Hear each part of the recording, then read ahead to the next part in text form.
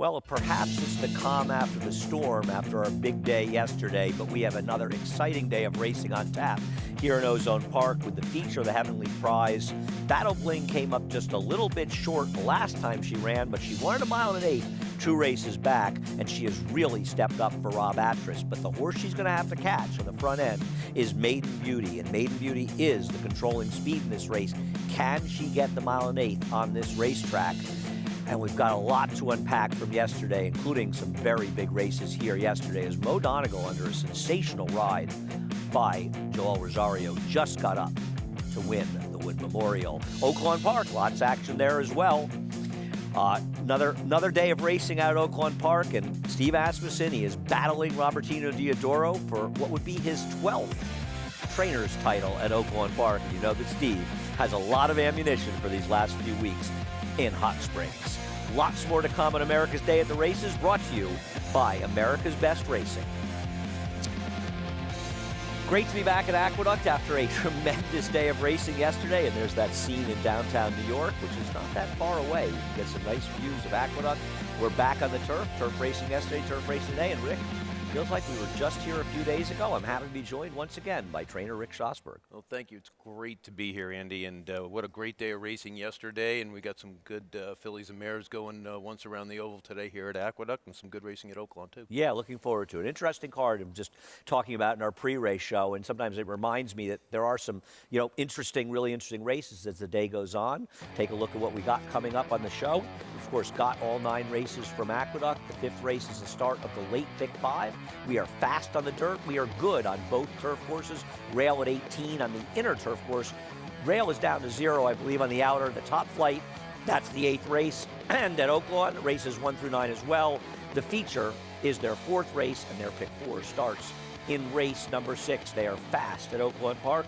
We have a free $25 play to offer you that somewhere I can probably actually read to you about it.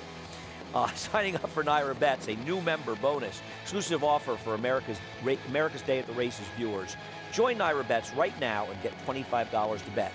New members may sign up using the promo code GET25 when signing up, and you'll get that bonus. You can bet any track, anywhere, anytime with Naira Bets.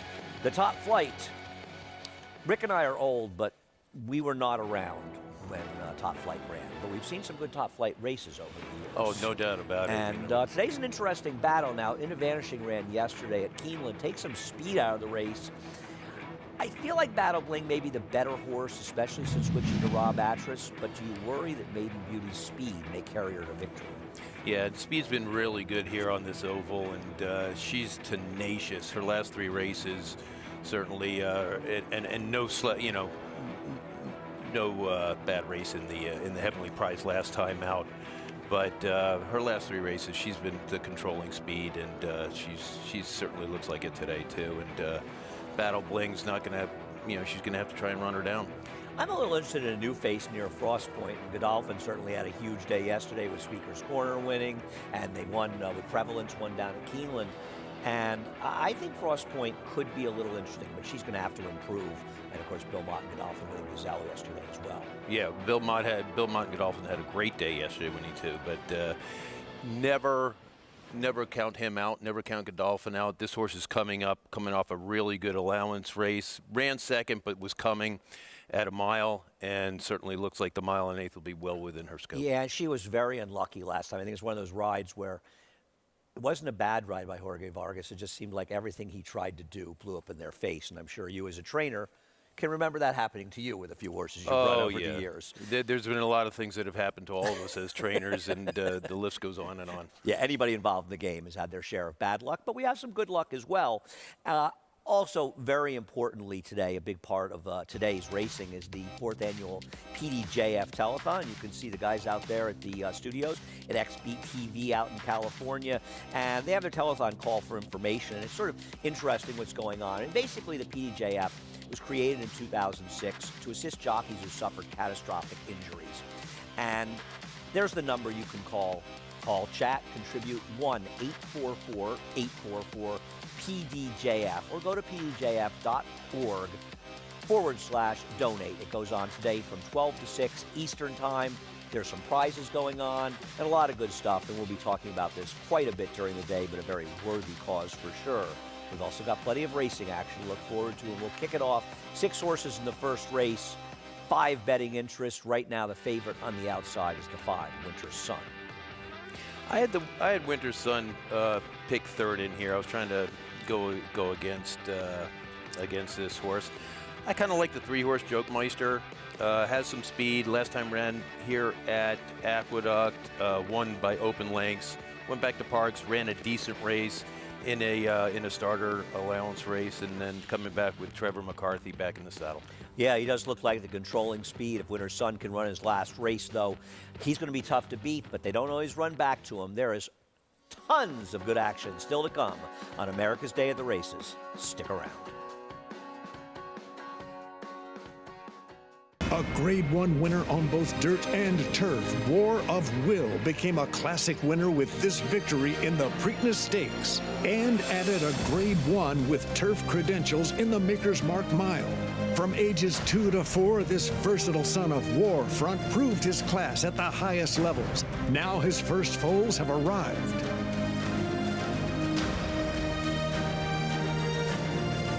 War of Will, standing at Claiborne Farm.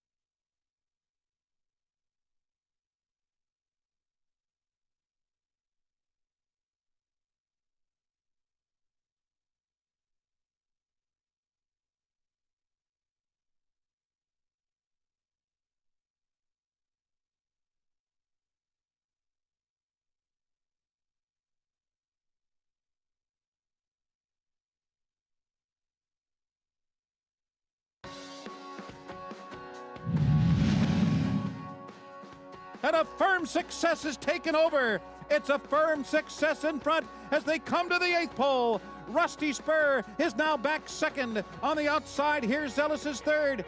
Farther back, Snow Ridge had to take up. Voodoo's there on the outside, and Safe Florida Sandy. They're coming down to the finish, and it is 8-year-old A Firm Success still getting it done. A Firm Success wins by a diminishing length. Well, a lot of people remember the legendary A Firm Success, but I don't think anybody knew him as well as the gentleman to my left, Rick Schosberg.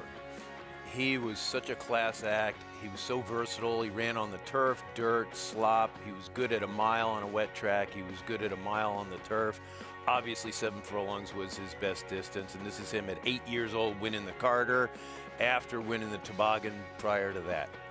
And an incredible horse. I mean, I know we've said it a zillion times in the show, but to find a horse that ran 43 times in his life and ran 39 triple-digit buyers, it's just unheard of. Yeah, he was an amazing horse. Just passed away this past winter at 28 years old. He was down at Old Friends and had a wonderful career. Really, just an intelligent, class horse that was so versatile and had a great life after the racetrack too. And we'll talk a little bit about Aftercare later on. But he was the epitome of the horse that deserved a great retirement, and they really took care of him at Old Friends. Yeah, he brought a lot of pleasure to a lot of people the way no he doubt. raced, and a horse that brought some pleasure yesterday and a little displeasure to those that ran behind him was Speaker's Corner. And I mean, listen, we saw some excellent racing throughout the day. but you knew going in that potentially the one really kind of special horse in the card was Speaker's Corner. Boy, did he deliver. Yeah, he sure did. And his final time, he went the last eighth in under 12 seconds and doing it relatively easily, as you can see here on the screen. Just an amazing performance for a son of street sense. And you almost feel bad for Reinvestment Risk, who as a 2-year-old was chasing Jackie's Warrior, and here he had to chase Speaker's Corner. And I mean, the way he ran here, I don't know when we see Life is Good next. I don't know if Flightline comes east. Yep. But he is going to give them all they can handle. Yeah, with his kind of tactical speed and going a mile, and we talked about maybe going in the Met, and the horse has just got a tremendous stride, covers a lot of ground, and does it easily. I mean, he's covering that last eighth of a mile in 11 and 11.8, 11 and 4. He was like a man among horses. Yeah. Today. I mean, he just, and that was a very good field. And we've had some strong carders in the past, but this was a very strong field. Some very Grade 1 winners, Grade 1 runner-ups. He was dominant in there. He was. The 3-year-old races get all the attention, but he was really the star of the day. And speaking of stars of our show, the third member of our team, Maggie Wolfendale, you was impressed by Speaker's Corner as the rest of us were? Absolutely, Andy. And you guys were talking about Affirm Success and his long career of running those triple-digit Beyer speed figures. Well, Speaker's Corner, he's now rattled off 5 in a row, 6 overall, this one being the fastest of a 1:14.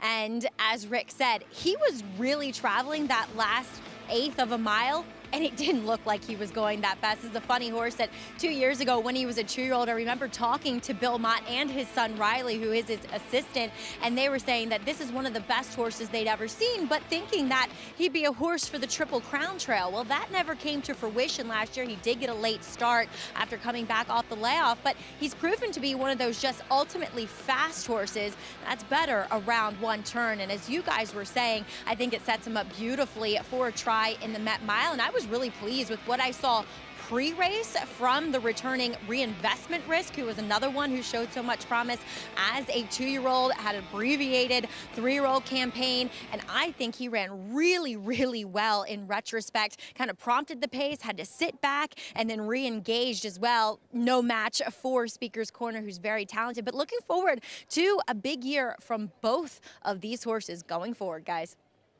Maggie, you think about the day yesterday, and it's hard to ever feel bad for Chad Brown, who obviously had a lot of success, but he and Klarovich, they ran second in 3 big races. But as you know, as a trainer, you can still be happy when you lose, once you get a little chance to get some perspective on the races. Yeah, matter of fact, we talked about a race that my group had the other day. Right. Exact same thing. Our filly ran a dynamite race, just got beat by another horse. But when your horses go out there and they put all their effort in, and the jock does everything right, and your horse puts in such a tremendous amount of energy and effort into it, it takes you a little while to get over the fact that you got beat, but the horse did everything right, and your crew did everything right, and there'll be another day. Yeah, I mean, so much of the game is about winning and losing. It is important, but you do have to have the perspective and just be happy sometimes with performances, and we'll see what kind of performances we get from race number 1 as horses are in the paddock. And I think the biggest question to me in this race is, can Winter Sun run back to his last race? Yeah, I mean, it topped out on the Beyer figures last time out by a considerable amount, almost 20 points. And does he regress? That was my question here. How reliable is it, right? I mean, he lost to a Todd Pletcher horse, second-time starter. But this horse's prior dirt performances and his prior race as a 3-year-old was on the synthetic. They weren't bad; they were awful. So, where did it come from? But on the other hand, I'm sure you've had plenty of horses in your barn that just turn it around sometimes. And the right thing to do here is to drop the horse off of that race. So if he does react negatively, he can still probably run a good race and maybe win this race. So you can't throw him out. There's no doubt about it. I'm still going to try and beat him with Jokemeister, who's coming back to a track that he's undefeated on. The one, Father Walsh, is one half of the entry. Roddy Valente owns these. Bruce Levine trains the other one. Jamie Ness, who won a race here yesterday, has this one coming in from Parks. Race yesterday. Yep. And his entry made a 1A Bustin Pietra. Rick, this horse looked good to start his career, and his form is just disintegrated. Yeah, absolutely. I wrote down here rock bottom here because I ran against him with one of the fastest horses in my barn in a stake race, and he's looks like he's trying to find his footing here. Catch the Smoke is going out for the assistant to the currently suspended Wayne Potts. Bonnie Lucas and Jose Gomez has them out. Here's the horse you like, Joke Meister, hoping to wire the field for Michael Catalano and Trevor McCarthy. Yeah, like I said, the last time the horse hit the racetrack here at Aqueduct, won by 8 lengths. So let's see if we can do it again. Yeah, he's got only one way to go. You know, Trevor's going to do the best. Vibe Setter comes off an upset win against Weaker for Charlie Baker and Dylan Davis. Yeah, it's a switch of rider here, which is maybe a positive move, but the horse did win last time out, but considerably low on the figs. And once again, we see T.D. Houghton coming in to ride Winter's Son. We don't see him here too often.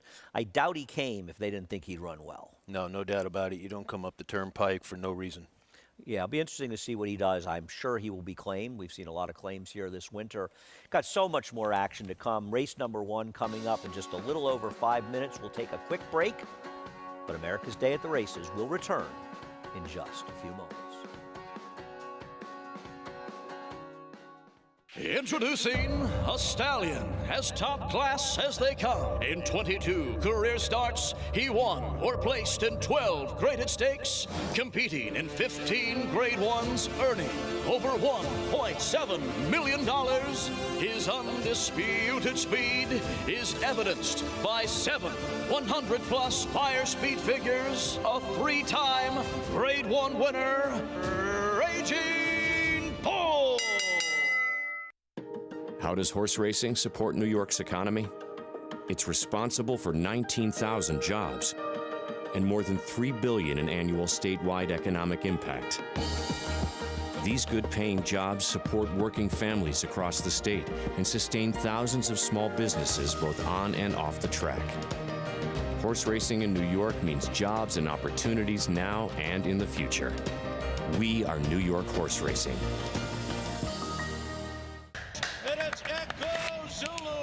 Set down for the final furlong, opening up by 4 to Robbie, and Juju's man battling for second behind a no-doubt champion. Echo Zulu wins the next at Breeders' Cup Juvenile Filly. Cyberknife, here comes Secret Oath, Cyberknife. Secret Oath is not going to get by. The Arkansas Derby winner, Cyberknife. Gun runners on top of the world. This season at Oaklawn, we've got more of everything. More of the top thoroughbreds in the world. More days of live racing. And the largest purses in our history. All at a completely reimagined Oaklawn. Come be a part of this historic season at Arkansas's only casino resort. I'd like to thank everybody in advance for their support of the Permanently Disabled Jockey Fund. It's so important to give back to our athletes, our human athletes that give our sport so much. And when things go wrong, so important they know that they have a safety net and a community that cares. You know, it means a lot to me because it just goes to show, you know, and it's nice to have that in the back of your mind where we have a nice backbone of support from them for, you know, anything when it goes through family bills or medical expenses, and it's nice to know that our, you know, other jockeys as well are supporting that. Well, it's early in the day. It's nice to see we've already raised, or they have already raised $57,000 plus for the PDJF telethon. Of course, you see that number 1-844-8844 PDJF, or go to pdjf.org/donate. Once again, the field for the first race as the horses are going to be heading out to the gate. A little bit close. We're a few minutes away from post time. Let's get more in this race from Maggie. Current favorite on the outside, that's Winter's Son. And last time we saw him, which it was a big performance, I thought Badgerville, the eventual winner of that kind of optional allowance for the straight 3-year-olds, was much the best. And Winter's Son gave him everything he could handle. But I also wonder, as he was part of an entry that day, the other James Chapman horse did look a little bit more appealing on paper, didn't run that well, but it was a short field. And I wonder if they just stuck this guy in to kind of make the race go. So therefore, we do see this drop down in class in a spot that he probably wanted to run him in all along. He looks great. I cannot fault this horse whatsoever, and I don't see anything with him physically that says he won't be able to recreate that same effort here once again. As we'll move on to the horse that Rick is interested in, as well as I am, and that's number 3, Jokemeister. It's funny, in his 3 Parks races, this guy is getting out. You can see that the riders have a firm grip on the inside rein and the outside rein is loose. He didn't really do it for Trevor McCarthy when he ran here at Aqueduct. I don't know why necessarily. Maybe it's a slightly bigger term, but not that much bigger than what we see at Parks. He is equipped, difference of equipment from 2 back. He was wearing a ring bit that day, wearing a Halton bit or a cage bit, as we like to say. I think it's the best bit for a horse that has that propensity to lug in or out. And furthermore, I didn't necessarily love him. He just didn't look like a horse that was completely together from the fitness perspective 2 back when I saw him. And he has moved forward since that day. So I'm very interested in Jokemeister, and he looks to be the speed in here. As we'll take a look, I'm going to group them together because they are an entry. I don't like this entry at all. Both of these horses, Buston Pietre and Father Walsh, have not gone on. They have not changed 1 iota from their 2-year-old season, late summer, early fall. They don't look that appealing from the overall sense either. They're the 2 that I'm kind of against. And Andy, as you always say, people just love getting 2 for the price of 1. No, thanks, Maggie. I couldn't agree more with you, and I'm always comforted when Maggie and I have a similar opinion because we come at it from a different standpoint, number one. Sure. So if she sees things and I see things one way or the other, but also if I'm going to be wrong, at least I've got Maggie to be wrong with me too, and I'm with Very Maggie. good. I don't like this entry at all. I don't know which one of these horses you would want. Yeah, no, you got tremendous amount of speed. Actually, both of them have shown a lot of speed at some point in their career, but Buston Pietre just. It's a little concerning that he just keeps dropping down to try and find a level where he can get back to where he was. And he really looked like he was going to have a good run when he started his career. It has not worked out, but it's a tough game. Yeah, it is. John Embrial, the voice of New York racing, with the call for race number 1.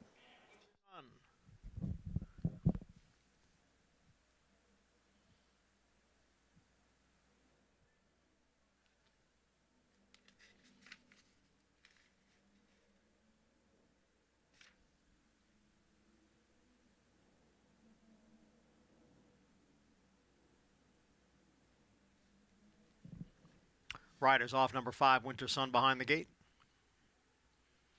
Winter Sun has gone in riderless, and T.D. Houghton will now get back aboard. And we're just about set for the opener.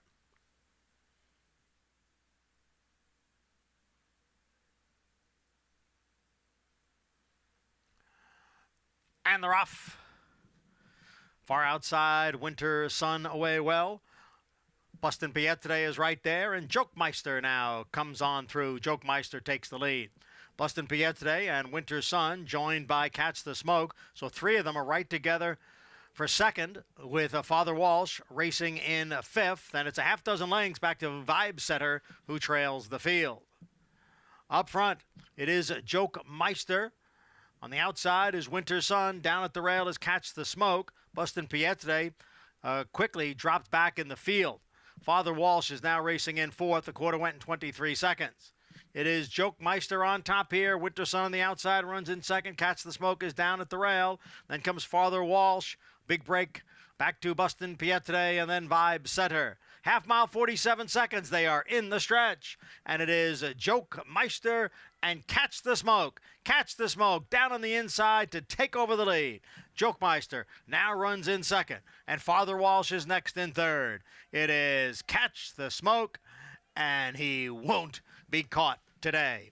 Catch the Smoke won by 4.5 lengths. Jokemeister was 2nd. Then Father Walsh and Winter Sun. Quite a lot to unpack from this race, but Catch the Smoke, who primarily has run poorly, and this horse is from the Wayne Potts barn, serving suspension. Bonnie Lucas, his assistant, deputizing. She didn't have much success when she deputized him for him previously in the past year, but he was a jog burner here. Yeah, and I think Maggie hit on something about talking about Joke Meister. Joke Meister kind of drifted out there on the rail and give it wide open for the 2-horse to come up underneath, who's taken a big necessary drop also. But and maybe it wouldn't have mattered if that 3-horse drifted out or not. This horse won by 5 lengths. Yeah, I agree, and as usual, good points for Maggie.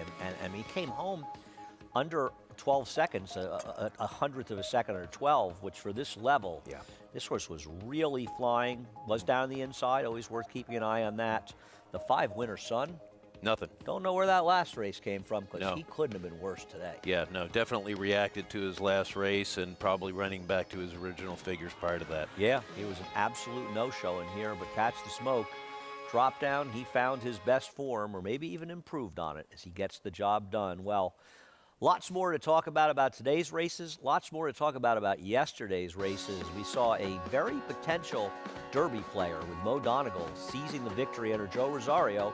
And Joel's going to have to decide, is he riding him or Epicenter? We'll talk about it more when we return.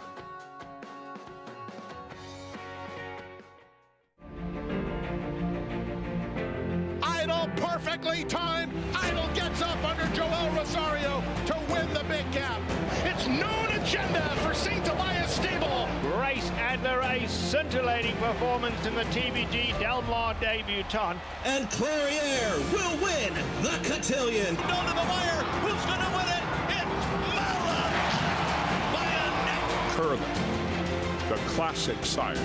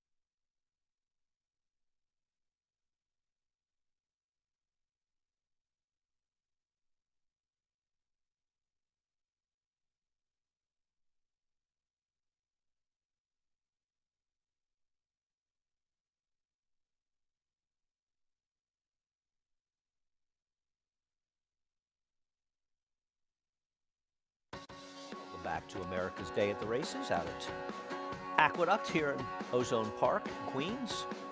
Joined by Rick Schosberg, Andy Serling, talking about a full day of races, one race complete, and it was the number 2, Catch the Smoke, in the hot riding apprentice, Jose Gomez. Very impressed by him.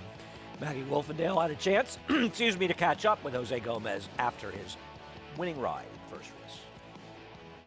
Thanks, Andy. And here with Jose, whom I must say, I think one of your best attributes is your patience, something that bug riders don't typically have. We saw it on full display with Catch the Smoke. You just sat the pocket. And did you know that Trevor McCarthy's horse, Joke Meister, was going to drift out? I just kind of seen him, how he was kind of holding him. So I just figured he was going to go a bit, give me some space. And I was just waiting, like you said, waiting and let him go, finish up strong. And 2, Jose, you're on a lot of live horses today. When you go through a card, does it kind of get you excited as you do your homework that you might be able to win multiple races? Well, I try to give every horse I ride a chance, just look at them, how they look on paper, and just hope for the best, really. Now, you'll be on Kelly Breen's horse, Exalted Charmer horse you're very familiar with, but you're also very familiar with the Kelly Breen barn. When you ride for him and John Atfield, does it give you a different kind of feeling like it's the home team? Yeah, of course. I just try to, I'm a little more relaxed, because I know they're on my side, and I just try to stay as relaxed as possible and try to ride my best race. going back to last year, how much did Kelly kind of give you confidence to start riding? Well, he had a lot of faith in me, honestly, a little bit more than I even had in myself, if I'm being honest. I've always, like I've said before, I've always wanted to ride, but I just never really thought I'd ride right away in New York. You know, New York's the top, you know, and but he seen something in me and gave me a chance, and I'm very grateful for Kelly Breen and his whole team. Well, wishing you the best of luck with his horse later, but congrats here in the first two. Thank you very much. All right, Jose Gomez, guys, as you can see, a young man that certainly has his wits about him, and the future continues to look bright, Andy.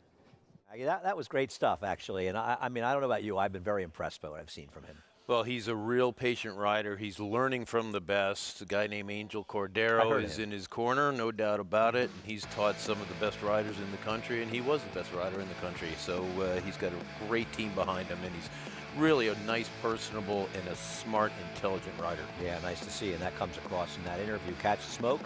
You got what known as Max Jingles, 1580 on that 6-1 shot. Race number 2. These are maiden claimers. I'm a little interested in credit suspended. We'll have a lot more to talk, though, about race 2 as we get closer, but still so much to talk about from yesterday. And while Speaker's Corner was clearly the most impressive performance, I think the race that's going to get the most attention is the Wood Memorial. Sure. And I think one of the more satisfying things for me about yesterday's results was that the Remsen, a race that sometimes gets unfairly criticized, is proving to be quite an important race on this year's Triple Crown Trail. Yeah, no doubt about it. And this horse, Mo Donegal, was absolutely really impressive yesterday. Very mature race for him. Let's talk about Morello, though, coming out of the gate. He lost all chance. Yeah, he's supposed to be up there main speed, and he really just blew the brake. And hit the gate, apparently. Yeah. You know, Mo Donegal broke a little slow, but when you have a deep closer, it doesn't matter. Early voting continues to be a horse that gets out of the gate like a rocket. Yeah, he goes out there like it's a quarter horse race and establishes himself early, and he ran a great race. I mean, he did everything he could to try and win, and Mo Donegal, like I said, the son of Uncle Mo, he got a really patient ride. He's maturing at the right time, no doubt about it. Cuts the corner there, has a perfect inside-out trip, and it's just a matter of it's a 2-horse race here from the 16th pole home. Yeah, and it took not only obviously a very good performance, but it also took an exceptional ride. And one of the things I love about Joel Rosario, who will come up on the rail on the turf and the dirt, think about some of his rides, he has that ability. He never panics, much like Ramon Dominguez. Oh, yes. You never see those guys steady. They're always sort of, they manage to get into traffic a little bit, but continue to move forward and wait for that possibility of getting out. And as the field separated a little bit, he was able to get out. I mean, he's the winner. Both horses ran very well in here. Mo Donegal, he's the closer going to the Derby, and I don't think he's impossible. No, not at all. I mean, the Derby's going to be 20 horses, and the traffic is going to be a big part of it. The break is going to be a big part of it.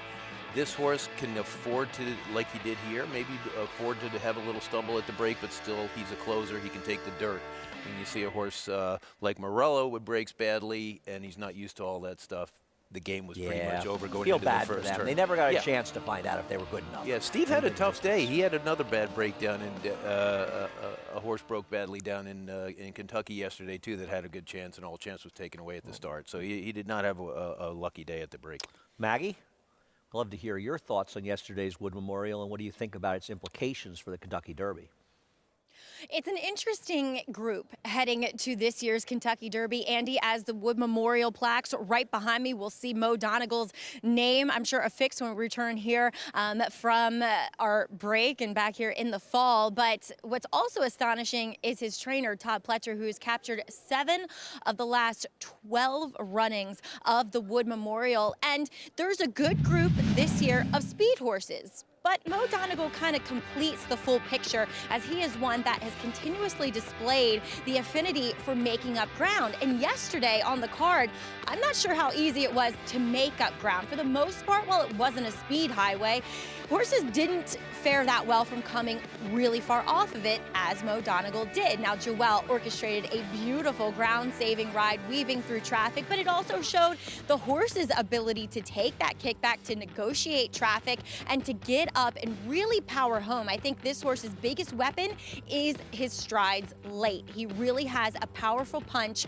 in the depths of the race when they're coming down to the wire, and I think the more ground he eventually gets to cover, the better. So the 1.25 mile distance of this Kentucky Derby should not be a problem for him. But Andy, I think we saw some big performances yesterday, and I was pretty blown away with what we saw from Zandon down in the bluegrass. Really, really powered home nicely. Really did, and he ran very well, Zandon, and we'll talk about that a little bit later. But I mean, these two horses ran so well in the wood together. Todd Pletcher's done a lot of amazing things in this game, but his roster of Derby prep wins, I mean, his 7th win in the Wood Memorial, and it feels like there's barely a prep, maybe even a couple out in California, but any of the east of California. He hasn't just won all of them, he's won all of them 4 times or more. It's unbelievable. Yeah, no, Todd's in a league by himself. You know, he worked for Wayne. He went out on his own and has just taken off. And he's a Hall of Famer. For good reason. And for very good reason, yeah. No, and he's a class act and just a heck of a good horseman. And everybody who works for him has a work ethic that is, you know, second to none. And it shows up on the racetrack in the afternoon. Yeah, no question about it. He ran very, very well. And I think Jerry Crawford's Donegal Stable only had about 130 people out for the race. Nice to see. We'll take a look at that Derby points list. And this is basically it. I'm going to run the Lexington next week. And I think the question becomes sort of who on that list may not run. I think Classic Causeway probably doesn't run. Early voting, questionable. Morello, you would think he probably would. Forbidden Kingdom after yesterday's debacle probably doesn't run. And we'll see how things play out. Yeah. You know, a lot of things happened yesterday. You got to wait till the dust settles before they make their decisions on what the next steps will be. Yeah, well, we did see, obviously, the big performances by the Routers heading towards the Derby, but we've got a great program for the 3-year-old sprinters, for the fillies and the boys, and the Bayshore's a lead-in, the Woody Stevens, the Alan Jerkins. Witt came back, and he was game, getting it done. We'll talk about Witt and a lot more when America's Day at the Races returns.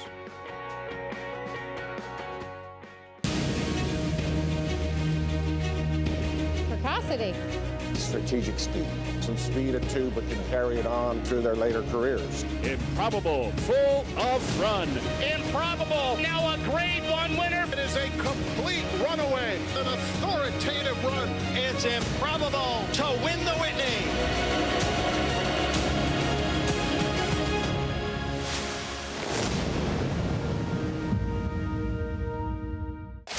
Who you betting on? How about an app created specifically for horse racing? Naira Bets. We specialize in thundering hooves, fist pumping, and boosting your bankroll with robust weekly promotions. And offer betting tips from actual horse racing experts. Bet all day and night, nationwide. Get the action and thrill of horse racing with Naira Bets.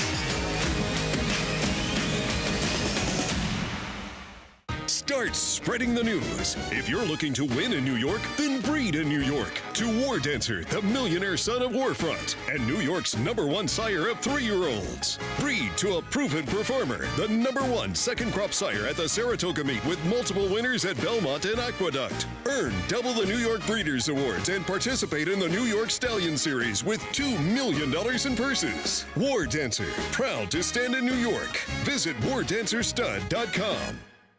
Racetrack Television Network brings you every race, from every track, on every screen, every day. With monthly packages starting as low as $5, RTN gives you great value and access to more live HD streaming and race replays than anyone. Visit RTN.tv today to sign up and watch on almost any device, including Roku and Amazon Fire. RTN has packages that start at $5 per month.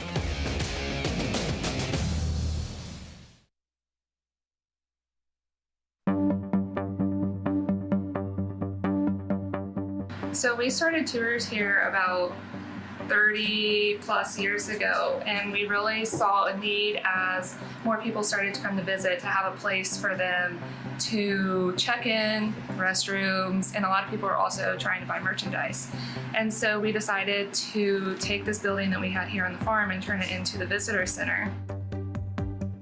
We have a lot of Secretariat stuff. We started with just a few items, but I mean, one of the main reasons people come here is to see his grave, and so that's what people want to buy and want to take home with them, because that's what they remember a lot about the tour.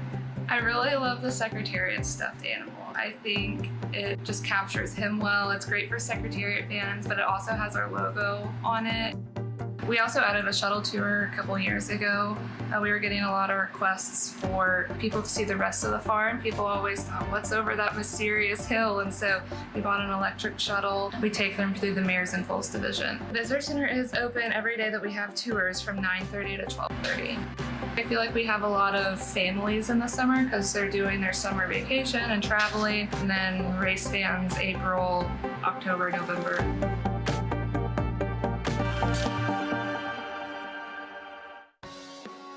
Going to Claiborne Farm enough. It's the first farm I went to when I first went to Lexington in the mid-90s. Been there many times, and a lot of times you just call them up, and they have a visitor center, but you can call up and you can see the horses. And for me, visiting the farms, it's like a museum, a living museum of these horses that we saw race. It's amazing. People that haven't been to a large breeding operation in Kentucky are just in awe of how well it's kept and how beautiful it is, and the history, the rolling hills and the bluegrass. It's really amazing. Just flying into bluegrass field. Isn't it something over Calumet when you used to be the Red White? It's just an amazing place and driving around and seeing the foals and the spring in the fields, it really is great. And we also appreciate the great support that Claiborne Farm has shown for us really since we began with America's Day at the Races and our live shows here at NYRA. The Bayshore yesterday, and this was a tremendous battle in here. And I think the biggest thing was, look at Witt. He didn't get left, and when he doesn't get left, he actually has some speed. Yeah, and he established himself early on the outside in the clear, kept his position, was in striking position, and there was one horse to catch at the top of the stretch, and he just did. It is sort of amazing because Manny Franco, a very good rider, burst through that hole and highly respected, and basically the race was over. And you have to really be impressed with how determined Witt was. It's not like the race was falling apart. These two were drawing off, and while Witt won a very fortunate bob, even if he lost this race, you would have been impressed with his performance. And I think for a second-time starter, highly respected, ran very well also. Absolutely, no doubt about it. It was a great race from the two horses here. And it's interesting if you see, you got the horse highly respected down on the rail, and Jose keeps Witt out in the middle of the track here, but then as they approach the wire, it's time to get together and see who's the best horse. It's amazing because the inside horse drifts out, the outside horse drifts in, and said, okay, boys, let's see what we got. And what an amazing race. It's too bad there was a loser. And it was really a great way to close out the action. I mean, what could a better way? You see two really good horses battling down the stretch and coming together there at the wire, and the not surprising big crew from Mike Rapoli in the winner's circle. And Maggie, curious on your thoughts on a very interesting race and a much different Witt this year. And it was evident in the paddock, Andy. He really filled out and really turned from a boy to a man now as a 3-year-old. And I liked what Jose did out on the racetrack prior to that, going into the starting gate, in which he kept him moving, and that's exactly what you want to do for a horse that can be tardy away from the gate. And I think we saw a new and improved Witt, and possibly in retrospect, as I went back and watched the replay, I thought Jose Ortiz may have been a touch overly confident as he cruised into the race while 3 to 4 wide, and you saw highly respected with Manny Franco down on the rail, and Manny said, ooh, there's a gap, let me go, and he actually briefly got the jump on Witt, who had moved before him. And I thought these two battling it out to the wire was really a nice way to sew up the day, but it does feel as though Witt should step forward from this effort. I think he got the test that he needed, and he's an improved horse. He equaled his best Buyer speed figure from last year with that Sanford win in with a 90 yesterday. And I like the fact that I would hope they keep him sprinting, because he has a son of Practical Joke, and Practical Joke was best around one turn. So we'll see where they target Witt to next, but looking forward to the year that he could have as a very good sprinting 3-year-old. Andy? Imagine he'll try to win a race the Practical Joke won, and that'll be the Alan Jerkins at Saratoga. Yeah. But also we've got the Grade 1 Woody Stevens on that tremendous Belmont Day card. Head over to BelmontStakes.com, by the way, and check it out. Get your tickets. Don't miss it. Race number 2, Rick? post parades coming up. They're in the paddock. I think you and I are both interested in Credit Suspended. Yeah, he ran, first time out he ran for Jim Ryerson. He ran a decent fifth, but he was well bet. He got claimed in that race by Jeff Engelhardt, who's having a really good meet, and Dylan Davis is aboard. And right now he has just taken the favoritism because we're talking about him. Yeah, I think that she. One of the things I like the most about her, two things. One is she's only run once, right? So she doesn't have as many bad races as the others in here, but also Jeffrey Engelhardt claiming her. He's been having a very, very strong meet off the claim here at Aqueduct. Yeah, no, he does a very good job. The whole Engelhardt family does a great job training their horses, claiming and horses that they bred as well. The 8-horse obviously has run okay, which okay is going to win this race. So like you said, there's a lot of horses that ran not okay that you could probably throw out. But those two horses are the lightest race horses in the race, so those are the ones we're going to go for. Yeah, depending on the race and the time of the year, we have different definitions of okay in horse racing. We'll start out with the number 1, Phenomenal Woman's going out for Andrew Wolfson is riding this horse for Greg DePrima. Yep, and ran second last time out, got beat 7 lengths. Like I said, an okay race. She once had better form. Credit Suspended, we mentioned, Dylan Davis and Jeffrey Engelhardt. Yeah, this horse is going to take our money here. It's a favorite at 5-2. I'm not betting at that short a price. I think the horse is taking a lot of money right now, even though I do prefer him. Luis Rodriguez Castro running Keen Dancer for Randy Persaud. Ran third last time out. Prior to that was nowhere to be found, so another horse that could hit the board. The number 4, My First Love, Frankie Pennington riding this one for John Service. JT Service. Okay, John Service's son, I believe. I believe it's his son. Yeah. Okay. Not Tyler. Nephew. It's John's son. Thank you. That's why we have producers. They know more than we know. The number 5 Emerald Banker, similar of a long shot in this race. Raul Mena is riding this horse for Stephen Jerkins. Had 11 tries, had 1/3. Another one that could maybe pick up a small piece. And another long shot in this race is the 6 Flight Forward Benji Hernandez, I believe, riding this one for Richard Lugovich. Yeah, it had a single-digit buyer figure in his last start. I'll watch. Elegant Lauban, the 7, going out for Keith O'Brien. Louis Cardenas with the mount. He's had some chances, too. Has a couple of seconds in a third. Another one's probably looking for a minor share, and then you have the 8-horse on the outside. Yeah, I think Ice Cream Sunday has to be considered a contender in his third start. Jose Gomez aboard looking to sweep the early double. Yeah, Jose rode him first time out at a mile. It's the same distance as today. Ran a good 4th, first time out going a mile, and probably has the best chance to beat the 2.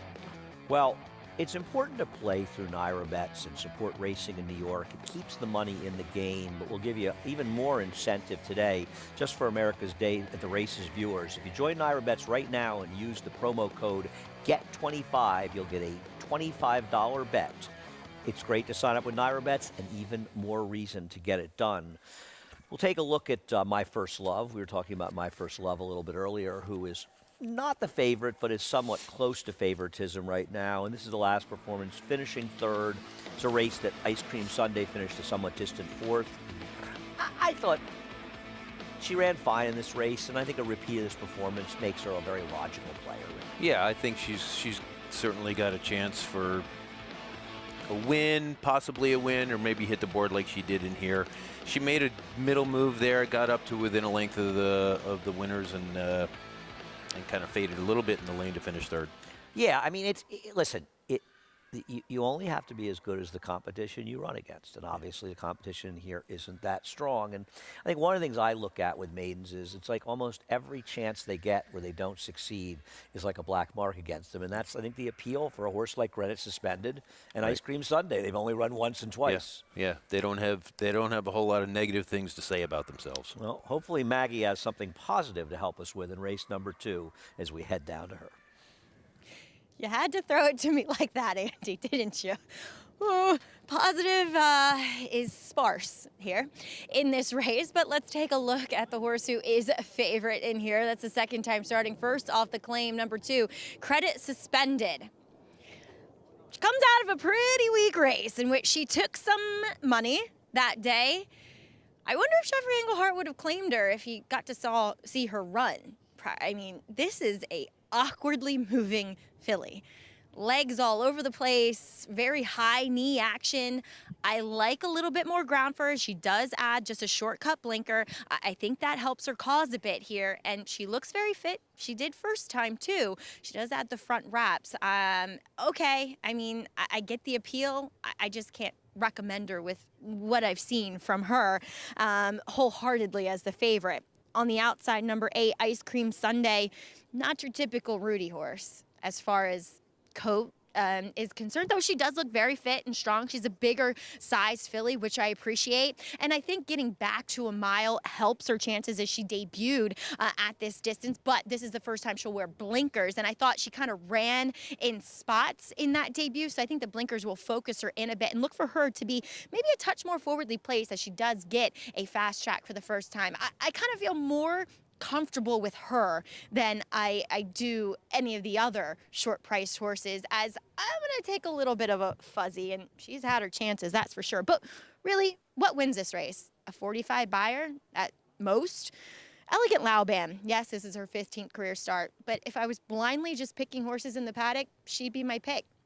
Well-conditioned, obviously, as she has a lot of starts under her belt, but looks as though she's doing well. And Andy, as you and I have both said, rooting for Luis Cardenas to get back to the winner's circle after he has been gone for quite a while after suffering an injury back in Saratoga. Maggie, and I don't know how much deal you've had with Louis, but mine have always been very positive, and great to see him back. Yeah, it's good to see him back, and I always root for Keith O'Brien. He's a nice guy and works really hard. He's in the barn next to us, and just a delightful person to talk to, and his family's been wonderful. And unfortunately, he lost his mother just a few weeks ago. Yeah. She was just a wonderful woman. She really was. So let's root for Elegant Laoban here. And of course, his dad, Leo O'Brien, who you will remember, he didn't just win with 4-Star Dave, but he's remembered a lot for 4-Star Dave, and they really are terrific people. And I agree. He's an excellent guy. And of course, his sister, Leona, is married to John Velasquez. So a lot of racing in that family and a lot to root for. And I'll tell you with Maggie, one thing about Elegant Laoban, last race is one of his best, and her last race is good enough to get it done here. And she's 7-1, and it's tough to bet short prices in a race like this. And I think that Maggie may have found a horse, and she's had a lot of chances, but doesn't mean that she won't have found the right field today to get it done. They are loading in the gate for race number 2. Kicks off the early pick 4. John Imbrial with the call. Waiting now for Elegant Laoban and Ice Cream Sunday.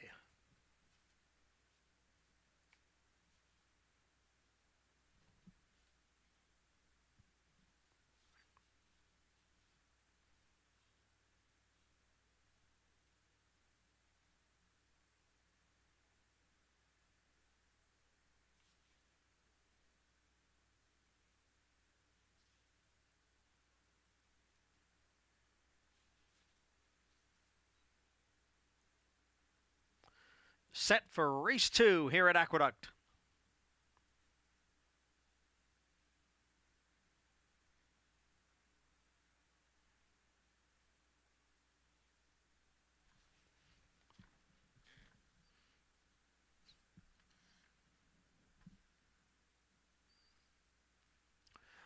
And they're off. My First Love quickly out of the gate and out for the lead. Phenomenal Woman now moves up quickly from the rail. Phenomenal Woman and My First Love, and the two of them are right together.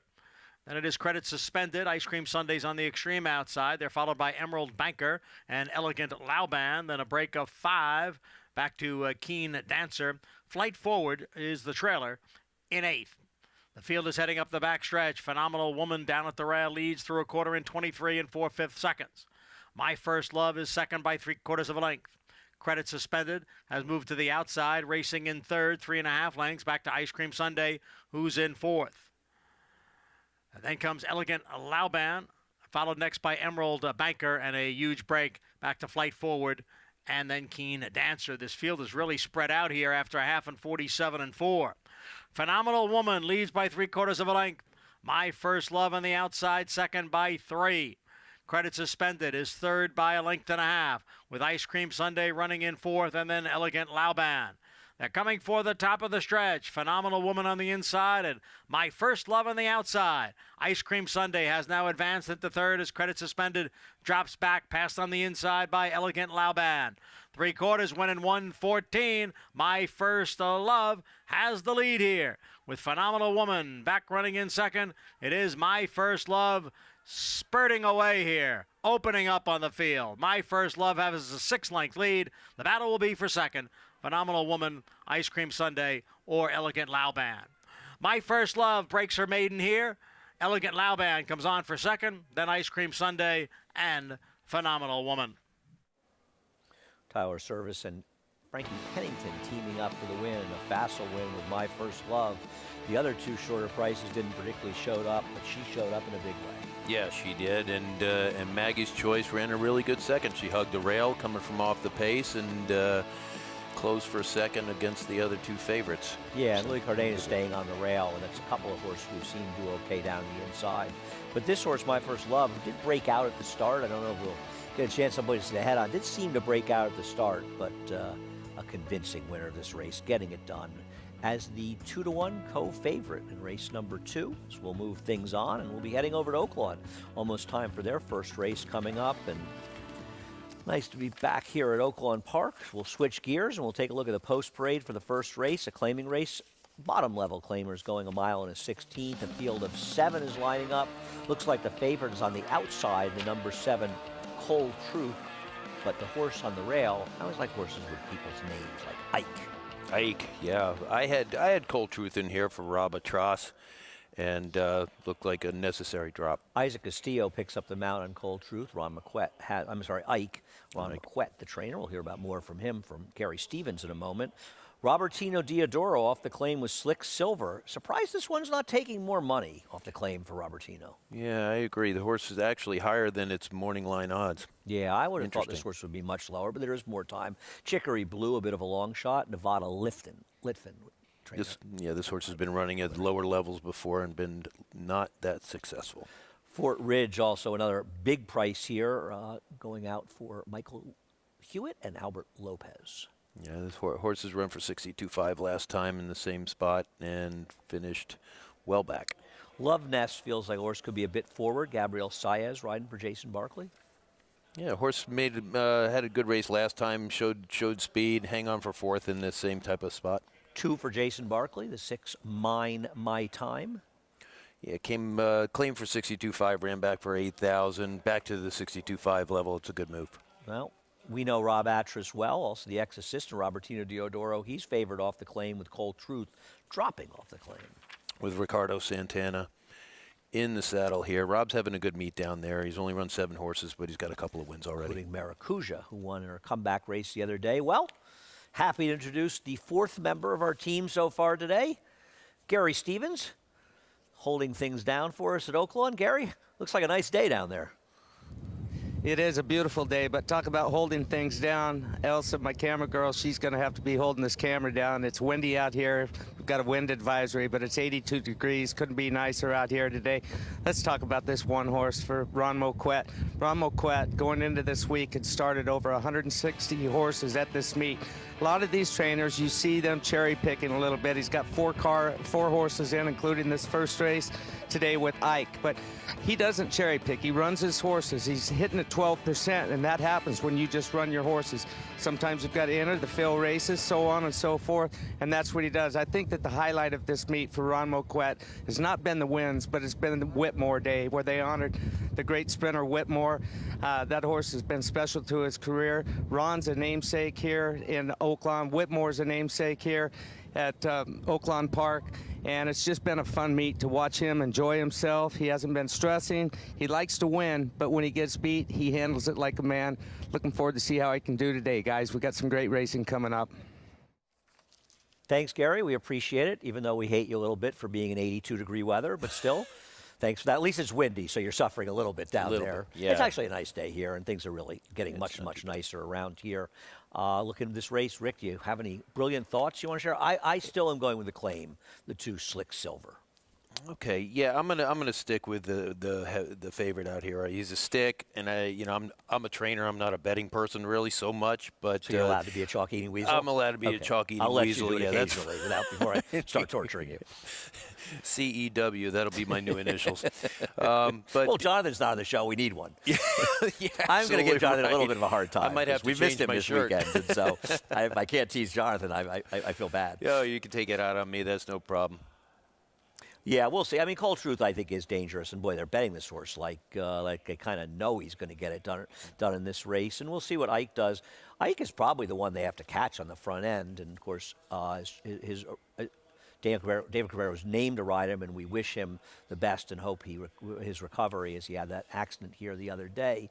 So much more coming.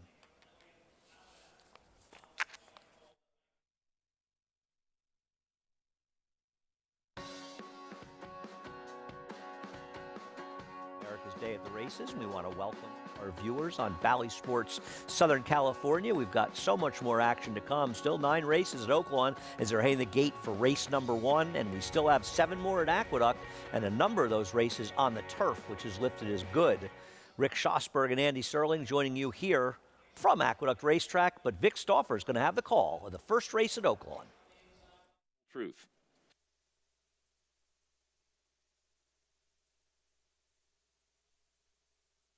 They're at the post.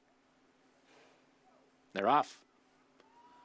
Ike broke a half-side slow, but he's asked for speed, and there goes Ike through to put his head in front from Love Nest. Slick Silver, who's close up, and Mind My Time. Now Slick Silver going to sit fourth, take back, and go towards the inside. Then comes Chicory Blue, followed by Cold Truth, and the trailer to the backstretch is Fort Ridge. So Ike did make the lead, and he's a length in front of Mind My Time in second. Then comes Love Nest. Slick Silver was guided to the center of the racetrack by David Cohen, and that's because he's pumped up and full of runs. Slick Silver up to a joint third and 2.5 off the lead. Then comes a Chicory Blue, the 10-year-old at the rail. Outside of him, it's Cold Truth. And then 3 lengths back to the trailer, Fort Ridge, midway on the backstretch, and Ike is trying to go all the way to the wire. It is Ike, 3/4 of a length over Mind My Time in second. Love Nest and Slick Silver continue to race third and fourth and about 2.5 off the lead. Cold Truth is traveling well, and he's up to fifth now and about 4 off the lead. 2 back to Chicory Blue and Fort Ridge. They leave the backstretch, and Ike has the lead. But here comes Slick Silver to make a big move, and Slick Silver up outside of Mind My Time, and now these two are matching strides. Ike is gone. Cold Truth is about to take over third, but they'll have to go to catch Slick Silver, who takes charge at the top of the stretch. He's a 2-length leader on Mind My Time in second. Cold Truth is third, 3 back to Love Nest in fourth. Slick Silver past mid-stretch, and he's built up a big lead. It is Slick Silver now 4 lengths in front of Cold Truth in second, then Love Nest and Mind My Time, but Slick Silver is going to win the opener, and he's going to do it in handy fashion. Slick Silver 5 in front, Cold Truth second, Love Nest third. Slick Silver to win. Slick Silver won by 4. Cold Truth was second, Love Nest third. Mind My Time finished fourth. Is this a case, Rick, of the master being the apprentice? As Rob Atras and Robert Tino are very close, and Rob had worked for him. And I've talked to Rob Tino. He took a lot of pride in how well Rob was doing, but both coming off the claim, they bet the Rob Atras runner in the outside, but Slick Silver was a rockin' share winner here. Yeah, no doubt about it. And he was claimed for 8,000 last time, ran badly, and he ran back for the 8. And Rob's horse was claimed for 12.5 and was taking a steep drop here. But they finished 1-2, and like you said, the master beat the apprentice in this race, and I'm sure they'll probably switch places along the way before the meet's over. Rob will win a share of races, whether it's here, there, or anywhere, and he did get bet down late. Slick Silver going off at 2-1 as the 7 was 6-5. But Robertino Diodoro in a bit of a battle for that trainer title with Steve Asmussen. I think he's trailing him just by a slight amount. I'm sure the two of them will have some more battles as we head towards the last month of the meet at Oaklawn Park. Still a lot more to come, and still a lot of good races from yesterday to talk about, including the 3-year-old fillies heading towards the Kentucky Oaks as America's Day at the Races continues.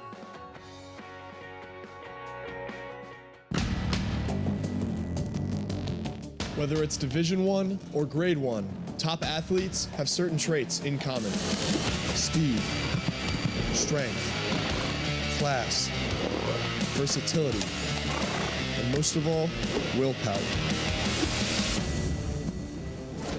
Claiborne Farm Stallion, War of Will, was a Grade 1 winner on both dirt and turf.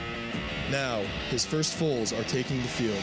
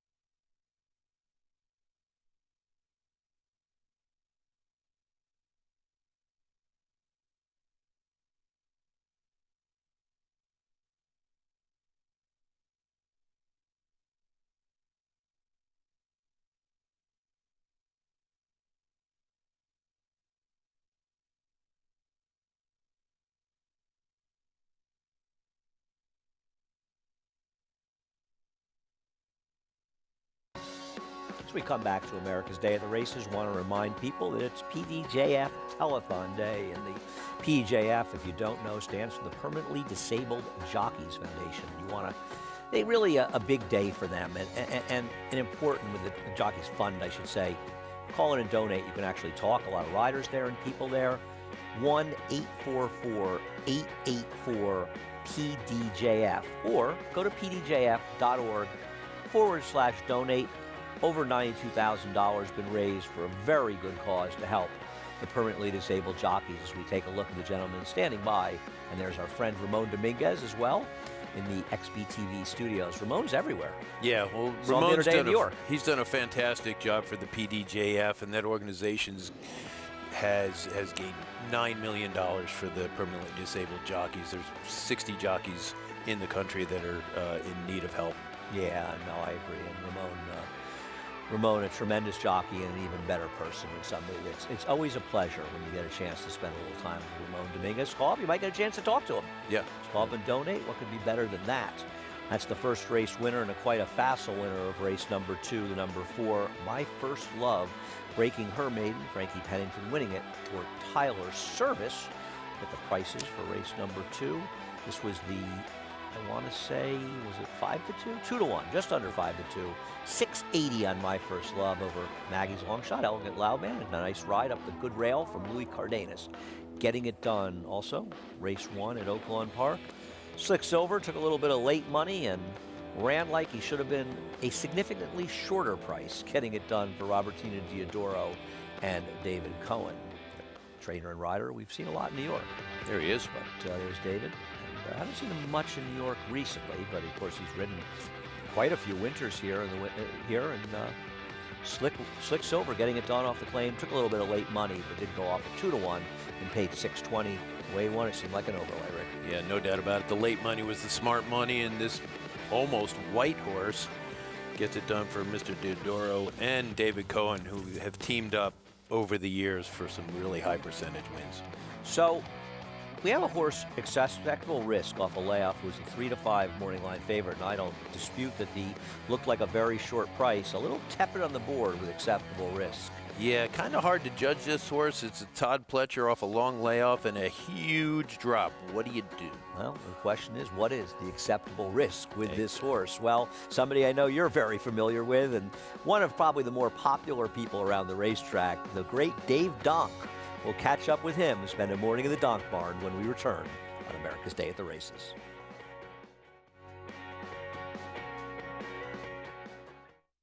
Spun to Run. In the Breeders' Cup Dirt Mile, he defeated a loaded field that included multiple Grade 1 winners Omaha Beach and Improbable.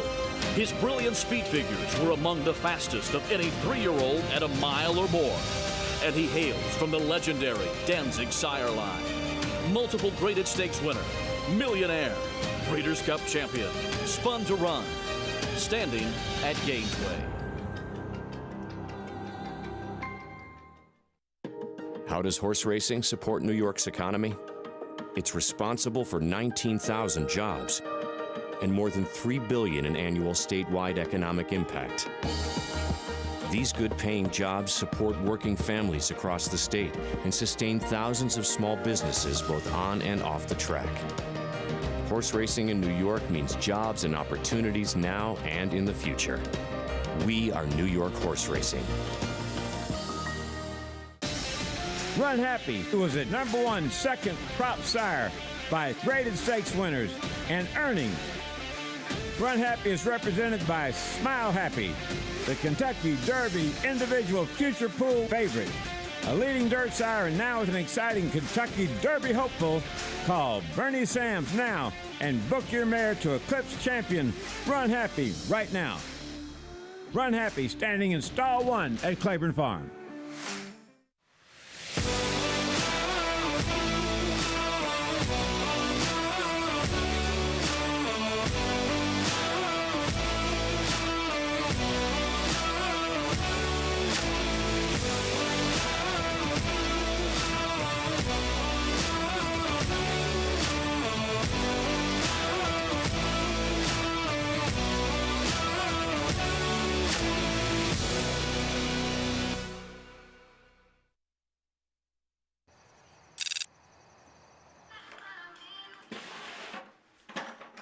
Grooms get here about 4:30, get to the stalls, do the stalls. Hot walkers don't need to be here till 5:30, till we start training. My alarm goes off at 4:25, 4:15. I'm in here by 5. Georgie's the rider. He gets here at 5:10, 5:15, sets the tack for both riders. First set's at 5:30. Beyond Brown can be second. All right, well, she'll be number 2. Let 87 North be 1, so. And we're in a late race. Boy, a lot of days this meet, so a lot of long days. You got an easy morning, only 8. Okay. You won't know what to do. I guess same thing, huh? Put it up. Straight off. He might need to do her too, Faye. My dad has owned and bred horses since I was about 8 years old. We were in 8th grade and we'd all meet with our guidance counselor, and I think they always asked everybody, what do you want to do when you grow up? And I'm going to train horses. And told my dad about the conversation with my guidance counselor. He was not happy. Listen, you're never going to make a living doing that. You got to plan on doing something else. Georgie, if she's quiet, maybe just jog a mile and a half and come off the backside. I had worked a couple years out of high school. I'd been on the track, and my dad said to me, my dad owned some horses, and he said, listen, if this is what you're going to do, I'm going to help you get started. I was going to be 20 in May, so I went and got my trainer's license. And I started in 1980 at Finger Lakes, training horses. And when you're there, you do everything. I did everything but ride. I went to Florida when I was training after my 5th year.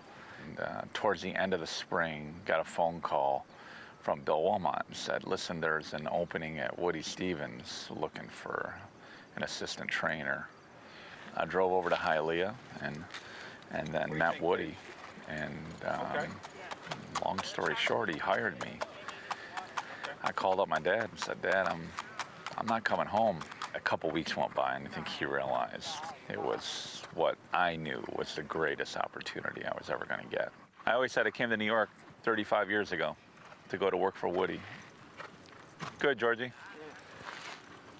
And I'm very fortunate to be able to have stayed and make it work.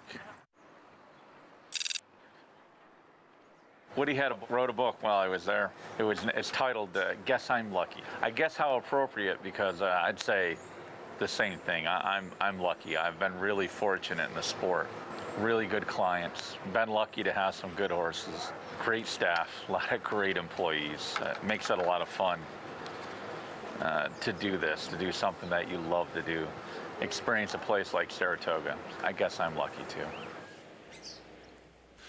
What a great feature on a great guy, Dave Donk. He really works hard. He worked for one of the best trainers in the history of the game, Woody Stevens. How many Belmonts did he win in a row? 5. 5. Just 5. Yeah, he just loved to tell you that. But Dave's one of the real class acts on the racetrack. He's a smart guy. He does a lot of work himself. I sit on boards and committees with him, and he's always, he's always putting in a good word and advocating for the backstretch help. The morning work is very tough on our backstretch help. It's early in the morning. There's a lot of work to be done, and like you saw in that feature there, the first thing you do is just look for something that's out of place or something that's unusual. You pretty much know your horses. Your grooms know your horses. You look for a little extra feed in the tub. You take all the temperatures. You check all the legs. And, this time of year is a little different, too, because it's springtime. You got babies coming in. So there's a lot of anxiety in the barn just because new faces come in. So there's a whole lot of things to be done. But Dave's one of the true class acts. He's trained a champion and a wad, and several other horses that are of note. And he's turf, he's dirt, he's aqueduct, Belmont, Saratoga, true New Yorker. And he and his wife Faye are just they're a treasure for the racetrack and the backstretch. And you could say this about a lot of people, but Dave Donk is one of those people that makes you feel better about working in horse racing. Yeah. You're exactly right. No, that's a great way to put it, because every time I talk to him, whether it be in the paddock or whether it be in the boardroom, he always has a really good perspective on it. He's been through it all. He's worked for some of the top people in the game. He trains for some of the top people in the game. And he's just a really smart, down-to-earth person, and he's a tremendous horseman. No, I can't say enough good about Dave Donk. We appreciate him giving some of his time as well. And, we were talking about this race and acceptable risk. It's just a tough thing. I mean, you approach it in your work in a different way than what we're doing here when we talk about betting and gambling. But horses like acceptable risk, to me, it's a double-edged sword. He's 9 to 5, and you say, well, he seems like a big overlay because he is more than 35% to win this race. Sure. But then you ask yourself, is he 9 to 5 because everybody's scared to bet him like we are, or is he 9 to 5 because people know you should be scared to bet him? Right, and then coming from our perspective as a training group, he's in for a $25,000 tag. The horse looks like he's probably the best horse in the race. He's got a win in a third and 2 starts, but it's off a long layoff. Obviously, something went awry. He's breezing lights out. So it's a big crapshoot here to bet on him, to look at him, to claim. Do you try and beat him if you're a bettor here? Do you go with Dave's horse, who ran a Dynamite race 2 back, throw the last race out, and this horse is right there? Or do you go with the one Exalted Charm, who I know likes the lead? That's the thing. How's he going to get the lead in here? Yeah. That's the problem. Between the 3 and acceptable risk, it's tough for him to make the lead, right? Yeah, I agree with that. And I know a little bit about this horse, Exalted Charm, that he kind of likes to run free. And if he gets bottled up, he turns into Dr. Jekyll instead of Mr. Hyde. There's quite a few Dr. Jekyll and Mr. Hydes around the racetrack. I always like that analogy as well. We started out with Dr. Jekyll and Exalted Charm. Jose Gomez looking for another winner, this time for Kelly Breen, who we talk so fondly about with Maggie. Yeah, like I said, he probably going to have to break real sharp coming from the rail.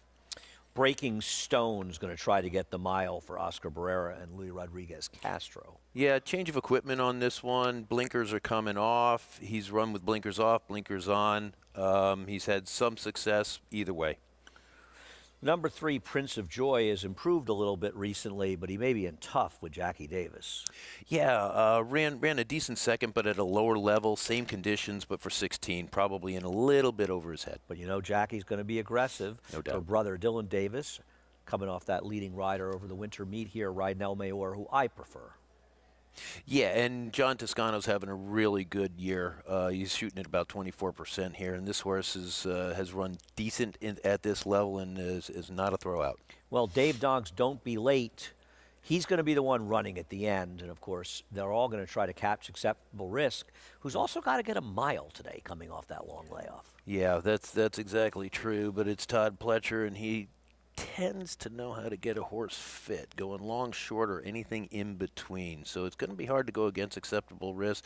But I like Dave's horse. He's got tactical speed, and Dave's horses love to run long. Well, we'll see how things work out. We have yet the 5th member of our team yet to introduce, and that's our good friend Richie Migliori, standing by in the paddock. Richie, how you doing today? Doing good, Andy.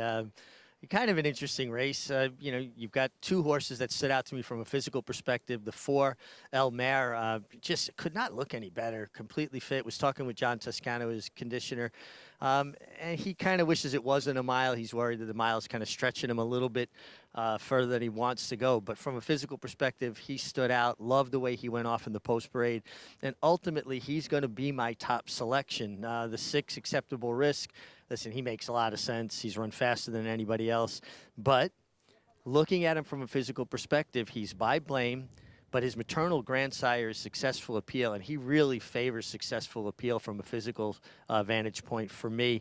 And I just wonder if a mile won't be stretching him. That being said, he's trained by Todd Pletcher. I'm certain he's fit.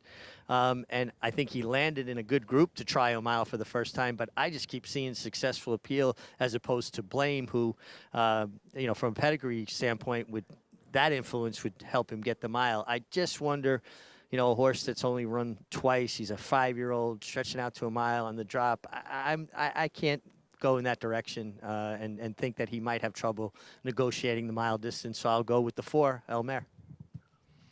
Mentioned that. It feels like Chad Brown, who trained him before Todd Pletcher, probably saw the same thing, starting this horse out in a sprint. Yeah. And interesting that you mentioned Successful Appeal. The Successful Appeals tend to be better at 7 or a mile or less, top sprinter. And he won our Amsterdam and Saratoga. Yeah. John Kimmel? John Kimmel. Richie rode him in his debut. Didn't Richie Migliori ride that horse? Yes, he did. That's how I remember. But Richie was injured shortly before the Saratoga meet, and he missed that meet. And that's when Edgar Prado came to Saratoga. And Richie, I think you and I bet Successful Appeal when he won the Amsterdam. Would that be correct? Yeah, that would be correct. Just because I was on the sidelines didn't mean I wasn't going to try to capitalize financially. The interesting thing is there was a point in time when we were trying to stretch Successful Appeal out, and anybody with a good 3-year-old tends to do that, see if they maybe have a potential classic kind of horse. And I went and rode him in the Lexington. I think Charismatic won that Lexington, and he just did not want to go long, but he was a crack sprinter. And sometimes maybe we read a little too much into it because we're familiar with the families. But again, with the 6 Acceptable Risks, I'm seeing more Successful Appeal than anybody else. Yeah, I remember I was actually at Keeneland that day when he ran behind Charismatic, who really came to life. Charismatic is one of these horses I don't think people remember that well. He really should have won the Triple Crown. Oh, yeah. No, he was a really good injured in that horse. race. He would have won. He didn't get the best of trips, and he also should have. He got so good overnight for when he was a maiden claiming winner. Yeah, and got had a bad injury, and remember Chris Antley riding him, and but what a great horse he was, and good looking chestnut, just a shiny copper penny. He won that Lexington at a huge price, and then he won the Derby at a gigantic price, I think like 30-1, beating Menifee. Right. Elliott Walden traded Elliott Menifee. Walden. I think Menifee they were first and second, the Preakness, I want to say. I think Menifee won the Haskell later that summer. But good memories and fun memories of those. Successful Appeal, a very, very nice horse. I like El Mayor in here. Are you gonna not try to beat the favorite here, Rick? I'm going to try and beat the favorite. I am going to try and beat the favorite, but I'm going to try and beat the favorite with El Mayor. All right, we're both on El Mayor. Who's 4-1 right now. A lot of money for Dave Donk's horse. I assume it's just everybody watching that feature, and they were just so enamored with Dave, they bet his horse. And he is sort of the kind of moto master of the obvious closer in a race packed with speed, but he kind of is, right? Yeah, and you throw the last race out. It was a real sloppy track. Just didn't really seem to like it. But the horse has never been bet in any of his races. So this is the shortest price the horse has ever been. So, maybe he's deciding it's time. Well, Todd Pletcher had a great day yesterday. He's had a lot of great days. We'll see if he can get acceptable risk home off the layoff in race number 3. Johnny I with the call.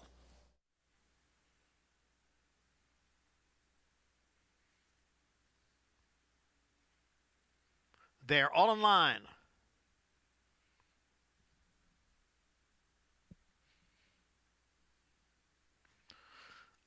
And they're off.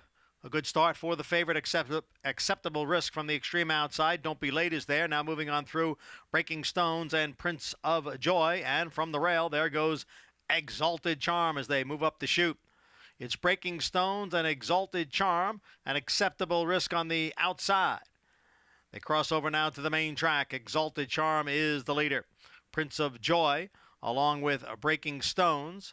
Don't Be Late, an acceptable risk. Those four are all together. And El Mayor is down at the rail in 6th position, but only 3 lengths from the lead. The leader is Exalted Charm, ran the quarter in 23-3. Prince of Joy is second by 3/4 of a length. Then on the outside, Acceptable Risk, and at the rail, El Mayor.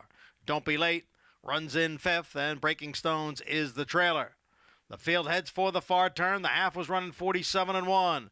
It is Exalted Charm. On top here, Exalted Charm getting away to lead by 2. El Mayor now moves into 2nd. Prince of Joy is on the outside in 3rd. It's 4 lengths back to Don't Be Late and Acceptable Risk. Breaking Stones is at the back.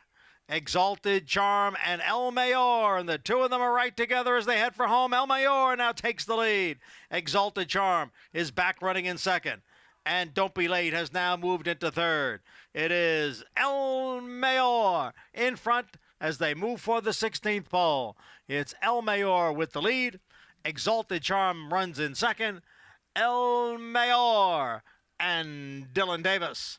Exalted Charm beating a length at the end. Big break back to Don't Be Late in 3rd. Well, Dylan Davis got his mount right down to the favorable inside, and we saw the first 2 finishers spend the majority of the race down the inside. And it's interesting, El Mayor sort of opened up.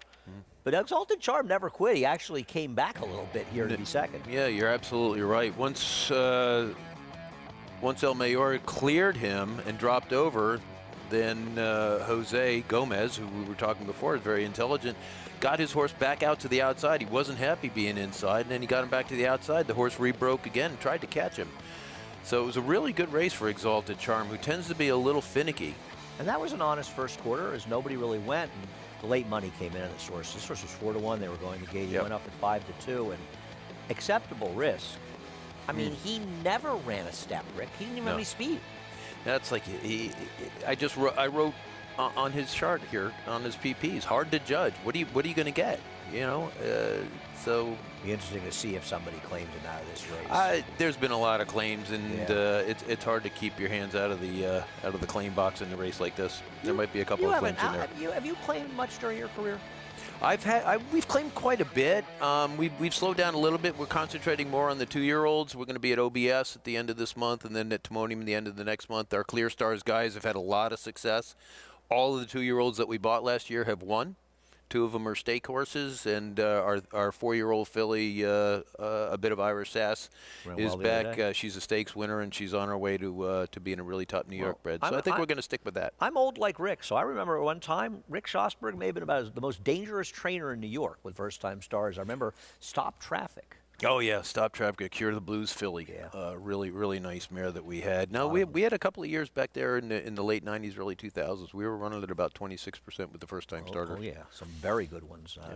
Of course, Maria's Mom, one of the best. I mean, he was a monster. If he had never been hurt, Maria's Mom, his special horse. Really, he was an incredible 2-year-old. A year of incredible 2-year-olds. Oh God, if you look at the list, some good horses. Yeah, editor's note, Unbridled Song, Hennessy, Louis Couture's 7 lengths in his debut. Yeah, Louis Couture's ended up winning the Breeders' Cup. Yeah, absolutely. And the Preakness. Preakness, right? 2nd, the Breeders' Cup, beating a nose. Second Number 1, Tis the Journey. Soup. Mile and a 16th, Maiden Claimers. This one goes out for our friend Nick Zito. Yep, and the 2, Mountain Pine. Nevada Litvin has this one. Eric Median riding here. Yeah, this horse hasn't shown much. I was wondering why he hasn't been gelded yet. The number 3 is Dude Drop Kid. You know, his sire is with that name. Chelsea Bailey riding this for Tim Dixon. Speaking of new geldings, this is the first-time gelding here. They scratched the other first-time gelding, the number 4, Tequila Revolution. The 5, Randy Morse. This one, coming off a few performances, seemed like a fairly logical horse. Isaac Castillo picking up the mount. His first Oaklawn win yesterday. Yeah, and a necessary drop here for Randy Morse, who's a good trainer. Yeah. Practical Man dropping a little bit off his sort of no-show debut. I will say Practical Man was a bit wide in his debut. Ricardo Santana picks up the mount. And Mike Maker, never throw him out. Practical Joke, top sire. Got to get the distance, those jokes. Remember Normandy. I remember his sire in Normandy Invasion. I bet him in the Derby, and I still think he should have won. This one's 8-5. And rounding out the field, a bit of a price on Nugget of Grace, Kenny Smith, and Kylie Jordan. Yeah, this horse was 7-2 in the morning line. It's a little cold on the board right now. Yeah, I'm surprised this horse was really that short, frankly, the morning line, but I guess the figures make sense. I guess they're probably betting, remember, Normandy, second off the claim, did run the fastest buyer of anybody. I'm a little interested in Practical Man, who I just thought had a no-shot trip last time. Yeah, like you said, it was very, very wide. And, you know, at that point, there's a point where the jock just says, okay, we're not going to get anything. Let's try next time. So next time, they change riders. Remind people that $25 free bet. Use that promo code GET25. Sign up for Naira Bets. You play through Naira Bets. You're keeping the money in the game, and racing is a game that needs to constantly be reinvesting in itself in every possible way. And as Rick knows, in many ways in the backstretch. Yeah, no doubt about it. Absolutely. Yeah, I had a chance to actually be over at Belmont the other day. It was a little chilly. Should be warming up a little bit, though. Pretty soon it's going to be nice and warm, like it is out down at Oaklawn today. What is it, 82 degrees and windy? But it's windy, so it's windy. not. It's 82 for Gary, but it's windy. You know what? We'll take that. But I imagine it can get pretty rough when the wind's blowing through. Is it a nice day at Augusta? The final round of the Masters. Yeah, interesting golf match going on down there. Tiger's still playing. Is he still playing? Yeah, he made the cut, and he played yesterday. And if his wheels can keep him going around that tough course, you know, he's going to finish it out. But I think from where he came from a year, 13 months ago, really incredible that he's even out there. No question about it. I mean, it's sort of amazing. And he's really the story in golf, and that he's the biggest story in golf. It seems like everything he does is the biggest story. There's no doubt about it. I had the privilege of standing right next to him. I was at Woodbine for the Auto Mile with Affirmative Success. And he was there? And they had the Toronto Open. Oh. And a friend of mine, Gary Kemplin, who's a jock Gary. agent. Yeah. Oh, Gary's a great guy. Gary and I are good friends. For Walter Kelly? He and I both work for Walter Kelly. No, I know Gary. Gary's a great guy. Yeah, well, that's how far back we go. Wow. Well, anyway, Gary's a good friend of mine, and he, you know, when I go up to Canada, he kind of sponsors me, and he said, would you want to go to the Toronto Open? I got some tickets. And we went, and he said, come on over here. And he said, you got to run. Because you got to run if you're going to catch up to Tiger. And I stood about 4 feet away from him, and when he teed off, it was like the space shuttle took off. The ball whistled away with such speed. And this was back in 2000. No, it was 2001. Right. I believe it was either 2001 or 2000. And so Tiger was, you know, at his peak. I never saw anything like that up close. It was just a machine. It really was. He's a tremendous draw, and more importantly, for success, he runs second or fourth. No, that year he was second and third in the Auto Mile. One year he got beat in nose, and there was an inquiry against the winner, and we were sure we were going to get put up, and they left him. They left the winner up. Tough game. $1 million race. But still second and third. There's 2 races going a mile up in Canada. Yep. Vic Stauffer has the call as they're headed to the gate for race 2 at Oaklawn. La Flecha and Practical Man with a very hard scent. Remember Normandy. Looks like Contreras is riding a quarter horse on Remember Normandy, and he'll be alongside Practical Man. These two go fast. La Flecha and Nugget of Grace are next. Then come Tis the Journey, followed by Mountain Pine, and the trailer is Dewdrop Kid. Practical Man and Remember Normandy, 1-2 to the backstretch. Practical Man ahead in front.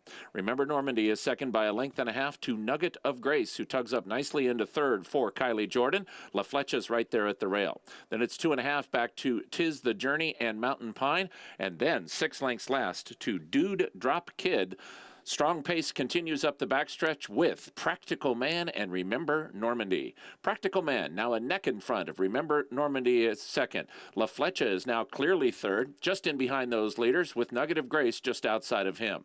2.5 back to 'Tis the Journey, then 4 back to Mountain Pine. Dewdrop Kid has trailed throughout, and here's Remember Normandy to make a move outside of Practical Man.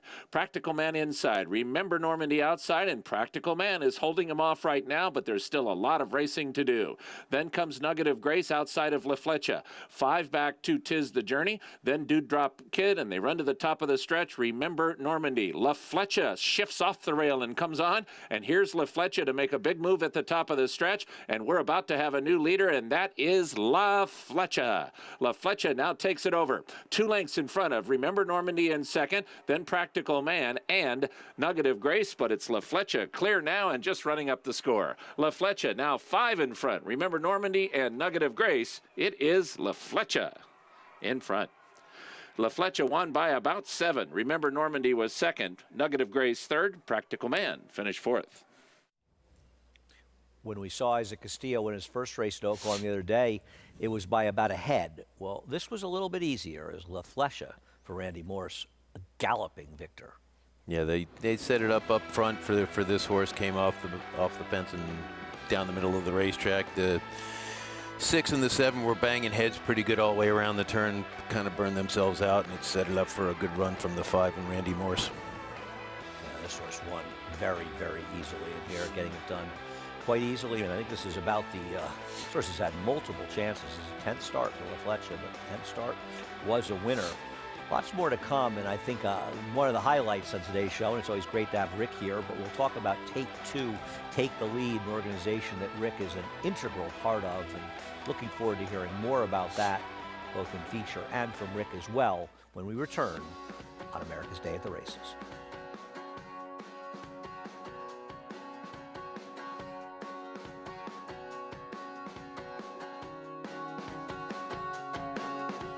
The ultimate accolade for a racehorse is to be named Horse of the Year.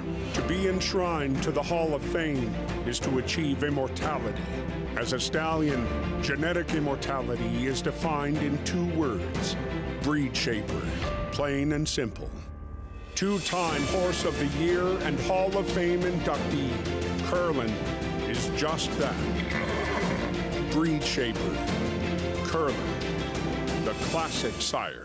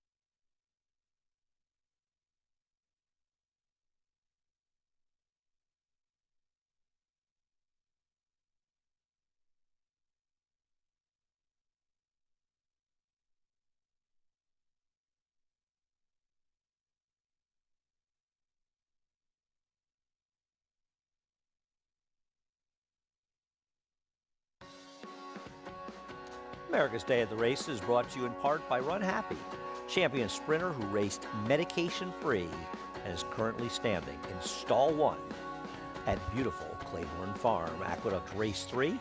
I'll wrap that one up, Rick, and saw a nice little battle here down the stretch, but it was El Mayor getting it done for Dylan Davis. And as you mentioned with John Toscano, limited number of starters, but they're really firing on all cylinders. Yeah, it's a family operation over there at the Toscano barn. Everybody's working hard, and it's paying off. You know, all their horses are running really well. This probably puts them up close to 30% for the year. And this was a terrific ride by Dylan Davis, and the kind of ride that sort of shows you why he was able to win that jockey's title over the winter. Getting the best part of the racetrack, settling off the other pace setters with the horse was often poorly placed, but getting good position down in the inside. You see the Toscanos, very happy in the winner's circle. Went down to 5-2, but she got almost 3-1. 790 to win on El Mayor. There's really little more important as far as taking care of racehorses in this game and making sure they're taken care of while they're on the racetrack, but more importantly for so much more of their lives when they're off the racetrack. And that's what Take Two, Take the Lead does, as we learn more about an organization our friend Rick Schosberg is intimately involved in. A racing career could be 2, 3, 4 years, 5 years at the most. They live to 20.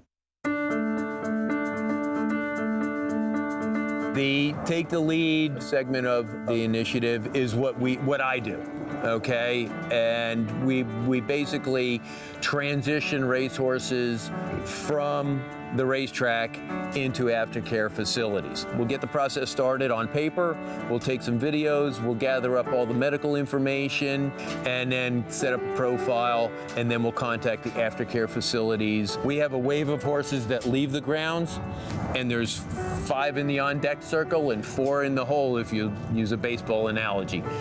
Nice looking little filly. She's got a little bit of a tendon issue that should heal up in about 90 days.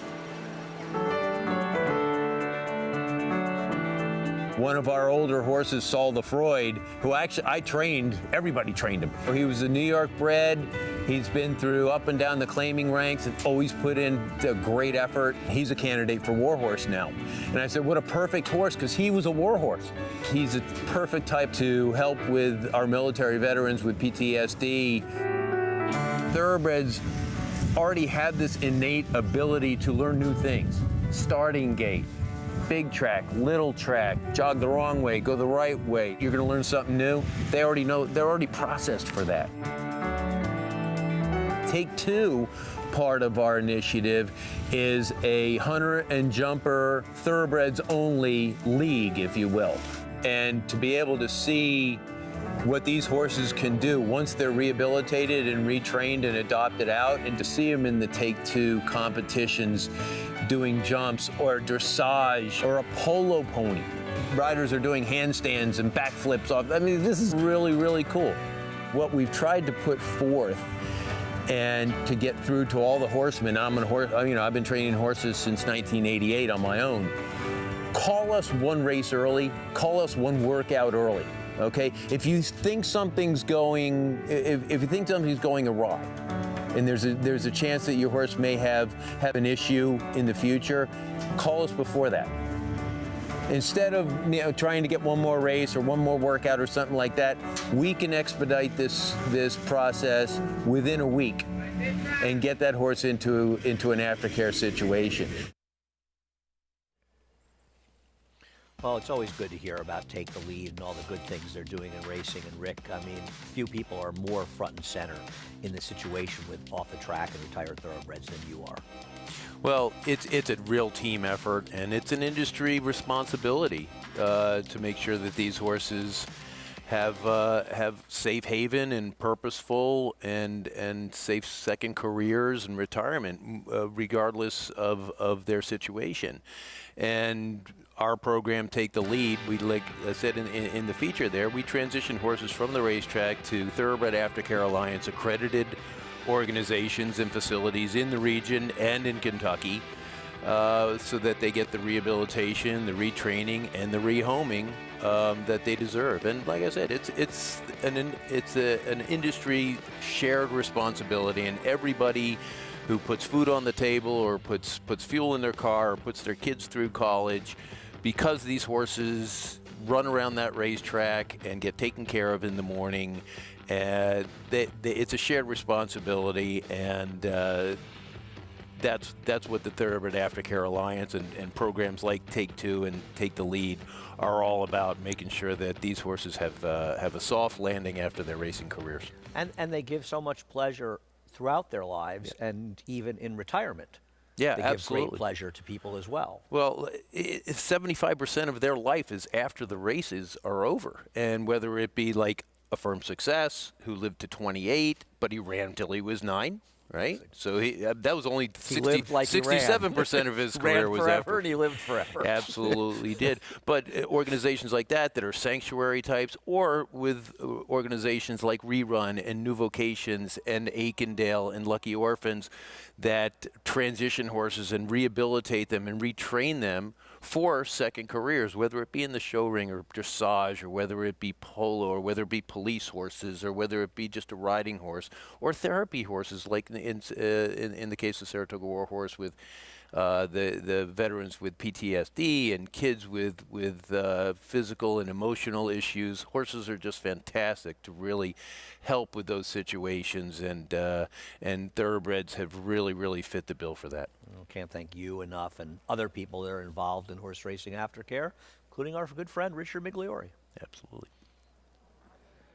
Yeah, it's just like Rick said, though. It's incumbent upon all of us within the industry and anybody who's ever even just enjoyed a day out watching these horses compete to make sure that they're well taken care of. They have dignified, respectful retirement.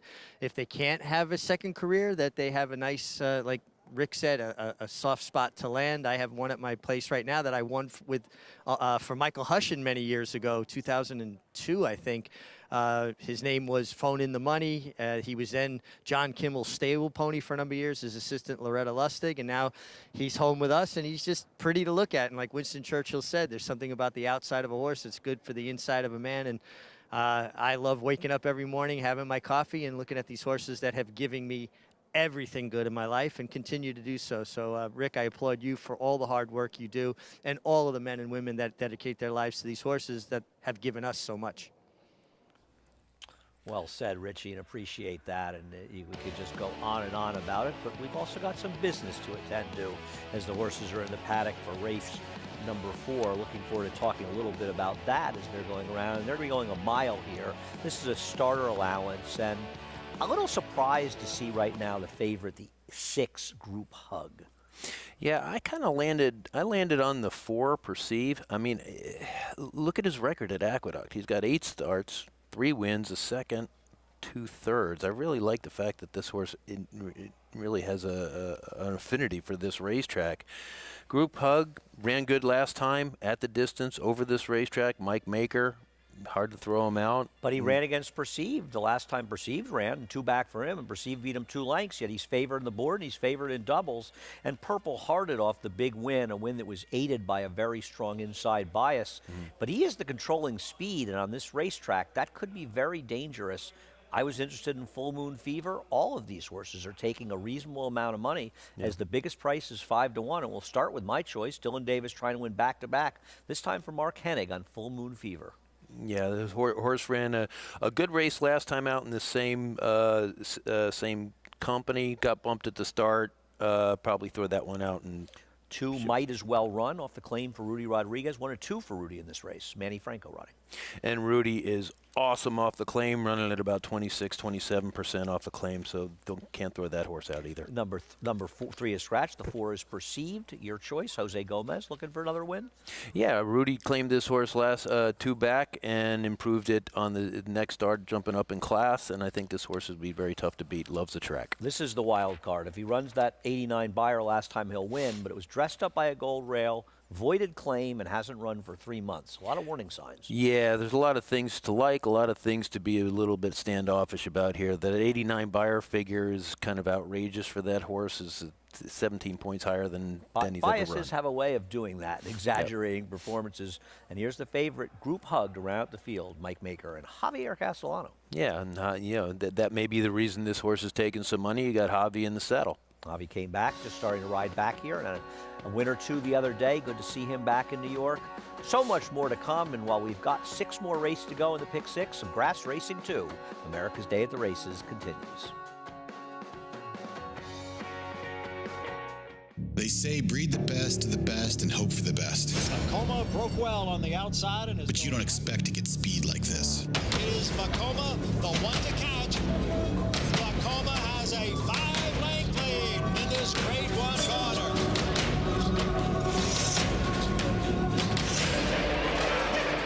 Vacoma continues to battle on down at the rail. It is Vacoma who's going to win the Met Mile. Who you betting on? How about an app created specifically for horse racing? Naira Bets. We specialize in thundering hooves, fist pumping, and boosting your bankroll with robust weekly promotions. And offer betting tips from actual horse racing experts. Bet all day and night, nationwide. Get the action and thrill of horse racing with Naira Bets.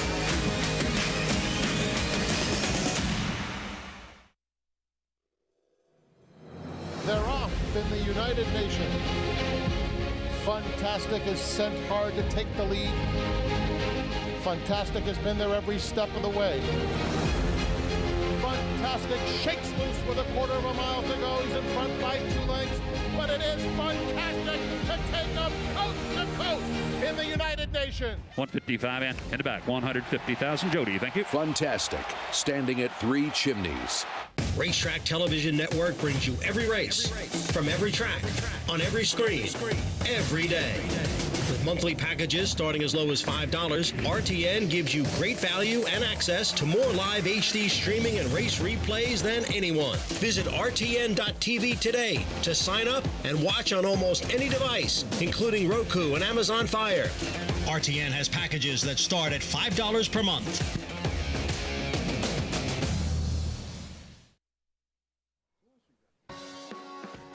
Welcome back to America's Day at the Races here at Aqueduct Racetrack. We've got horses on the racetrack going a mile here with starter allowance conditions, and it's got a little bit overcast, just a little drop of rain here and there. Hopefully it'll blow on past, but a great day of racing still on tap. And talking about horses here on the racetrack, the 1-horse Full Moon Fever making a real nice impression for trainer Mark Hennig. Warmed up nicely. Dylan Davis, if he can deliver the same kind of trip that he gave the winner of the last race, El Mayor, he's certainly from a physical perspective, looks like he could be a major contender with the right trip. The 4 Perceived from the Rudy Rodriguez barn, he's a standout physically. He's my top selection. I loved him in the paddock. I loved him even more on the racetrack. Great animated stride to him, great energy level, and could not look any better. Another horse that really caught my eye and is a favorite on the board and certainly looks good, comes from a top conditioner, Mike Maker, is the 6 Group Hug. He looks great. I just wonder what kind of trip he's going to get. He's not particularly fast early, and it just appears so far today that the inside paths of the track are a little bit of an advantage, and you certainly want to try to get some sort of a ground-saving trip. But for me, it's all about the 4 Perceived and Rudy Rodriguez. And Andy, I think you like this horse a little bit on paper as well. Thanks, Richie. I think he is a big player in this race. I do like Full Moon Fever a little bit in this race. There's a price at 9-2. Rick, you like Perceived. Yep. But I do think we really do have to talk again about Purple Hearted. When you see these sort of aberrational figs, as you alluded to, his 89 Beyer, and spent a career where most of his numbers when they were good were in the mid-70s. We had a lot of biases here this winter, and this horse rode an extreme bias on January 16th at Gold Rail, and it elevated his performance. The problem is the voided claim, and then he doesn't run for 3 months. Yeah. He could be the controlling speed here and take advantage of a track that's kind to his running style, not as extreme as last time. It's just so hard to trust. Yeah, and that's a long time. You know, the horse hasn't run since January 16th. We're in the middle of April here. And it's got a couple of good works. It's kind of hard to say about... I will say one thing. Chris Engelhardt off a long layoff is pretty good. He's shooting about 1 out of every 3. I'll tell you, the money for Group Hug, it feels like there's a story. Because he's favored in doubles, a substantial favorite in doubles. Yeah. He's favored on the board. I don't understand he's 1 for 16 lifetime with 8 seconds and thirds. He's sort of an outside closing type that Richie alluded to. He finishes third, beaten 2 lengths by Perceived. Why exactly is he heavily favored in this race? I don't know. If you watch his last race here, and he had a little bit of trouble. He had trouble early, and then once he kind of gets clear, he does make up a fair amount of ground late. But I don't think he's impossible. I'm no way am I suggesting I think he's impossible. But not I'm at 3-2. just surprised that he's a big favorite. And David Argona, our morning line maker, made him the co-second choice at 3-1 in this race. And I don't see any argument with that at all. I mean, if I had an argument with his line, I would have thought Purple Hearted might have been favored. Well, I was dead wrong about that. But I've got the longest shot on the board with the 1 Full Moon Fever, and I'm okay with that. It's a competitive field. And I'm hoping he can run one of his better races. He's got some good races, but he's another horse, doesn't have much speed. But I'll tell you, the thing that intrigues me most with this race is why is Group Hug bet like this? It's very strange. You could see 5-2 on this horse, but really now he's 7-5 here. Like you said, there may be a story. Very consistent. I mean, the numbers that the horse runs is very, very rarely runs a bad race, but you have horses that come from off the pace and they tend to get just close enough, but they just don't win a lot. And that 7-5 odds is for the win, not for second or third. Well, that's the thing. I mean, he's 1 for 16 lifetime. It's not like Mike Maker just got him. Yeah. He's had him for a long time. We'll see. A little more intrigue. Race number 4, kicking off the pick 6. John and Brielle with the call. Set for race 4. And they're off. It's Purple Hearted. Out for the early lead. Might As Well Run now moves up. Might As Well Run along with Perceived and a Group Hug. The three of them are right behind Purple Hearted. Full Moon Fever is the trailer. Purple Hearted has made his way over to the inside, and Might As Well Run has moved to his outside, and the two of them are heads apart as they race up the back stretch. Purple Hearted now clear by a length. Might As Well Run runs in second. In between horses is Perceived. Group Hug is on the outside, and Full Moon Fever. The quarter 23 and 2. Now 4 of them across the track for the lead. It's Purple Hearted down at the rail. Might As Well Run. And then it is Perceived 3 wide and Group Hug 4 wide. And Full Moon Fever sits just behind them in 5th. Opening half 1 in 46 and 2. It is Purple Hearted down at the rail. Might As Well Run. In between horses, Perceived is right there. Group Hug on the outside. It's 4 of them stacked across the track for the lead.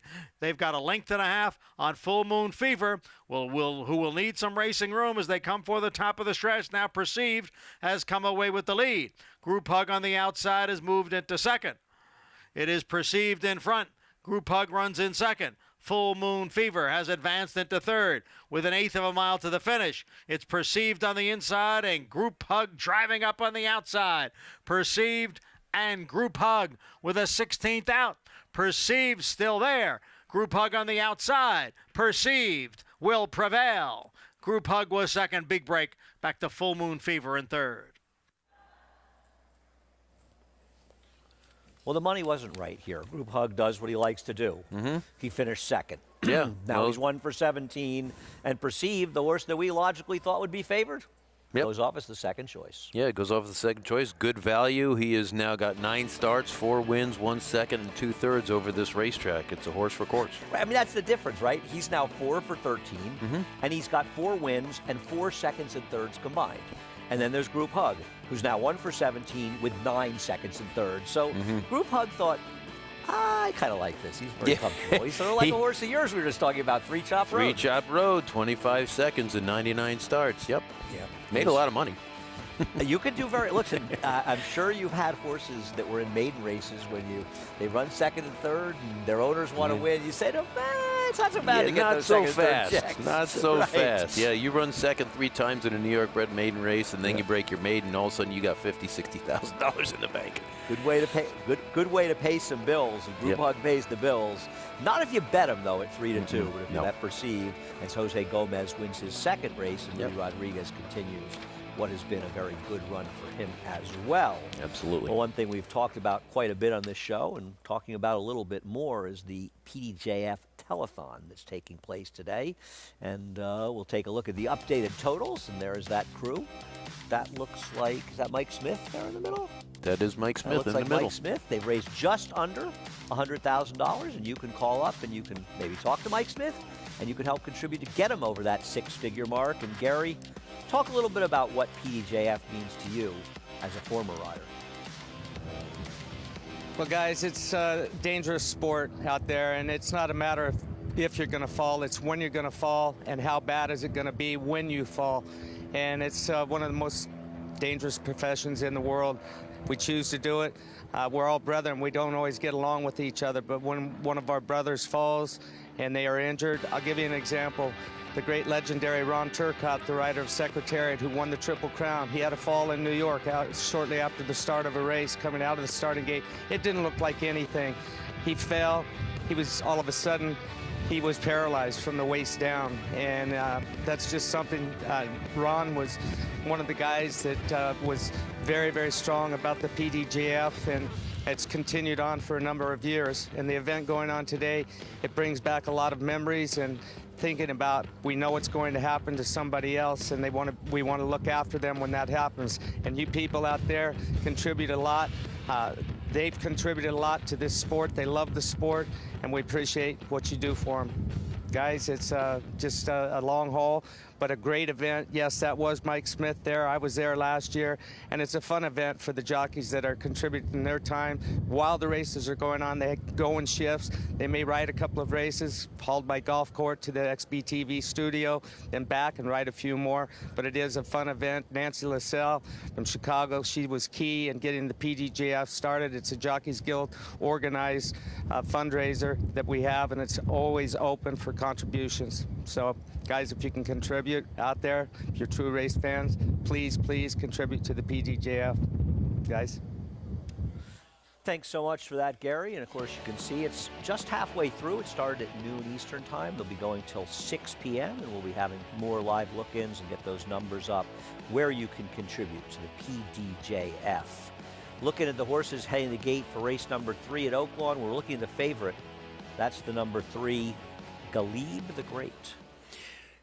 Wow, look at that. All 3 in the inside are pretty much the same price. Only 4 left in the race. Yeah, the 1 has just taken the favoritism away from the 3 at a closer 9-5, obviously. I kind of like the 1 horse here. Speed? Yeah, speed, and has run very well from the rail in the past. So you got a lot of good seconds and wins from the rail. So you know the horse breaks well, and you know the horse likes to run close to the lead. So I picked the 1 over the 5 and the 3, actually. There's the 2 out. Very little separating them. Well, the one that Rick's going to take a shot against is the one coming off a win. And, you know, as a handicapper, I often play against horses off wins because a lot of times horses win races. I mean, it has to do with their abilities, but also because the stars align for them that day, and it doesn't always work out 2 times in a row. You know, anybody who's been in this game long enough knows it's very hard to win 2 in a row, much less win 1 in a row. And so, yeah, I kind of went against the 2 horse here. And I do like Headland, mainly because doesn't mind being inside. And, you know, it's funny. My feeling in watching races, and I'm very curious your insight because we talked about how many first-time stars you've won with, getting a horse to break its maiden first time out and then getting them back to come back and win their second start. Yeah. Can't be easy. No, and it takes a very special horse to do that. Funny story, I had a horse named Giant Moon who ended up being a really good horse. Tremendous horse. He was a 2-year-old champion. Won almost $1 over $1 million or 700,000. Yeah, he was close. He was Pedigree, son right? of Giants Causeway, out of a mare that I trained that won the Oaks up at Finger Lakes for Mr. Freed. And this horse showed nothing in the morning. He was beautiful, gorgeous, absolutely fantastic. He walked in my barn and they said, "Mr. Freed, this is your Derby horse." He worked in 39, 52, 104. And I said to Mr. Freed, I said, well, I don't think we should run him at Saratoga. Let's run him at Belmont. So, because he loves Saratoga, Mr. Freed. Right. I ran him at Belmont. He drew the rail. I'm thinking, I run him 5.5 furlongs. He's bred to run 1 1/8. He wired the field in 57 and won. Right. And you told probably everybody you knew because he's not going to be able to win this paid race. $18. Horses, well, I mean, talking about it from Kelly Kipp as they go in the gate. Yep. He ran one of Maiden Claiming first time out. Jean-Luc Samine said to me, never showed us anything in the morning. Yeah. But you say to repeat after that, Giant Moon won a stake in his second start going a mile. Tremendous. Yeah. He was and that's a horse overcoming his trainer. Vic Stauffer with the call, race number 3.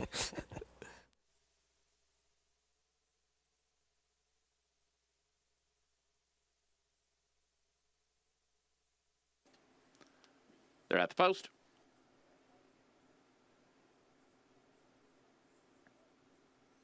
They're off.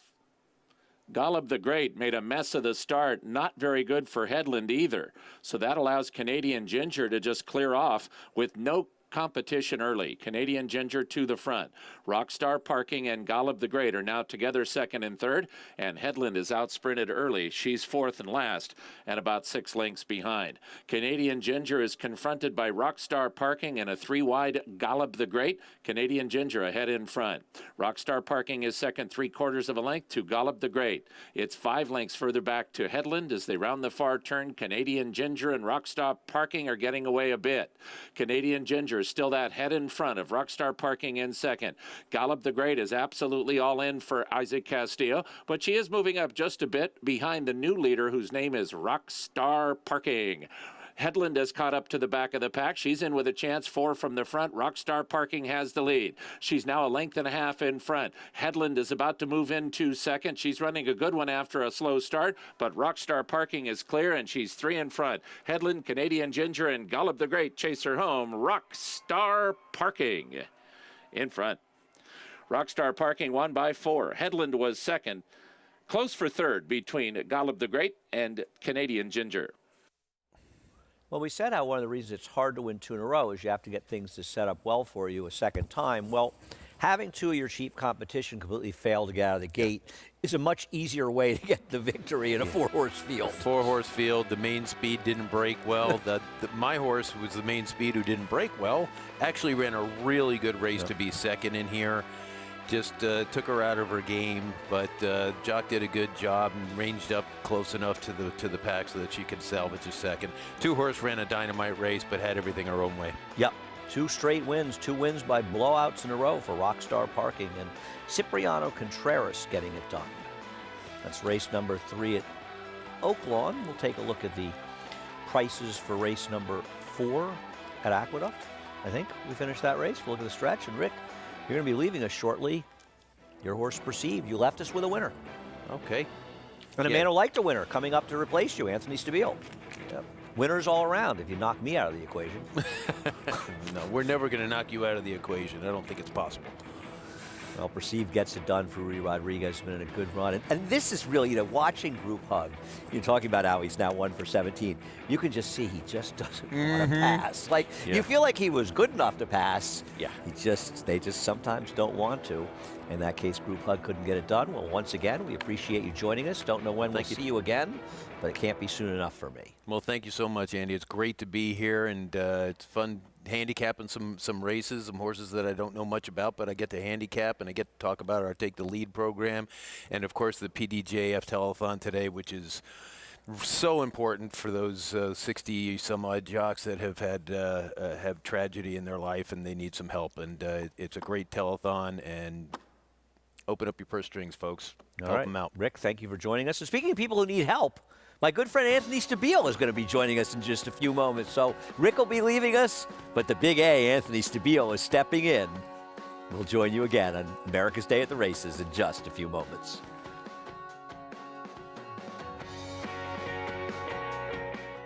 The return of Sunday Silence. Sunday Silence surges to the front. It's Yoshida in front. Yoshida takes charge at the top of the stretch, and Yoshida wins the Turf Classic. Here comes Yoshida, storming home in the center with Gunnevera. Yoshida! Yoshida has won the 1 word. The perfect balance. Yoshida.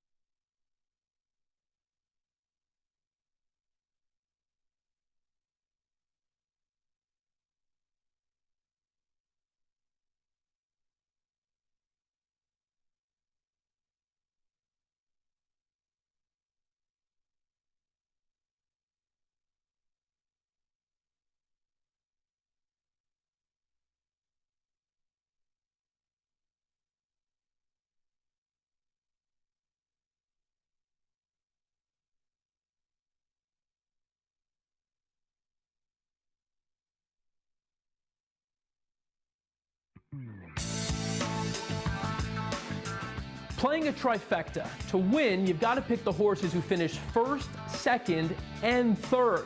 It's tough, but the payouts are incredible. For example, in the 2005 Kentucky Derby, a $2 trifecta paid more than $133,000. It's for $2. Now, they don't always pay that much, but they'll generally pay you a lot more than an exacta. Increase your chances of hitting a trifecta by boxing your horses. Remember, boxing means your horses can come in any order.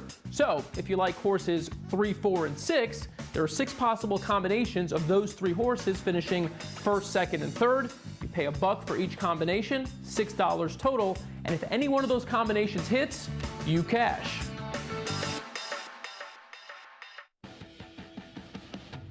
America's Day at the Races, brought to you in part by America's Best Racing. For the love of the race, visit americasbestracing.net. Today, as promised, my man, Anthony Stabile, joining us for a little while. I'll have you for a little while, and then you'll be on for a little while with Maggie. Yes. How you doing today? I'm doing well. How are you? Good, good. It's good to see you again. Apparently I need some help, I was told. Well, I'd heard. We all need help, don't we, Andy? It's the racetrack. We could all use a little bit of help. And yesterday in the Gazelle, a little bit of help. And you had played this exactly the other way, Anthony, but you were optimistic about the improving Nostalgic and Belmont and Godolphin getting another stakes win as Jose Ortiz, a rail skimming ride to beat the heavily favored Venti Valentine. You were in the back of my head to turn it around for a few bucks, so I did. But yes, this was this filly Nostalgic has just, she seemed to have improved as she got some racing under her belt. Belmont waited to run her 1 mile and a 16th in the fall over at beautiful Belmont Park, and you know, it's obvious she needs the distance. She relishes the added distance. She's finishing up nicely here. She got the benefit of being able to slip through the inside. Venti Valentine and Manny Franco left the inside open, and Jose Ortiz was more than happy to oblige him by just going down along the inside. And this filly, she has a handful of starts under her belt now. She finishes up nicely. It gets a little tight in there, but she never really hesitates, goes on through. Big weekend for Godolphin. And this filly, you know, Andy, she's not as fast. Her figs aren't as flashy as the other fillies in this crop, but the one thing I think we can agree on is distance is going to be her friend, and that's not often the case with her rivals. So we'll see if the great equalizer is that 9 furlongs of the Kentucky Oaks. Yeah, I mean, she's, in my opinion, facing rivals in Kathleen O, who I don't think is going to have a problem with the distance in that race. Secret Oath, not going to have a problem with that distance in that race. Nest, all of whom seem to be a bit faster, but she is an improving horse. And she's come a long way since the beginning of her career. So Nostalgic is one, whether she wins the Oaks or not, I think she'll be heard from in some respect in a lot of our big 3-year-old races, many of them in New York as it progresses. I mean, the Alabama kind of has her name written all over it at this point if she keeps getting, but she needs to has a lot of names written on it. She needs to keep she needs to keep improving, but you know, again, distance seems to be her friend. I think that's evident by the fact that Bill did wait to run her 8.5 furlongs in her debut, and I think she's just going to keep getting better and better. I like that effort yesterday. Well, we'll see how things go for Nostalgic. Anthony's a little more optimistic about it than I am. We'll see where the MIG stands and his thoughts on the Gazelle, Nostalgic, and Venti Valentine. Well, I think there was a lot to like about the Gazelle and Nostalgic. The key to the victory for her was Jose Ortiz being able to get his position going forward into the first turn and setting up shop right in behind Venti Valentine. If she didn't come off the rail, at least you know she's going to carry you through. That's your fullback. You're the halfback. You're looking for live cover, somebody to carry you through the line. When he left the rail open, he had space there. She wasn't shy about going through there. She showed some courage. Manny Franco tried to tighten it up at one point, but she was already there. And I'm just seeing a filly that I liked when she broke her maiden, albeit in a slowly run race. But she's really filled in the right places. She's put on weight in the right places. That's a horse maturing, growing up. I'm seeing her improve, and I think she'll continue to improve. I think this is a big step forward. I think she'll continue to take step forwards. And, guys, I really think she's going to be a second half of the year kind of horse, a horse that we're going to see more the best of come the summer. And certainly, like Anthony said, 1.25 miles should really actually be a favor for her. I think the further they go, the better. And maybe if she continues to improve, she will be a contender in a race like the Alabama by the midsummer. I don't want to give up on the New York bred, though, Richie Venti Valentine. I think we're completely disregarding her a little bit off the loss. And she did lose and was disappointing, but I don't think she ran badly. And I think we're going to hear a lot from Venti Valentine as well. Her connection certainly can take her to the Kentucky Oaks off that race. She'll be a price, but I don't think she's shown that she doesn't belong in the race. Out of her element a little bit, too, yesterday, Andy, on the front end. Not something she had ever done before. And I know that it was a slower pace than she was accustomed to. And sometimes when you think you're the best horse, got a little slower. When you think you're the best horse, you just put the horse on the front end. I didn't agree with those tactics yesterday. I really didn't. Well, she was probably the fastest horse in the race going in. It just was a race devoid of speed. I mean, would you take back a horse just because you don't want to be in a lead when there's no pace? Yes, I would. I know that doesn't make sense to a lot of people, but I think there are a lot of horses that just don't want to be on the front end. And I felt like Classy Edition and Joel Rosario, who just set up camp right alongside Venti Valentine, the pace setter and the favorite, would have been more than happy to provide a little bit of a target for Venti Valentine. I was a little surprised by the tactics. But she was the second choice. Yeah. Would you want to give an advantage to the second choice in the race? I would have, if you're even money, I don't think the race before the biggest race of your career is when you start to change the recipe. I think. But I don't think they did. I think that she was going the same pace she normally does. I would have let Classy Edition or somebody else go, and I would have sat off of them. And boy, would people have booed them coming back to the winner's circle. But we'll agree to disagree on that, and maybe we'll get some thoughts of that from Richie as well. Also hear about him on Ashland Stakes and Nest. Now, Nest had beaten Venti Valentine, the Demoiselle. Nest is another horse who seems to be improving with leaps and bounds. Yeah, she's, and she's one, it's a little different because she's been winning consistently. But she looks to be getting better with each and every win, right? A lot of fillies, a lot of horses, I think, in general, you equate improving with winning. She's winning and getting better as she wins these races. These win margins are getting bigger and bigger. And it's funny because they're getting bigger and bigger as the competition seemingly gets tougher and tougher. Maybe not so much in the Ashland. Maybe not so much in the Ashland, right? She probably, and she's the exception to the rule, right? She probably faced her toughest field right here at Aqueduct in the Demoiselle. Yeah. Venti Valentine in the photo with her. Nostalgic's 4 lengths behind them. But she's turned into a nice filly. I think one who 4 months ago you would have thought of her as an afterthought in this Oaks, but now she's right up there. I mean, you have to put her right up there with the top fillies. And we did see Desert Dawn with that upset yesterday in the San Diego Oaks over the big favorite in there. Echo Zulu, a horse who's off that list, but I assume she's going, is Ugiri, who won the Fantasy, and she could be a nightmare for Echo Zulu. She may not be good enough to win, but she's got only one way to go, and Echo Zulu could have to contend with her on the front end as she tries to get the 9 furlongs. We've talked about this when it comes to the Kentucky Derby as well as the Oaks this year. There seems to be an awful lot of legitimate pace signed on to both of these races. Well, the Derby's a little different now, right? Because we're not going to see Forbidden Kingdom. Very good chance we're not going to see early voting in there. So I will say Classic Causeway. I mean, these were 3 major speeds, and it's very likely all 3 won't run. That's going to help Epicenter, isn't it? It should. It's supposed to, who showed an ability to rate in the Louisiana Derby. It's funny, he shows the ability to rate in the Louisiana Derby. 3 of the main speeds kind of stubbed their toes on the road to Louisville, and now he may be asked to do what he did, what brought him to the dance, and that's set the pace and be forward. Yeah. But that's how he runs his best races. I don't think it's a problem for him. No, it's interesting, and it's interesting to watch how the complexion of these races change as we move on to the midway point of this card. It ends the early pick 4 and the early pick 5, but it starts the late pick 5, and no surprise, a horse that I think is unlikely to lose, you're going to try to beat, is the number 2, Evan Harlan, going out for our friend Graham Motion. Yeah, that is a short price. The 4 to 5 on the morning line laid by David Aragona, now 3 to 5. He can absolutely win this race, and if he comes back with his debut and just shows a little improvement from 2 to 3, he's going to be very, very tough. But that was a very good race he comes out of. Yeah. The other thing is he projects to be the controlling inside speed, and we saw in the races run on the turf courses, particularly the outer where the rails are down. We saw yesterday inside horses using that position Evan Harlan is going to either have to fail to show up or somebody is going to have to show up with a big race. The one Island Man seems to be unlikely to be that upsetter in this race. First start since last July. He's 0 for 8, never hit the board in all 8 of those tries. And the aforementioned Evan Harlan coming out. Sean Feld owns this one. Trainer Graham Motion and Manny Franco. My former colleague over at the Horse Racing Radio Network, Sean Feld. Yeah, this horse is related in a way to multiple Grade 1 winner Miss Temple Might be City. a 3/4. I was just Joey Migliori says 3/4. Okay. And he's got to be right. He's a bloodstock agent, and they know everything. I would think he's right.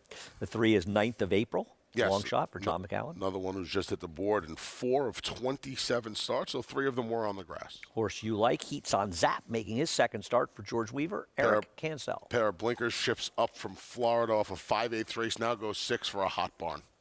The 5 is Run Smitty Run.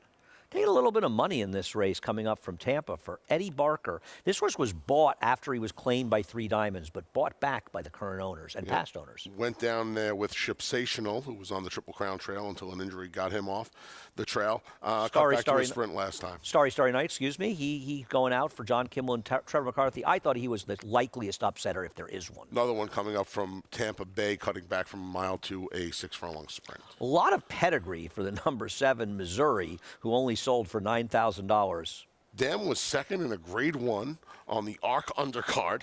But yeah, $9,000 sale and a big price on the board. And we're rounding it out with 2 amazing things. The long shot RB Cheekham, and Joey Migliori just said to me he might be wrong. Yeah, I don't think he's a 3. The Dam is a half sister. This horse is a fresh gelding, by the way. Benji Hernandez going to might ride. need more than being a fresh gelding off his form. We'll see what happens, but a horse that's going to be a major single, I think, for a lot of people, or at least a big lean, is Evan Harlan. America's Day at the Races will continue.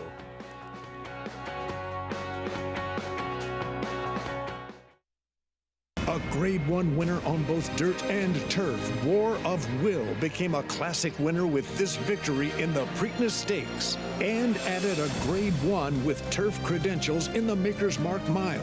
From ages 2 to 4, this versatile son of War Front proved his class at the highest levels. Now his first foals have arrived.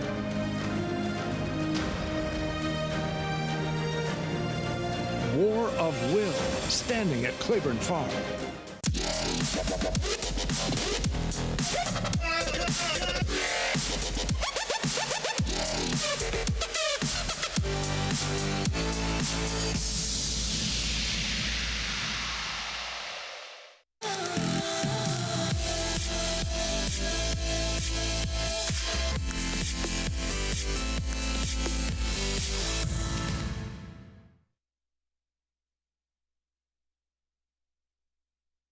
Irish Hill and Duchess View Stallions, proudly standing the ultra-fast, multiple stakes-winning son of Uncle Mo, King for a Day, the only horse to defeat 2019 3-year-old champion Maximum Security.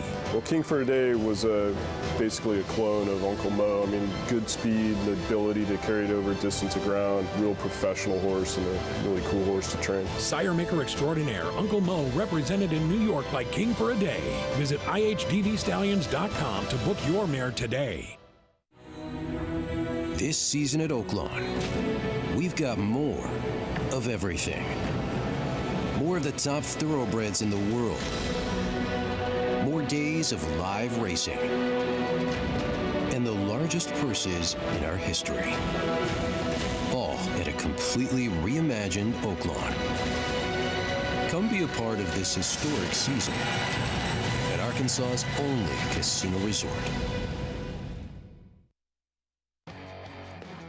Welcome back to America's Day at the Races. Want to let people know that America's Naira Bets has an exclusive offer for today's show. If you join Naira Bets right now, you get a $25 bet. Use the promo code GET25 when signing up, and you will get that $25 to make a bet in the show. Anywhere, anytime. Bet any track, anywhere, anytime. Join Naira Bets. Go to nairabets.com. Let's head down to the third member of our current team, Richard Migliori. Yeah, thanks, Andy. And I'm going to go in reverse order this time. I'm going to start with the 7, Missouri, mostly just because he just looks green. He looks like he'll need a race, but he also was just making so much noise. He was whinnying and hollering and talking to everybody, letting everybody know he was there, making sure his presence was felt. Missouri, just a horse that it looks to me like he'll certainly need to race to figure out everything that he's doing. The 6, Starry Night, kind of like this horse. I think the turnback's going to suit him well. Like the way he warmed up under Trevor McCarthy. And he's going to be my top selection. I think the mile last time might have been just a little bit out of his reach, looking at him from a physical perspective, being by McLean's music, a lot of speed in the family. Yes, it's true mare. I think 6 furlongs is really going to suit this horse.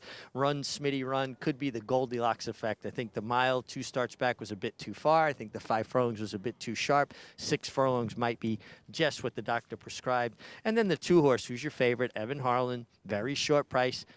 I think there's some questions here. He doesn't look 100% fit. I mean, he's supposed to win by the one race he ran last year, but he looks like he's carrying a little extra weight. I'd like to see him look a little fitter. I think he'll be better for a run.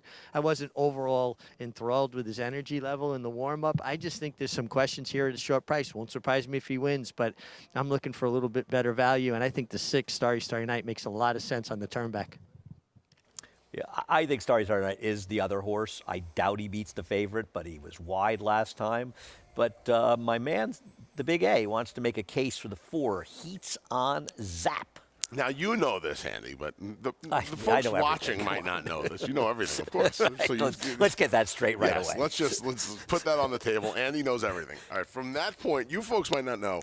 One of my things handicapping is I will ride the hot barns more so than most people. That's just part of what I do.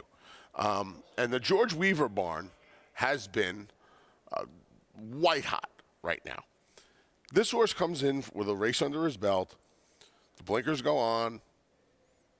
Gets an extra furlong. He's 5-1. Is Evan Harlan likely to win this race? Yeah. But I do think that he has a couple. I mean, the layoff has to be a concern, and the fact that he was 14-1 in his debut. Well, it was a killer field. It was a fantastic field, but he was still 14-1. He's got to come back off the 10 months. So you think they hated him? He's 3-5. I don't think they hated him, but he's 3-5. I'll take a little swing with the hot barn. Listen, Heats on Zap. Maybe he was. Had a big stomach ache the first time he ran, but he didn't run a step. But listen, we've seen horses turn around their second starts. I did pick him 3rd, but I'm going to be the one here that's the chalk-eating weasel. I think Evan Harlan, if he breaks, is about as big a cinch as you can possibly find. I think he'll bury this field today. But hey, that's what we love about the game. And Anthony and I are not people to shy away from our opinions, so we'll see. We'll see if the 2 gentlemen with their upsetters can get it done, or if I eat some chalk with Evan Harlan, John and Brielle, with the call to kick off the late pick 5.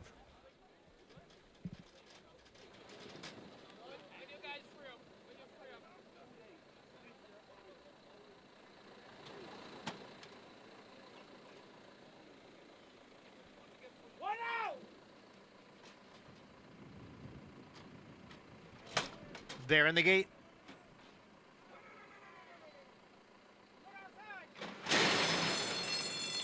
And they're off. Our boy Cheekham now Heats on Zap is hustled up. Along with Starry Night, Evan Harlan, the big favorite, down at the rail.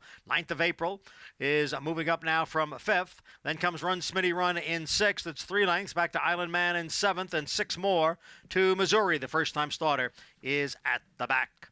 Up front, Heats on Zap, Evan Harlan down at the rail. They are heads apart through a quarter in 24-1 over the good turf. Starry Night on the outside in 3rd. And then we come back to 9th of April, who's racing in 4th, and Run Smitty Run is 5th. It's Heats on Zap, who leads here now by 2 lengths. Evan Harlan and Starry Night. It is Evan Harlan in 2nd. Starry Night runs in 3rd. 9th of April next in 4th. Heats on Zap trying to hold off Evan Harlan, who's a bit tough to handle here through the stretch. It is Heats on Zap with the lead. Evan Harlan is all out on the outside in 2nd. Now is 16th to the finish. Heats on Zap in front by 2. Evan Harlan in 2nd. And it will be Heats on Zap with a front-running score. Evan Harlan was 2nd, and it looked like Run Smitty Run got up to get 3rd. He broke a length slow in his debut, and he trailed the field by many. He broke on top today, and he wired the field. Nice call, Anthony. Thanks, Andy. Yeah, this horse, I don't know how much of it was the blinkers, the experience, or the fact that right now, whatever George Weaver and his assistants put a saddle on, it turns to gold.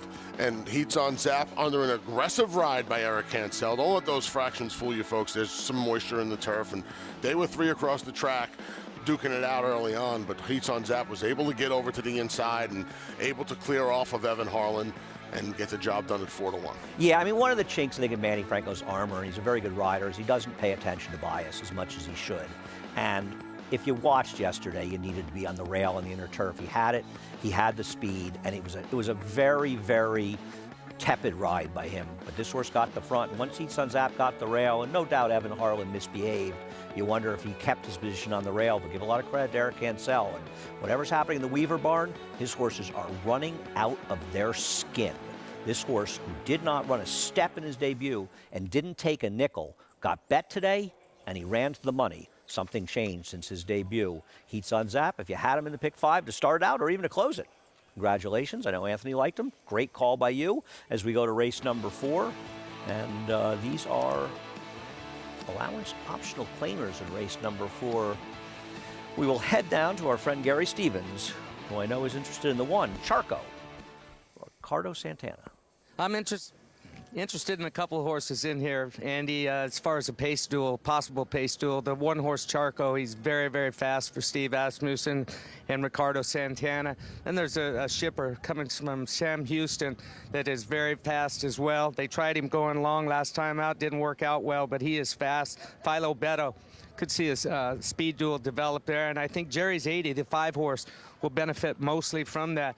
Ran a good figure last time out. He was a winner, trying to win 2 in a row right now for Kenny Smith and Gabriel Saez. Gabriel just coming off the bench off of a long injury. Had a good winner yesterday, winning one of the stake races, the Rainbow Stakes. So I like him. And Kai Rama, the 6-horse, getting a lot of class relief. I just don't know if he's fast enough, guys. He's running 3 stakes here at this meet, the Advent, the Smarty Jones, the Rebel. He was also run in all of those except for the Advent early in December. And he was beaten 2.5 lengths. They were all route races. He did break his maiden sprinting, but figure-wise, he's just not fast enough for me. He is going to get a good setup, but if he can keep horses in touch with him, stay in touch, he may come running. But for me, it's the 5 who gets the best setup. Guys? Thanks so much. Thanks, Gary. And I think you and I are interested in the horse on the outside. Isaac Castillo taking over the mount and Caltrama, cutting back in distance. The other Asmussen, if you will, they're both 2-1. I don't think you could really anoint one or the other, right? I don't know how it works. I didn't check social media today, the rule. It changes from day to day. It changes, of course. This horse has 5 races on his card, a maiden special weight race, and then 4 stakes races. He also only has 2 sprints on his card. His debut win, and then he ran in the Advent to kick off the 2/3-year-old trail. Kavad. I ran into Kavad, and it was his only other start with Lasix. He gets the Lasix back today now. You can't earn points on in the Kentucky Derby points races with Lasix. So he gets his Lasix back now in this allowance race. He's drawn all the way outside. The intent was to put the leading rider on the horse. Thankfully, David Cabrera is mending and looks like he'll be okay.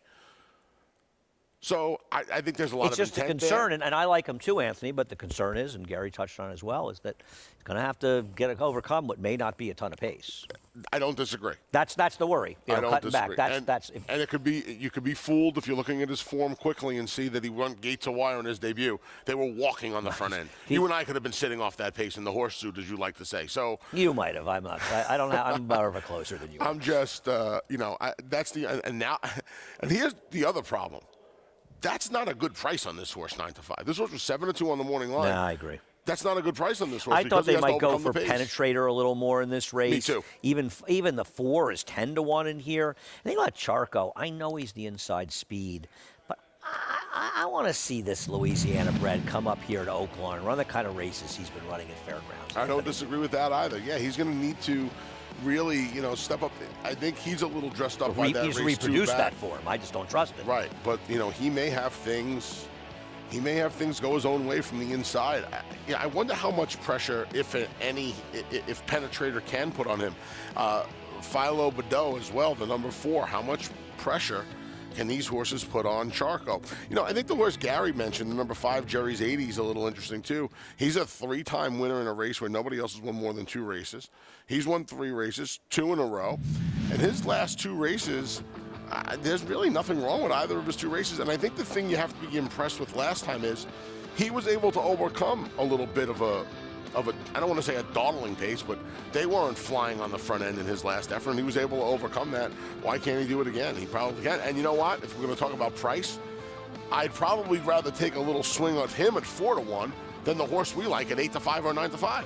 I mean, I just thought he'd take a little bit more money. I know he's running against some cheaper horses, but as you point out in that race, decent trip or not, he ran a good race. Now, he's come down to 3-1 and 2-1. And, one thing about Oaklawn, never be overly confident of what the final odds are going to be, because we see a lot of late money coming in and changing money at the end. But I agree. I mean, we do like the same horse in Kairama, but I think we're both a little leery of him at 2-1. Yeah. I mean, I did not expect to get. I thought he'd get at least 3-1. Me too. 7-2 morning line. I thought that he'd be right in that neighborhood, but he is stake faced, and people do. And he's love the favorite stake-faced. right now. Yeah, people do love stake 9-5, back down. I couldn't bet him at 9-5. I don't know if I like Jerry's 80, the number 5, enough to switch the bet, but I would not take 9-5 on Kairama.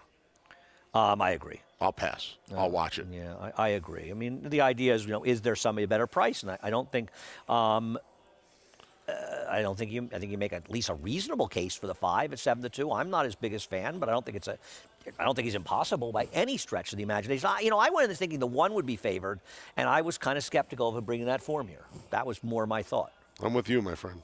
We'll see how it works out. An interesting 6-horse field coming up. And Gary talked about the 5 Jerry's 80. See how it plays out. Vic Stauffer with the call. They're at the post. They're off. Penetrator wins the break, goes to the front from Philo Badeau. At the rail goes Charco. Then comes Swift to tap, followed by Kairama, and the trailer is Jerry's 80. Penetrator and Philo Badeau up the backstretch. Philo Badeau puts ahead in front. Penetrator is second, now 2.5 lengths to Kairama, who moves nicely up into third outside of Swift Tap. Jerry's 80 has just moved out of last place. He's 5th now and about 5 off the lead, and he's a length in front of Charco, who shuffled all the way back to 6th and last as they round the far turn with Penetrator, Philo Badeau, and a 3-wide Kairama. These 3 right across the track. It's now 5 lengths back to Swift Tap. Jerry's 80 has 7 to make up, and Kairama takes charge at the top of the stretch. Kairama, the new leader, a full length in front of Penetrator in second. Then 5 back to Philo Badeau and Jerry's 80. Kairama, a final furlong to get, and he's got a 3-length lead. Penetrator is next, then Jerry's 80 and Charco at the rail, but it's Kairama clear to the wire, and he's well in front. Kairama with a big lead. Then comes Penetrator and Charco. Kairama to win. Kairama won by 6. Penetrator was second, Charco third. Swift Tap finished 4th. I think when I said Evan Harlan was a cinch, I actually meant Kairama was going to win quite. And I think, as Anthony said before the race, we couldn't understand how anybody wouldn't bet him at 9-5 in here. He won like he should have been about 2-5.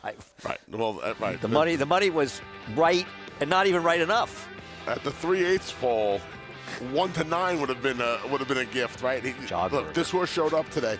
It's hard to trust when they're stakes faced like this and they're cutting back in distance and they're a terrible price. It's hard to be, I'm not kicking myself for not taking the 2-1 today. As ridiculous as that may sound to some of you out there. He ran well today. It does to me if anybody's that This horse ran really, really well today. No, he really did. And the reality is that, like you said, they sort of took a chance. And that's what you do. You take a chance, see if your horses are good enough Triple Crown. He's a sprinter.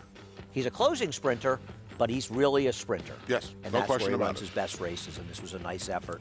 And Steve Astor's looking to win that 12th Oaklawn training title, and this will help him on his way, but a lot more racing to come there.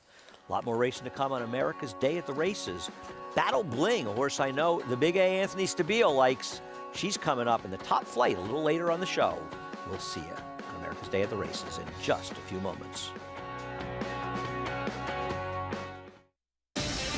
Run Happy, who was at #1 second prop sire by graded stakes winners and earnings.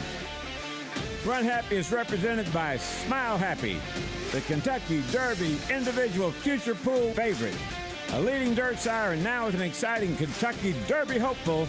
Call Bernie Sams now and book your mare to Eclipse champion Run Happy right now.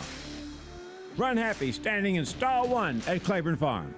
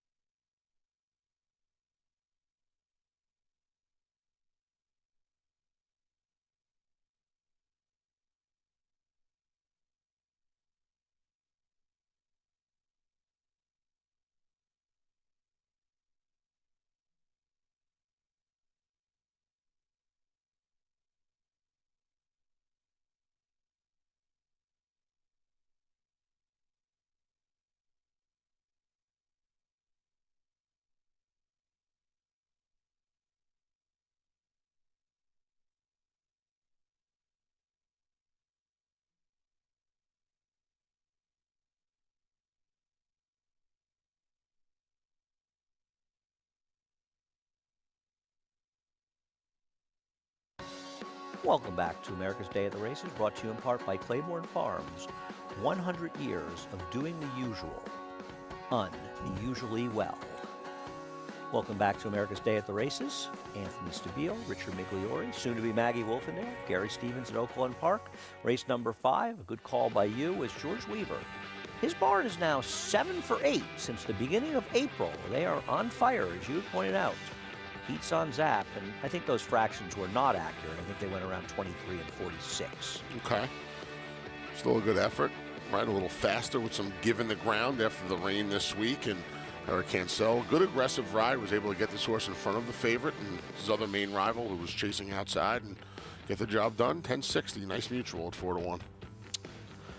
Well, we haven't talked really about races out of town, and there were obviously some very big races on the Triple Crown Trail yesterday out of town, and a horse who really shot himself. I mean, you and I felt he was a prominent Derby contender, as did many people, with Zandon, and his counterpart from the Remsen won the Wood Memorial a half an hour later. Zandon firmly put a foot forward as one of the major players in the Derby. Yes, in the year where we've been talking about how there was a lot of speed on the trail, Zandon showed that he was able to come from last, literally and figuratively, because when they were approaching, when they were midway on the far turn, you see it right here, he is last of his rivals in this bluegrass, and Flavien Prat, an amazing job just guiding him through the field. I don't want to say traffic because you never really had anybody in his path, but just a beautiful ride, patient ride, never loses momentum, gets him outside of Smile Happy here, and is able to just really strut his stuff the last eighth of a mile, Andy. Yeah, I mean, listen, I don't think people that took an objective view of the Risen Star were surprised by this. While Smile Happy had finished in front of Zandon, who had a much, much tougher trip, who did run the better race.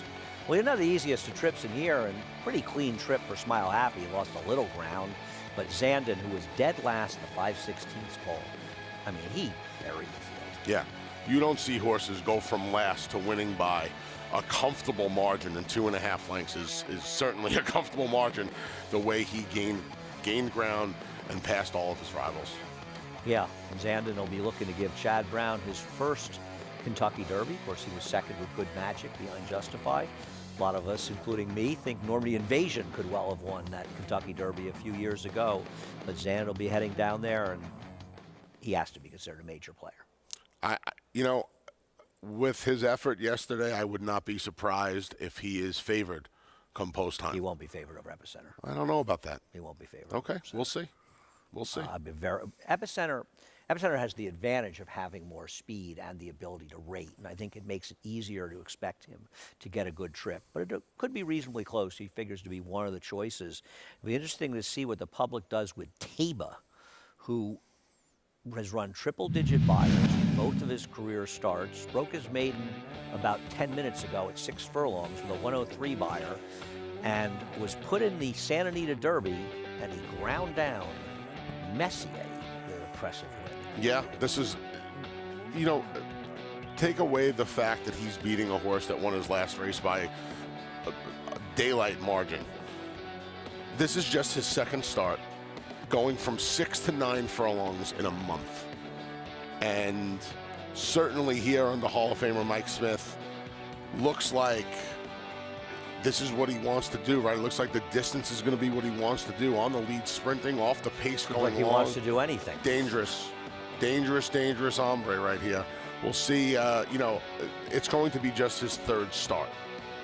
There have been horses that have been asked to do this in relatively short amount of time. This is a big ask. A big ask. I think Taba may be a very, very, very big talent. Very possibly the most talented horse we've seen in this crop. I think running the Kentucky Derby will be a big mistake. I think he'll finish in the second half of the field, and I think it'll be detrimental to his career. I don't, you know, we said this just now, and I am not comparing the two, obviously, about Kairama. You try to put these horses on the trail. I cannot imagine your intent is not to run in the Kentucky Derby if you go from a maiden race to the Santa Anita Derby. And you win it. Yeah, well, yeah, right, and you win it. So why would impressively. Right, he's going to be, provided all goes well in the next 27 days, he's going to be in that starting gate, and he's going to be a short price off of that effort, off of both of his efforts, I think frankly. he's a tremendous racehorse to do what he did. I think it's way too big an ask, and not even more often than not. And I don't know, has a horse even ever gone into the Derby in modern times with just 2 races? I mean, people talk about Justify. Curlin had 3. And I'll tell you something else. With all due respect to Justify, this is a more competitive bunch than Justify had to beat in those races. Top to bottom, I would agree with that. Yeah, so I can't say enough about how talented he is. Anyhow, very interesting race coming up here, race number 6. But I'm going to leave my man Anthony Stabile to talk about it with my good friend Maggie Wolfendale, who will be joining us at the desk. Enjoyed spending this time with you. See you again later this week, but there's still a lot more action to come. The late pick 4. See if Anthony can keep things going on the winning end. America's Day at the Races. Much more to come.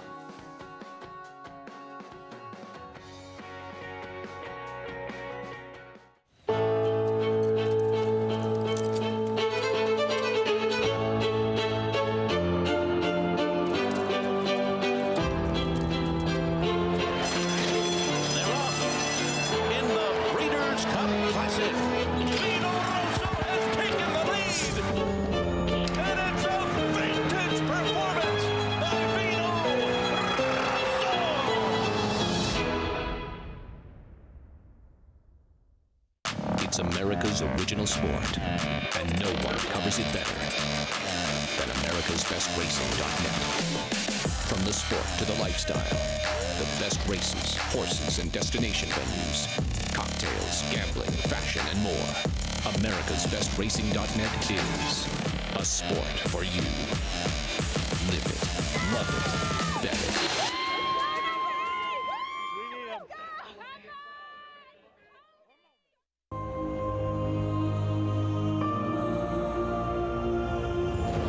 Always been keen on the sons of Tappet. You know, we've done well with him. You know, he's broken out quite well. He's a beautiful mover, potentially a really nice 2-turn horse going forward.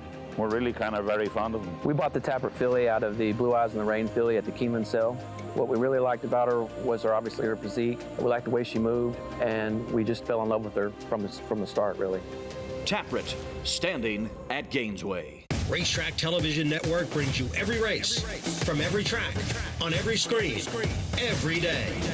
With monthly packages starting as low as $5, RTN gives you great value and access to more live HD streaming and race replays than anyone. Visit RTN.tv today to sign up and watch on almost any device, including Roku and Amazon Fire. RTN has packages that start at $5 per month.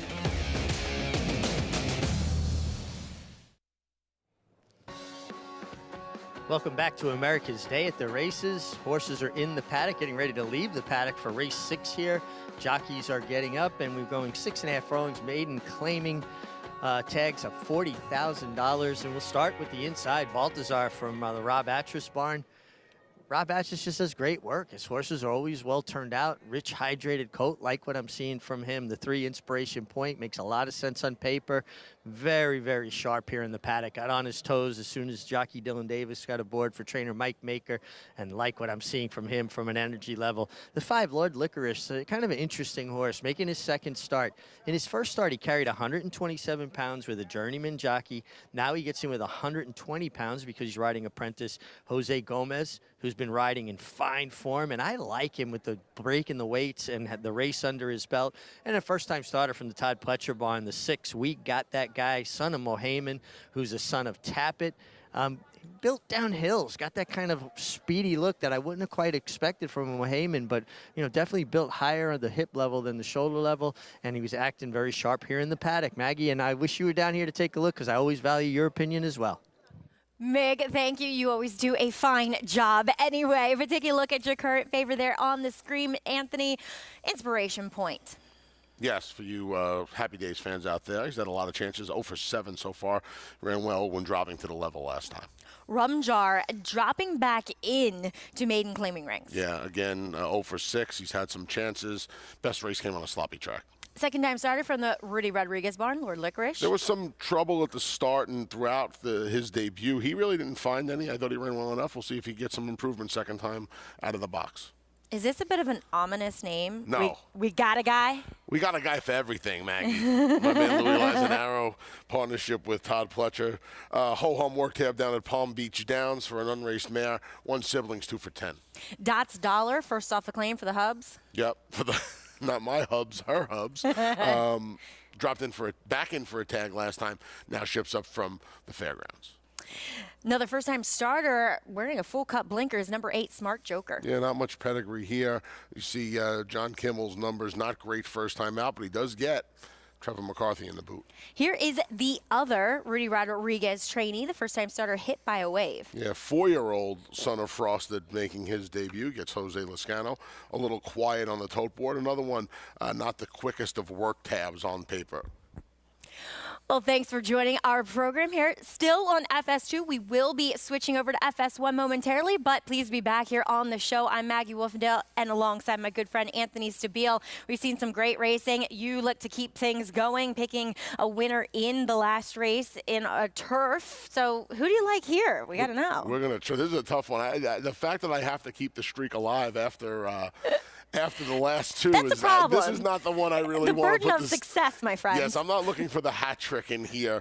I picked We Got a Guy, but I thought 4 or 5 of these horses go in this race, Maggie. Well, you mentioned Mohamed. Mohamed actually striking with 17%. First-time starters, the dam, as you mentioned, unraced. The half ran their best races on the turf, and the second dam was a fairly accomplished turf sprinter in France. Todd Pletcher, and I guess this surprised me, but it didn't. For a guy who trains and runs as many horses as he does, the short stats in the racing form only have him debuting 12 horses in the maiden claiming ranks in the last 15 months. Does that surprise you? Yes, and I actually looked up a stat that I didn't choose to put up, that he's not particularly great with his first-time starters in maiden claimers. So just the last 15 months. Right. I am talking over the past 5 years. 5 years. So if you just look at the last 15 months, he's 4 for 12 with a $2.15 ROI. Which is good. That's when you think about the amount of horses the barn runs and the takeout. It's a positive ROI without even talking about the takeout. So am I telling you that that's the reason I picked this horse? No, I don't have any information on this horse. I didn't want any of the horses really that have run multiple. Balthazar's run 3 times, Inspiration Point 7 times, Rumjar 6 times. I wanted a first or a lightly raced horse, and that's how I wind up with We Got a Guy. I did watch one of his breezes a couple back. He was working on the outside of a horse named St. Tappet, really lovely bred horse by Tappet out of Champion Haverty Grace. But St. Tappet also worked with Wit, your Bayshore winner of yesterday, and maybe not quite as good as that runner, hence showing up here for this maiden claiming event, but still held his own enough where he hinted at some ability. Now we have 3 horses and 3 main players, I think, coming out of that similar race back on March 13th. Inspiration Point did not get away that cleanly. Here's the head-on. Yeah, a little bit of a pinball here. You'll see him break a step slow, and then the eventual winner mugs them the best. Would have made a difference? Maybe. It was because you see Inspiration Point and Balthazar, who's the number 1 today, who's the number 1 last time as well. Lord Licorice, the 4 on this day, the 5 this afternoon. They were both there as well. Balthazar is going to be the one. Inspiration Point you see already at the back. And now watch Balthazar. This is almost like a harness trip, Maggie. He just keeps getting steadily shuffled out from his inside draw. Shuffle, shuffle, shuffle. You see Manny Franco's got to really grab a good hold of him here. It's not even, they're not even done yet. He is going to shuffle back. And you're going to see Inspiration Point's going to go right around him. Inspiration Point goes on a forward march from about the 7/16 pole and just keeps coming. He kept on coming at Funny Joke, who eventually got the job done. He's with Funny Joke right now, and Funny Joke's going to get the jump on him after bothering him at the start and having a tactical advantage on him most of the way. I can see liking Inspiration Point off of this. My problem with him is he had a bunch of chances before this race, and now we're talking about betting a maiden claimer off of a trip at 8-5. Those, more often than not, are not going to be good for your bankroll. So while, yes, it was a trip and 2 or 3 horses in here, Balthazar, you see him now coming down the center of the track to get the show, though. They did not have the cleanest of trips, but again, one horse has had 3 chances, the other horse has 4 chances rather, the other horse has 6 chances, 7 chances. So I think you have to be out of that race, who do you like most? Out of the race, I would take Inspiration Point because I think he did the most running.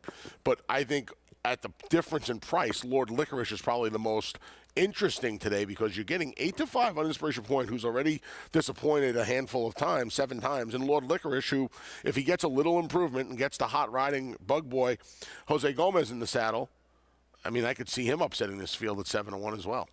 See, I thought Balthazar was the most interesting coming out of there. Unfortunately, drew the rail again, maybe not to the place you wanted to be because he seemed to get going once he extricated himself from that rail position. Wide open, not according to the board. I thought it was a little bit more of an interesting race than 3-2 an Inspiration Point, but we'll see if he runs to that as we get it upstairs. John Embrial, who has the call of this race 6 from Aqueduct, kicking off the late pick 4. Smart Joker.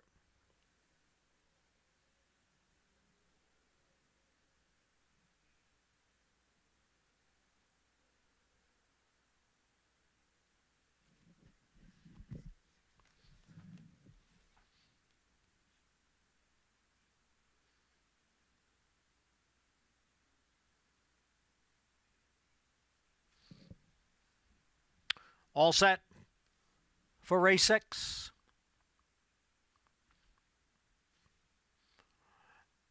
And they're off. We Got a Guy along with Dots Dollar, and on the outside, Hit by a Wave. Vinny 2 Cents is racing in 4th. Then comes Lord Licorice next in 5th, followed by Balthazar, and right alongside is Inspiration Point. It's a break of 4 lengths back to Smart Joker, and Rumjar trails the field in 9th. Up front, We Got a Guy on the inside and Dots Dollar on the outside, and the 2 of them are heads apart for the lead through a quarter that was running 22-2. Balthazar has made his way off the rail and is on the outside racing in 3rd.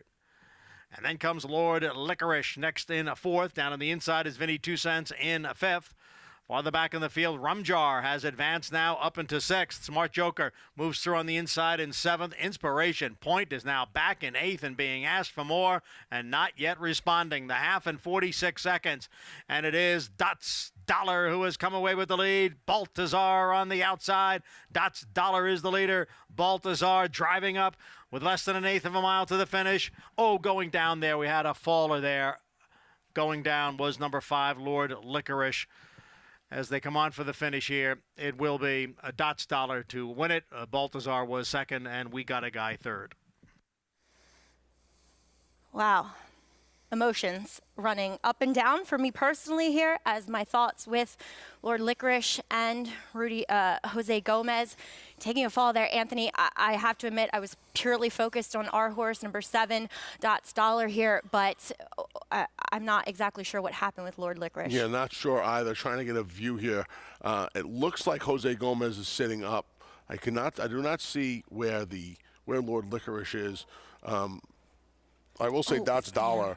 I will say Dots Dollar really took on all challenges today. Put away, we got a guy, just held off Baltazar in a fun effort, but of course thoughts and well wishes with the connections of Lord Licorice. And again, trying to get a little bit of a view here.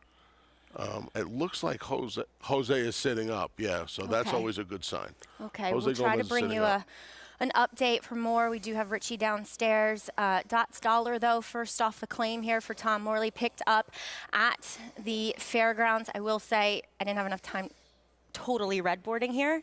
Didn't have enough time to say it, but this horse was incredibly sick. I've never seen snot pouring out of a horse's nose as much as this horse when we claimed him. And so congratulations to Flying P Stable, my husband, and Javier Castellano, as we just got word that Jose Gomez is standing up on the track. Great news. Great news, walking off on his own power. Fantastic. That's always good to hear. That is good news. As we'll get back over to Hot Springs, Oaklawn Park, race number 5 on the track, claiming 10, not to life, mile and 1/8 here. Mega Max kicks things off for Al Cates, Kelsey Haar. Yeah, Kelsey Haar going to climb aboard again. Finished 3rd last time for this level, stretching out to 1 mile and 1/8 today. Knievel, number 2, Ricardo Santana picks up this one. Yeah, broke the maiden for 10, back in for the 10 after trying 22 lifes last time out. Drop down here for the Lucas Barn as I try to stretch. Galactic Empire. I can't not hear the Star Wars theme in my mind when I read this horse's name. This horse has caught a lot of wet tracks. The one fast track effort was not that good, but it was in a loaded maiden race down at Churchill Downs.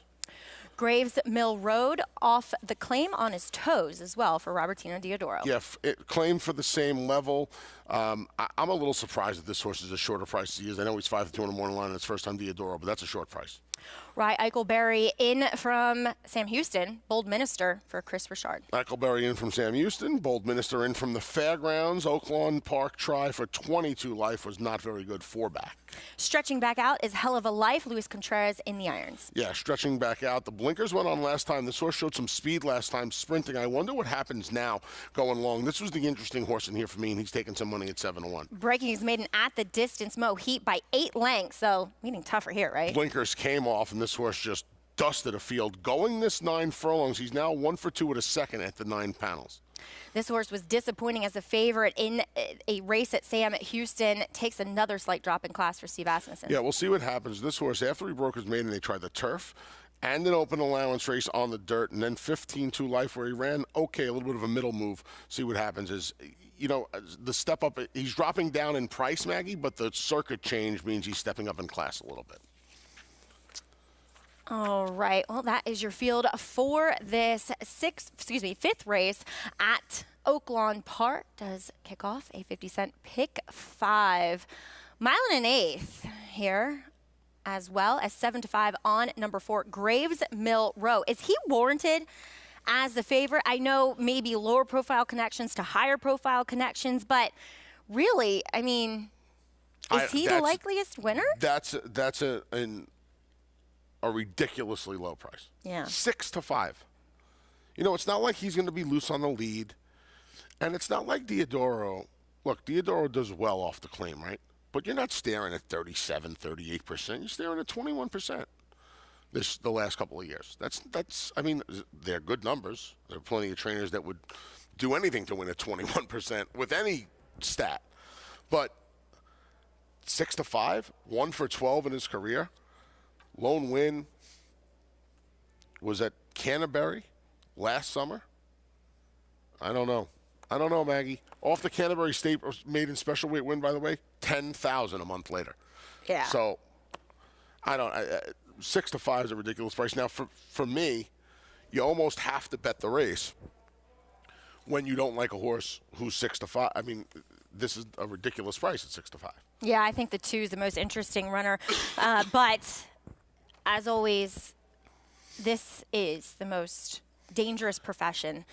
As we saw just moments ago, riders, the Permanently Disabled Jockeys Fund, their telethon is taking place right now. And Anthony, look at that total. Now, they've raised over $750,000 going back to 2018. They're at $131,000 as we just turn in to this 4 o'clock hour. As always, we're raffling off prizes hour to hour. This time, it's the greatest 2 minutes in sports banner coupled with the Kentucky Derby baseball hat and the signed Kentucky Derby poster with Derby jockeys, Derby 145 jockey signing Fantastic. That's a fun raffle. That's a fun raffle. You got to get involved here. I mean, you got to do something. We've had some big donors so far. John Hendrickson, the widower of Mary Lou Whitney, donated the $25,000. They are always contributors, and Lanes End Farm contributing $50,000 to kind of kick off today's telethon.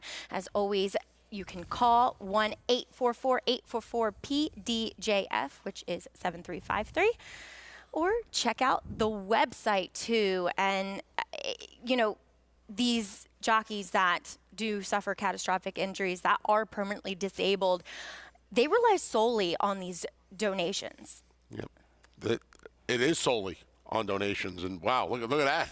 Just up, wow, up 60,000. Yes. Just as we talked. Knocking on the $200,000 door. I'm going to be doing something a little bit later on. I'm going to be making a win bet for the PDJF in the 8th race here at Aqueduct. Horse I really like today. I like the horse a lot. And if the horse loses, I'll be matching with the Can you tell us who it is? Yeah, it's Battle Bling. I don't think Battle Bling can lose today. So, I like her too. Yep, I'm going to make a $50 win bet for the PDJF, and then if the horse loses, I'm going to donate a $50 bill anyway. That's the plan. So hopefully, I know, but we won't have to donate the 50, Maggie. Battle Bling's going to win today. I love it. I love it.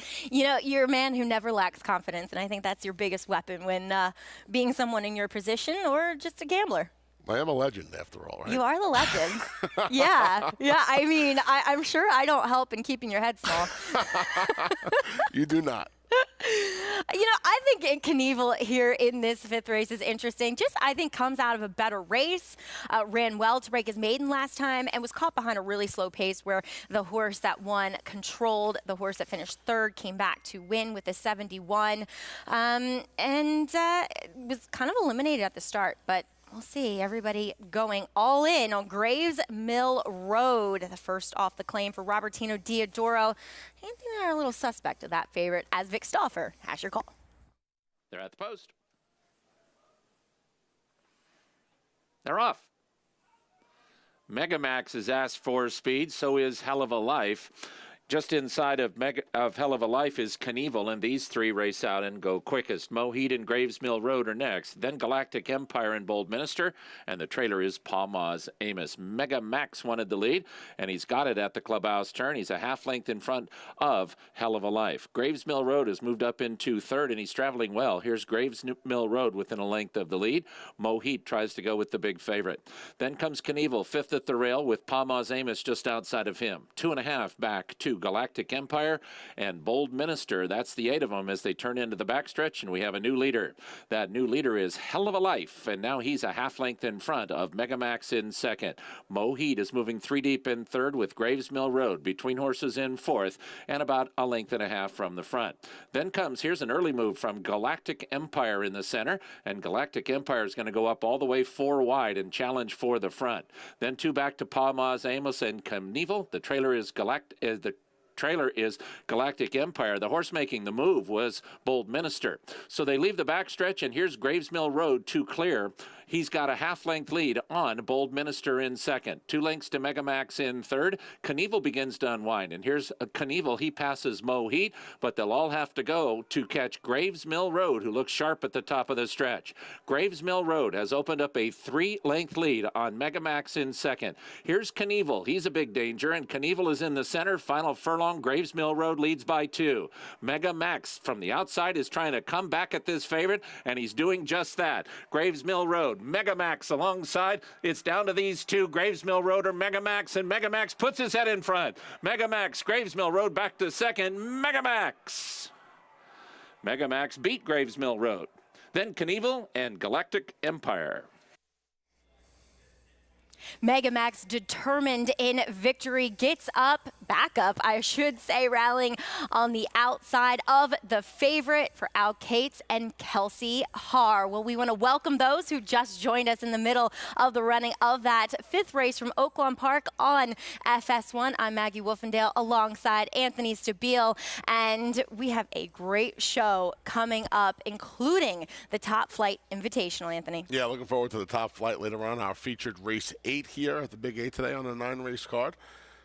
Got the scratch of Into Vanishing. We ran second yesterday down in Kentucky. And 5-2 morning line favorites. The filly I like it here today, number 5, Battle Bling. I would not be surprised if the majority of this field, or all of these horses are under 10-1 when they go in the gate. Yeah, that wouldn't surprise me as well. Here is the Heavenly Prize last time. Bank's Statement going to get the better of both Battle Bling and Maiden Beauty. It was a fun race to watch here at the Big A. They come back now 5 weeks later, and the 2nd and 3rd place finishers going to duke it out once again. You see Battle Bling there in the pink hat and those yellow silks of Mike Dubb trying to reel in Bank Sting, who's on a nice little roll right now. And she just falls a little bit short. They're going to play her game today, though, Maggie. They're going to go 9 furlongs. She's 1 for 2 with a second going the 1 1/8, and she's a nice filly, and I think distance is certainly her friend. And she's gotten into good form for the Rob Atras barn as well. And she ran a 90 buyer last time, finishing second in that Heavenly Prize Invitational, and they've all managed to elude Bank Sting. Won't have to deal with her today, as we have several races still to come here on the show from the Big A here in South Ozone Park, Queens Aqueduct. The late pick 3 starts next in race number 7 and does include the featured Top Flight Invitational. Oaklawn races 6 through 9. The late pick 4 starts in race 6, and an Arkansas bred feature in race number 8. As always, if you want to play today's races, make sure you do so with a Naira Bets account. Sign up today for the $25 free play. It's today only. Make sure new members, you use promo code GET25 when signing up to get the $25 back. Always at any track, anywhere, anytime with your Naira Bets account.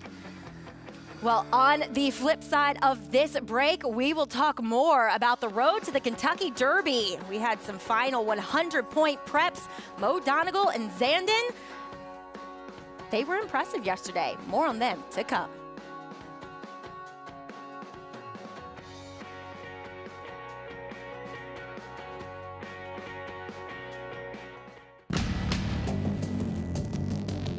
Whether it's Division I or Grade 1, top athletes have certain traits in common. Speed, strength, class, versatility, and most of all, willpower.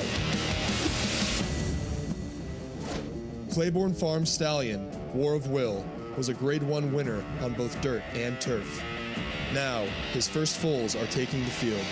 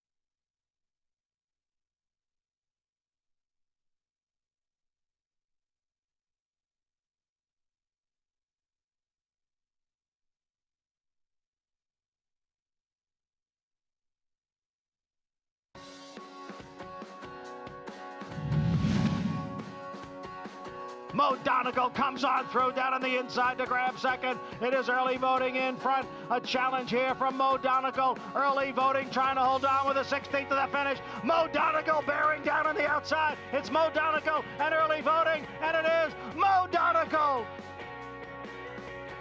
What a ride by reigning Eclipse champion Joel Rosario to get Mo Donegal up in the shadow of the wire. Anthony, the 9 furlongs seeming to be just right for the son of Uncle Mo. A return to his biggest win, to the scene of his biggest win in that Remsen. He's able to save all the ground on the Joel Rosario, gave him a picture-perfect ride. Tipped around early voting, who set all the pace in here, probably ran too good to lose. Somebody had to lose. It was not Mo Donegal, Maggie. No, as he is on his way to Kentucky. Todd Pletcher reporting that he will make his way to Churchill Downs on the 16th, which is Easter, isn't it? Easter's the 17th. 17th, Yes. so the next Saturday before Easter. And he earned a 96 buyer for his win yesterday. And he looks to be a horse that the 1.25 miles is right up his alley as Todd Pletcher reigns supreme in the Wood Memorial. 7 of the last 12 runnings have gone to the Pletcher barn, including 2 in a row with Bourbonic last year. On the front end, from off the pace, with favorites, with $150 horses, you name it.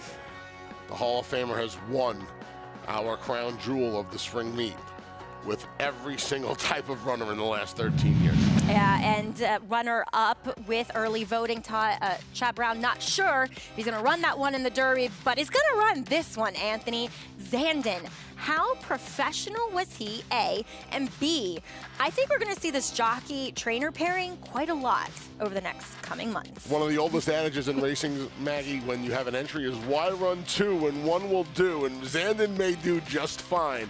He's dead last on midway on the far turn. Dead last. And he passes all of his rivals. I have been critical of Flavien Prat. This was as good a ride as you're going to see, period.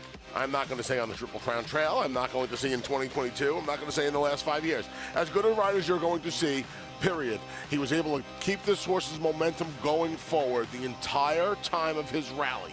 If he can duplicate that ride and that effort on the first Saturday in May, with all of the speed seemingly signed on, good luck to the rest of them. Well, that's the thing, though. Is there that much speed signed on? Yes. I mean, you have White Barrio who can sit close. Epicenter, who obviously has shown a different tactic last time out in winning the Louisiana Derby. So, yes, we have a good mix, and Forbidden Kingdom, you have to think, is out of it now, but the West Coast horses do tend to show a bit more speed. Zandon, I don't know about you, but I love the way he was finishing and his stride leveling off. Fantastic. And the fact that he was able to keep that forward march going for 5/16 of a mile, right? It didn't look like he was stopping coming through the wire either. It looked like he was just getting going. You would think there's a big engine under that hood. Yeah. That's the way he runs. And you would imagine that it's that extra 1/8 of a mile that a lot of these horses year after year struggle with is something that he's going to, dare I say, relish. Both he and Mo Donegal only making their second starts of their 3-year-old season. But, Richie, we saw some good performances yesterday. I mean, if you had to weigh Mo Donegal and Zandon's races against some of the other ones we've seen, where do they stack up? Oh, they rate very high. The only prep that I think that might be slightly above them this spring would be maybe Epicenter's Louisiana Derby, but it's very close. I thought Mo Donegal showed how much he matured mentally. He doesn't look much different than he did physically from 2 to 3, but mentally he looks like a much different horse. A lot more continuity to his run. Jumped into Joel Rosario's hands. Didn't need to be ridden as vigorously as he did at 2. It seems like he really understands his job now. Took Joel where he needed to go.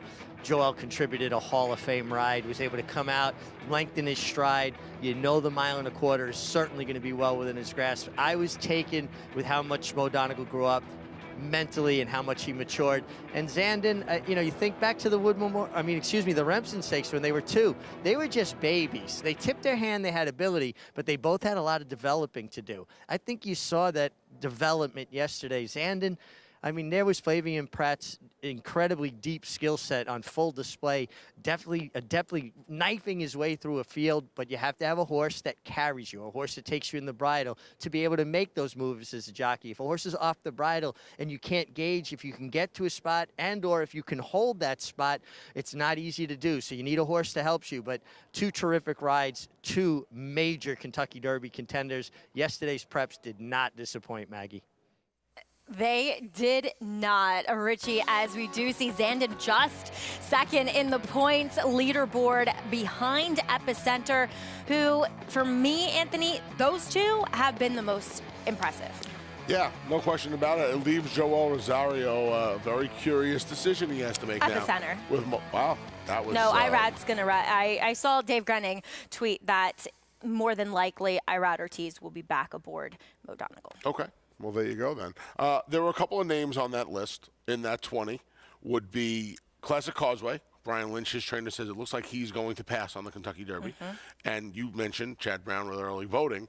He has 50 points. He's in. So it would leave a couple of horses who are dangling on the bubble at 40 to get in. One of those years where it's taking an awful lot of points, Maggie, to get into that starting gate on the first Saturday in May. And be curious to see just how this field shakes out. You did mention some of the speed that was signed on. We just mentioned 2 of them, maybe off, but it always seems to me that the speed gets replaced with some speed, right? Right, everybody overcompensates. The horse that won the Santa Anita Derby, Taiba. Yeah, he's not slow. He's not slow. He might be the fastest one of them left. I would not disagree. You know, it's funny how you have to do different things, right? Taiba had to come from off the pace yesterday because Forbidden Kingdom and Messier were going to show some speed. You would imagine that the instructions to Joel Rosario aboard Epicenter in the Louisiana Derby was, at some point, we're going to have to see if this horse can rate. Let's try it now. He does it successfully.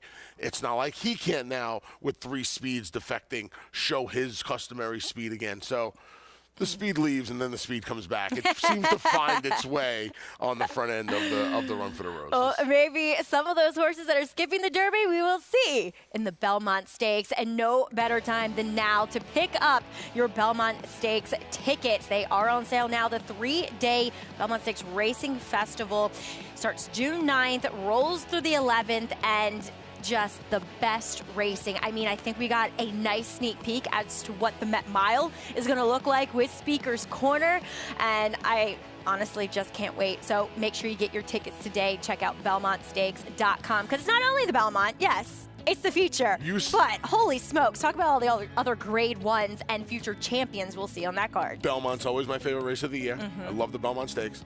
I love the Met Mile. When you say Met Mile to me now, I want to go into like a WWE promo calling out Flightline. I want Flightline here to take on my boy Speaker's Corner. I'm gonna bring my piggy bank. I'm gonna bring my piggy bank. Flightline is the most elusive horse in racing currently. Who knows if we'll ever see him again, as we do have horses on the track ready to go here on the turf. In an outer turf course, rail set at 0 feet, Reigning Chick. This one has some turf pedigree. She gets on it for the first time. Yeah, gets a rider change to Javier Castellano, and is a half to Outrageous Bet, who's one of the fan favorites around here on the turf, on the NYRA circuit. Off a little bit of a layoff, home for Christmas. Yeah, one of 2 in here for trainer Christophe Clement. The Swiss broker's maiden for $40,000, and didn't have that much success in the AFN ranks before the break in November. We're going to take a look at number 5, Pop the Bubbly for Michelle Nevin. She wasn't any match for Home for Christmas last time they met. As you would imagine, a lot of layoffs here with these turf runners. Haven't seen this one since October. She broke her maiden 2 back before finishing 4th. 5 lengths behind Home for Not Christmas. a layoff for number 6 Infringement, though. No, but she has run through the winter on the dirt, makes her first on the turf for trainer Randy Prasad.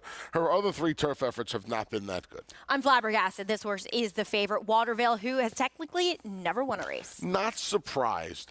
I'm a little, I don't believe he should be, but I'm not surprised. She should be, I should say. Was put up controversially up at Saratoga, 3-year-old taking on older. She gets Lasix for the first time. I should say she's never technically crossed the wire first. Correct. As Sweet Franny Lou rounds out this field, looks to be the speed. Yeah, looks to give Hubs, hers, not mine, a rolling double here on the card at Aqueduct today. Dylan Davis was aboard for this filly's last win. 2 starts back. when she sat just off the pace, maybe on the front end today, Sweet Franny Lou. Yeah, we'll see. Home for Christmas does like to show a little bit of speed as we will go back and check out Sweet Franny Lou's last victory. Now, she has set some enterprising internal fractions in her races. Yeah, you know, Dylan Davis has ridden her very, very well for the simple fact that he realizes that she has a ton of speed, and the best thing to do with her is to utilize her speed. It means she's not always going to win her races by big margins because they're going to come running at her the last eighth of a mile or so. That's fine. They pay you the same money if you win by a head than if you win by 5 lengths. It doesn't matter. Both at the window and in the horseman's bookkeeper account. So it's the nature of turf racing. you just want to get the job done. Right, exactly right. Two, I will say that she was coming back on short rest for the October 21st effort in which she met Home for Christmas and Pop the Bubbly. Two, she was on the far outside, breaking on that awkward mile and a 16th kind of shoot at Belmont Park where it's like a dog leg, and outside post positions are actually breaking a little bit behind the inside post positions, and she had to circle the entire field to get up and set the pace, which it didn't look that fast on paper, but he had to lose a lot of what was probably a horse that was just tired at the end of a long season. Yeah. Now, what he'll need to do here is he'll need to clear over the horse that's on your screen right now, Home for Christmas, who Sweet Franny Lou was much faster, but there's intent. And I don't know, if Manny Franco realizes that you need to be inside here, and more often than not, being inside means being in front. I just don't know if she's fast enough to get in front of Sweet Franny Lou. Well, she was early on in this race. Yes. But like I said, Franny had to overcome that far outside post. Not that she was more towards the inside necessarily. And we saw Manny Franco really aggressive yesterday in the Dangers Hour Stakes. Will he do the same here again with Home for Christmas? I thought that was a great ride. I'm not disagreeing. I know at even money the horse ran third, and you say to yourself, that's a great ride? Yes, that's a great ride, because yesterday, and you know what? That might be his mentality here. If you identify Sweet Franny Lou as the horse to beat, and you think you can beat Sweet Franny Lou by getting in front of her, you have a path inside of her to take that advantage and use that advantage, especially if you can protect what seems to be a good inside path on this outer turf course. We'll see. Richie, can you tell us, will Home for Christmas go to the lead here? Well, when I handicap races, I handicap horses, obviously. I handicap jockeys, and I handicap trainers. The tendency of Christophe Coman is to get his horses to settle, to switch off, to get covered up. So if I had a handicap from a trainer's perspective, I think Home for Christmas would be the one sitting right in behind Sweet Franny Lou and kind of getting that covered up pocket trip, unless they decide to take her on early, which will make it tough for both of them because they're both coming off of layoffs. And I've always felt it's harder for horses that possess speed to be fit enough to coming off layoffs because they have to run more of the race. They don't just wait and make one run.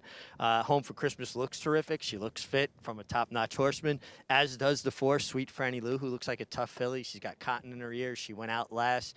She looks like she's a bit of a handful, but she looks super fit too for a guy that Maggie might be familiar with, Tom Morley. I mean, Sweet Franny Lou is going to be my top selection because I do think she's going to make the lead and maybe lead them on a merry chase. The 7, Waterville, the other Christophe Coman trainee, made a real nice impression. She's never actually finished first, although she sports a victory via disqualification, but I do think she grew up a great deal as well. But I'm going with Sweet Franny Lou. Tom Morley's barn's going well, and she just made a really nice impression on the track. And unfortunately, guys, I have a report from the last race, race 6. There was an incident. The 5-horse Happy Licorice took a bad step and unfortunately suffered a catastrophic injury to his left front leg.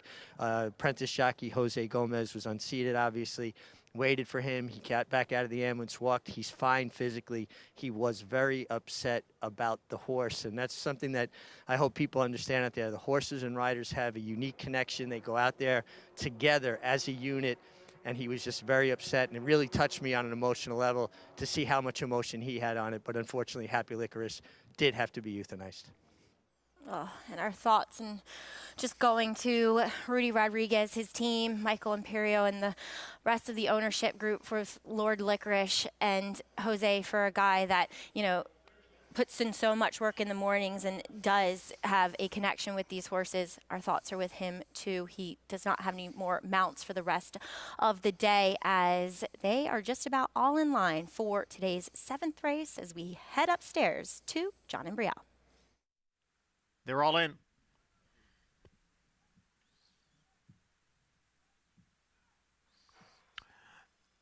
And they're off. Awkward start there for number 1, Reigning Chick, and she is well behind the field.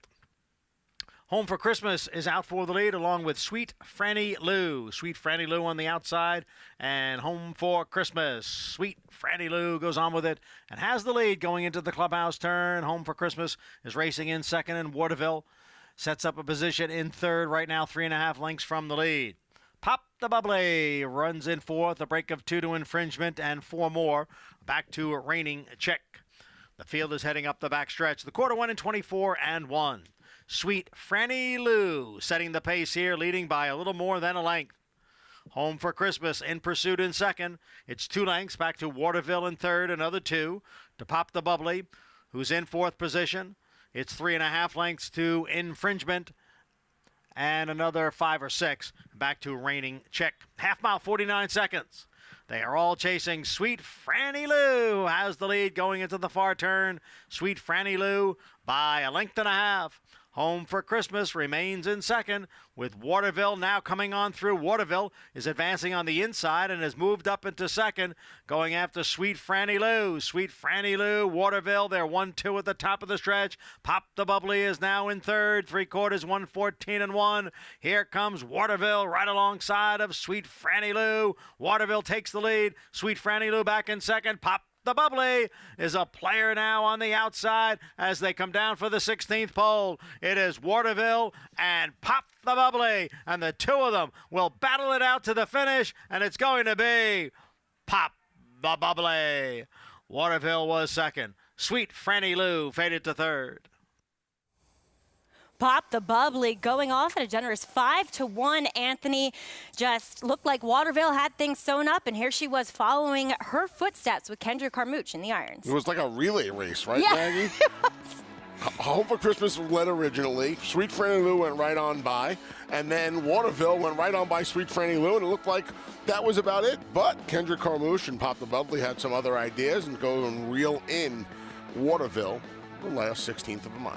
And talk about, I would have to think a step forward from her 3-year-old form. You know, she kind of got a late start in the turf season, rained off 2 times up at Saratoga, then got to the turf, got the win, and just kind of even in her last performance. But she took to the Aqueduct turf today, gets the win from Michelle Nevin and Saratoga 10 General Partners. Yeah, like you said, square price too at 5-1. This filly didn't have as much turf experience as some of her rivals today, but certainly got the job done in a big way.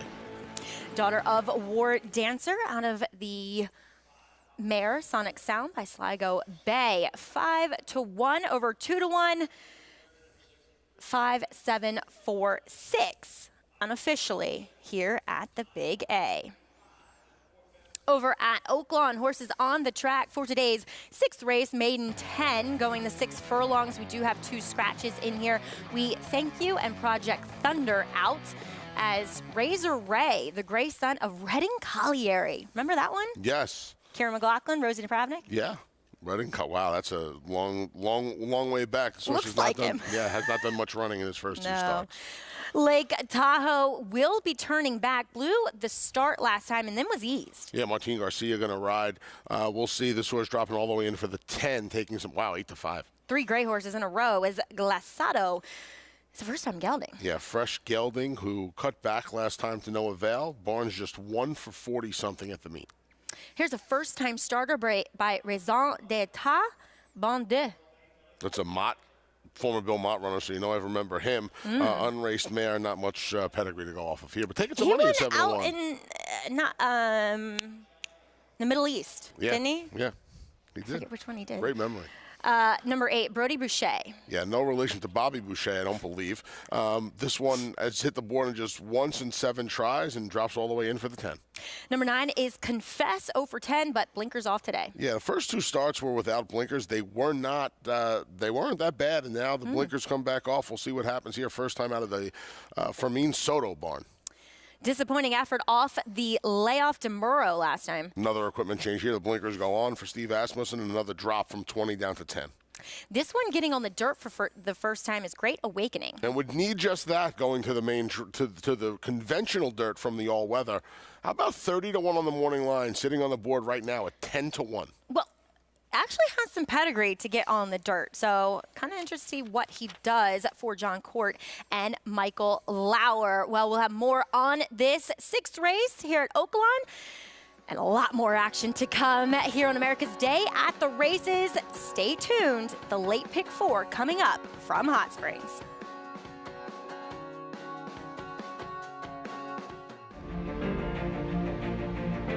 Idle, perfectly timed. Idle gets up under Joel Rosario to win the big cap.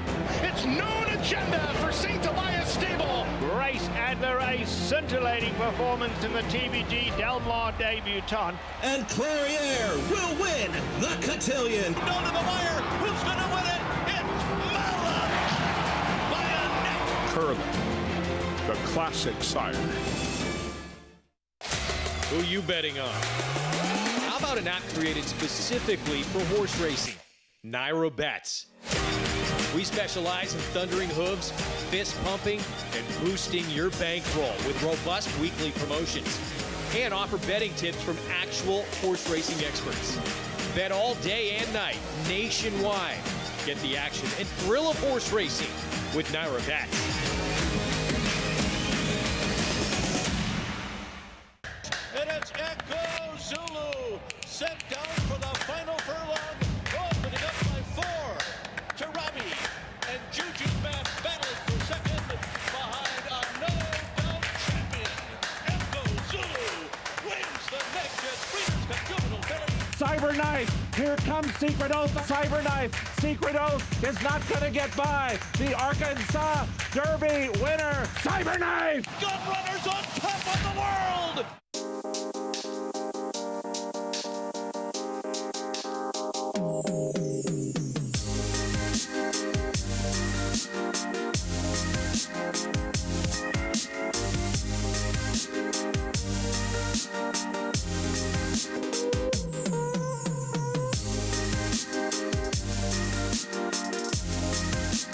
Stay fabulous.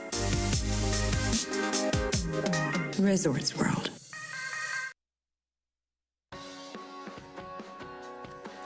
Welcome back. Nice quick view of Manhattan, just a stone's throw away from us here in South Ozone Park, Queens, on America's Day at the races. Thanks for tuning in here on Fox Sports 1. I'm Maggie Wolfendale alongside Anthony Stabile, and back here at Aqueduct, fresh off the layoff, Pop the Bubbly. I think Connections will be doing just that as she followed favored Waterville around the turn, was able to make the last winning move, Anthony. You see Kendrick Maggie saved all the ground and did not tip until he had to.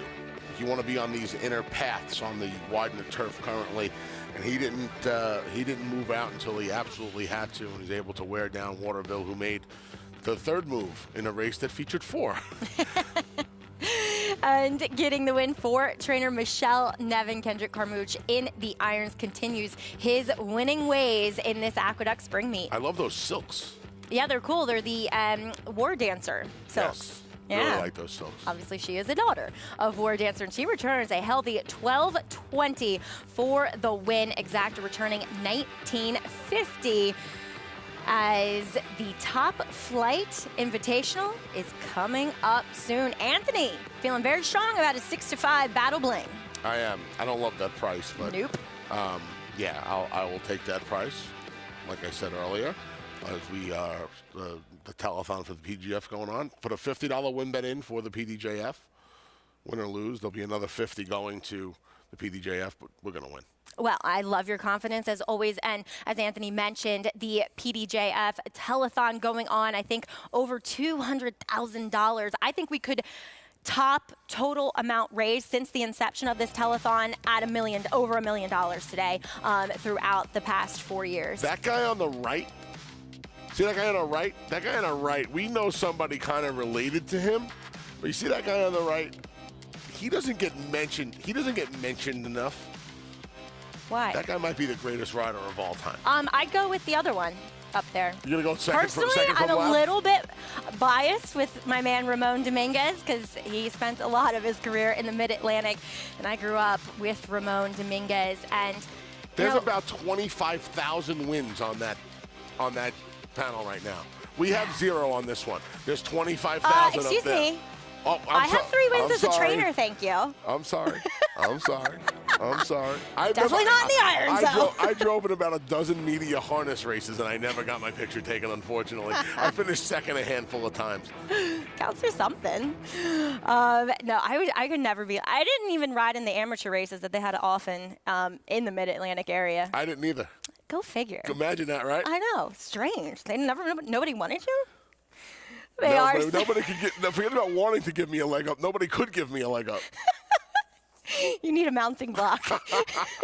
It's like in Game of Thrones when the king would step on the horse. They had a little step stool for King Robert in the beginning of the show. Yeah. Well, they're heading back to the gate for today's 6th race. And we do see favoritism on number 4 in here, Anthony. Lake Tahoe. He was eased in his last start, FYI. Could use a few days in Lake Tahoe at this point, to be honest with you. 3-2. I mean, could you imagine 3-2 off an eased? What did we see the other day? There was a horse that got beat 32.5 lengths that was even money. Oh, Yankee Division yesterday. 32.5 lengths at even money. Yeah. I mean, this is just insanity. This is bankroll insanity. BI. Bankroll insanity. I thought this was a tough race to really get a grip. I would not want the favorite at that price. I would lean towards some of the money, Maggie. How about Bondu? The first words out of my mouth. 6 to 1 on this horse? Yeah, he was morning line at 8-1, but there's every possibility he could have been 20. Let me get on this to 1. Oh, get it, my son. As the dam never won, the half sibling on a very, very slow dirt sprint. So with that being said, I think this horse is pretty live for Federico Villafranco, as they are just about all in for this Lake Pick 4 sequence at Oaklawn Parks. Vic Stauffer has your call.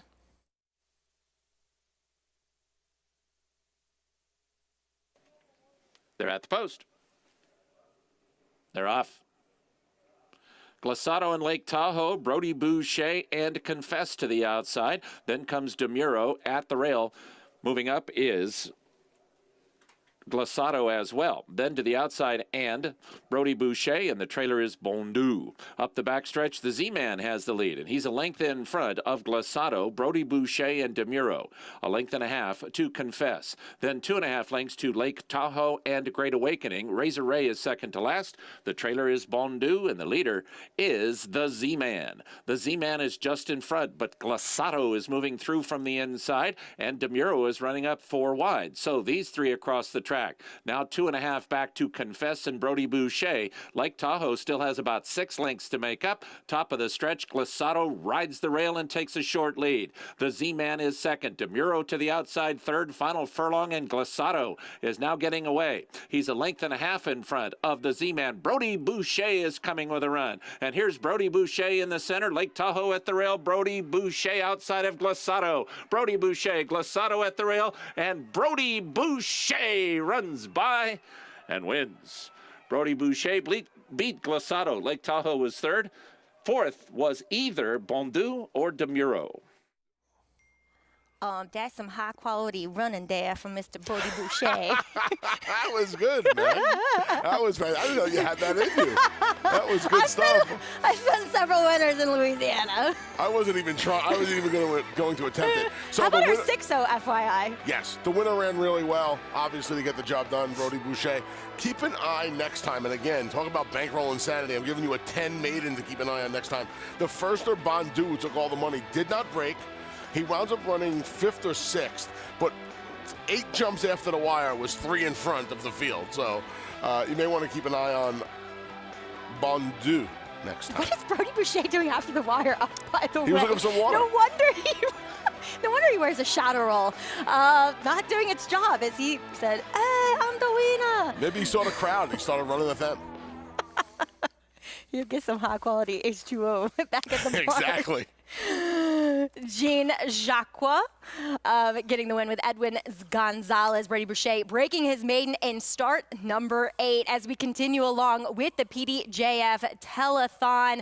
Make sure you dial that number right there. We are getting close to $250,000 as you're taking a live look at the XBTV studios. Joe Bravo, Ramon Dominguez, Eddie Garcia, and the legend Lafitte Pinkai Jr. The live auction item on display there is that banner, and to the plaque there signed by all the riders in Kentucky Derby 145. More to come here on America's Day at the Races.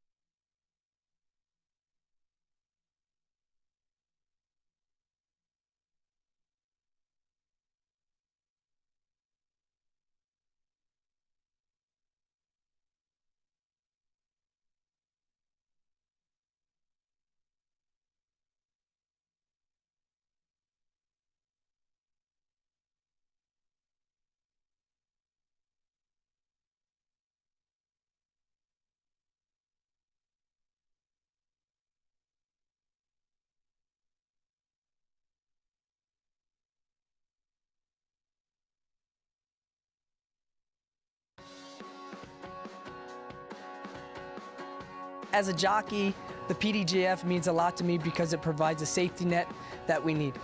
It means that we have support if anything ever happens out there on the racetrack. They always got our back 1,000%, and having the comfort that someone is gonna be there for you if anything go wrong. Riders helping riders.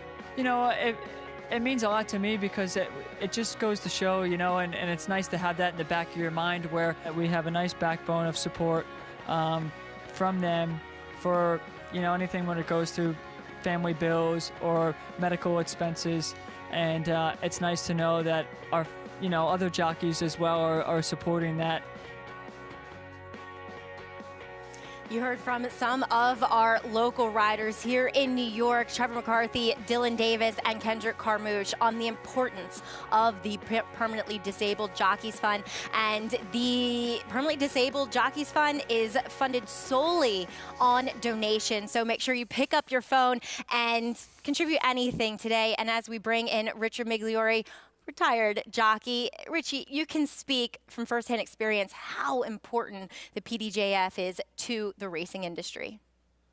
No, it's just so important. You know, a life can change in an instant, and they have life-altering injuries that have to be dealt with long-term medication. Riders walk out to ride races not thinking that's going to be their last ride, but you'd never know when that can happen. And it's just nice to know that there's support around you, that there is some sort of a safety net. And I'm so impressed and happy that the public understands the dangers and the rigors of being a jockey and are supporting the PDJF so much today. And I'll implore you at home, if you haven't donated yet, please do. It helps approximately 60 former riders that have had to deal with life-altering injuries and just a completely different way of life. So thanking you in advance for your support, but also asking you to continue to support the PDJF, because there is no mechanism in place that creates income. It is solely driven by charitable donations by people like you. And I am so proud of the riders that show up for the other riders. You know, the fact that you guys were talking about Ramon Dominguez. He flew out to California to be there in the desk with the likes of Lafitte Pink Eye. We saw Mike Smith earlier in the day between mounts there. Riders understand what other riders go through, and we have one thing in common. Even if we don't get along at times with different riders, we're always there for each other because we all share one thing. It's a dangerous profession, and we're all going to have falls or setbacks at one time or another. So please continue to support the PDJF. Meg, really, really well said. You can call that number there, 844-844-PDJF, which is 7353. As we have the top 3 riders from this year's winter meet on the top 3 horses in this upcoming stakes race, Trevor McCarthy, Kendrick Ramuch, who does lead the current sprint meet riding standings, and then Dylan Davis. He's on Ice Princess, the New York bred, and Manny Franco as well, coming up on America's Day at the Races. I'm very bullish on it. Tom's Dayta's got a 4-length lead at the 16th pole. Tom's Dayta has conquered the Clark. Your best horses of the last 10 or 15 years are not consistently as fast as this horse. It's total domination for Tom's Dayta. He's a beautifully balanced horse and a really good mover, and he's just full of class.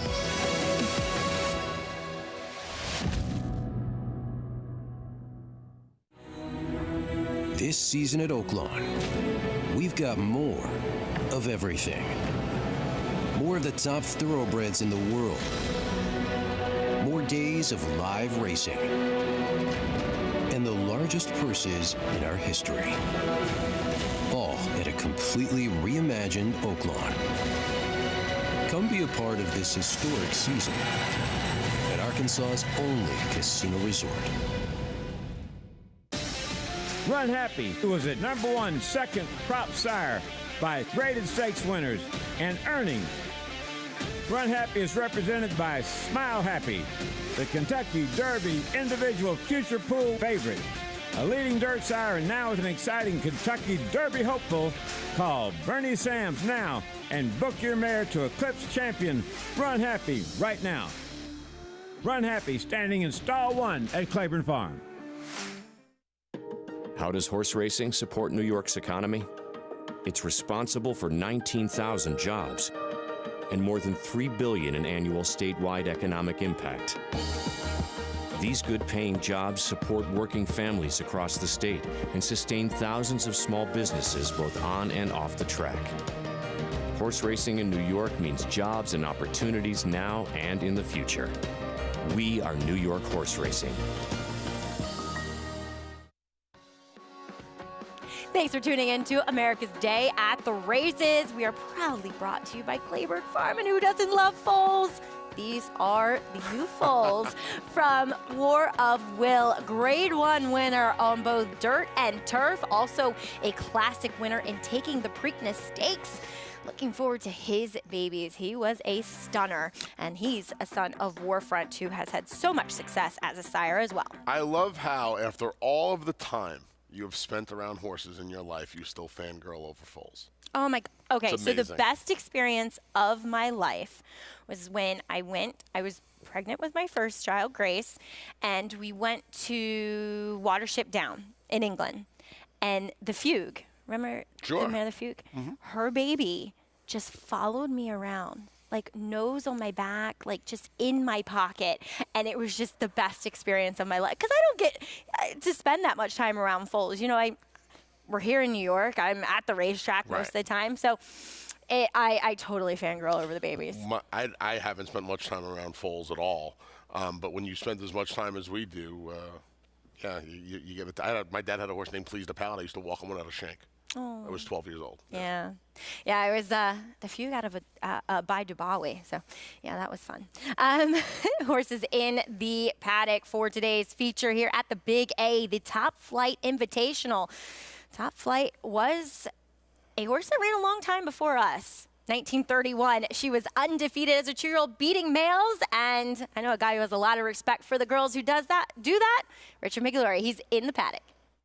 Yeah, and just to set the record straight, no truth to the fact that I ever galloped Top Flight. But that being said, the 2-horse Maiden Beauty looks fantastic for trainer Rob Falcone. She's probably the main speed in here. I like everything I'm seeing from her. She's a very logical contender. The 6 Ice Princess, another very logical contender, chased her in the Bay Ridge and came up second best that day. Now she's also another one, looks fantastic in the paddock for trainer Danny Gargan, but she, I think, will be involved somewhat with the 2 Maiden Beauty, and I think they hurt each other's chances. They have to respect each other. They can't completely let either one of them go. So that brings me to the main and I think best closer in the race, and that's the 5 Battle Bling. I just think she's going to get the right setup. She's dappled out. Heck, her dapples have dapples. I mean, she looks fantastic. She doesn't look like she spent the winter in New York. She looks like she's sporting a Florida tan, so I really like Battle Bling, guys. No, that's his. I'm dappled it. Sorry, we're talking about dapples up here. Meg has #1 Exotic West. She does kick off our post parade.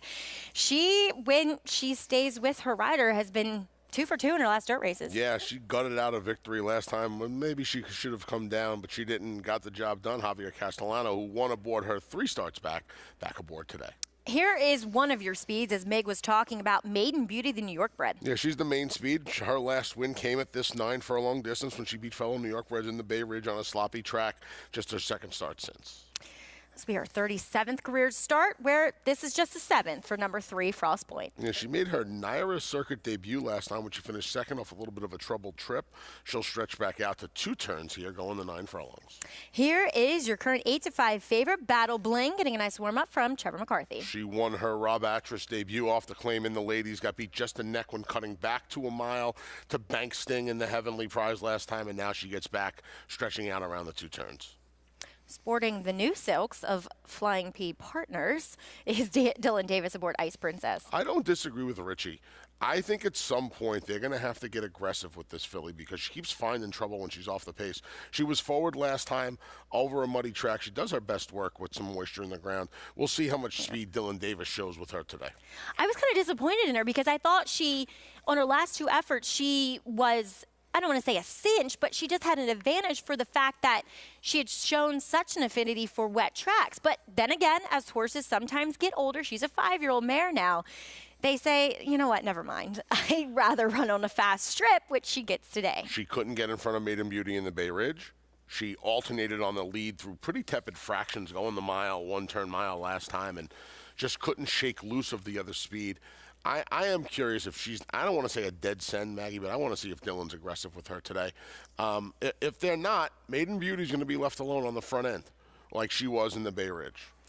Yeah, she was beaten by Maiden Beauty in that Bay Ridge. But here's the Heavenly Prize, where we saw Maiden Beauty hustled out to the lead. She tried hard, but you look at the first quarter, it looks slow. And then you look at the internal fractions, and they sped things up a bit. And I think that just got the better of her. Whereas, do you think going out to the 1 1/8 now, that allows her to get in more of a comfortable rhythm? Yeah, you know, she also won at a point when the barn was going guns blazing.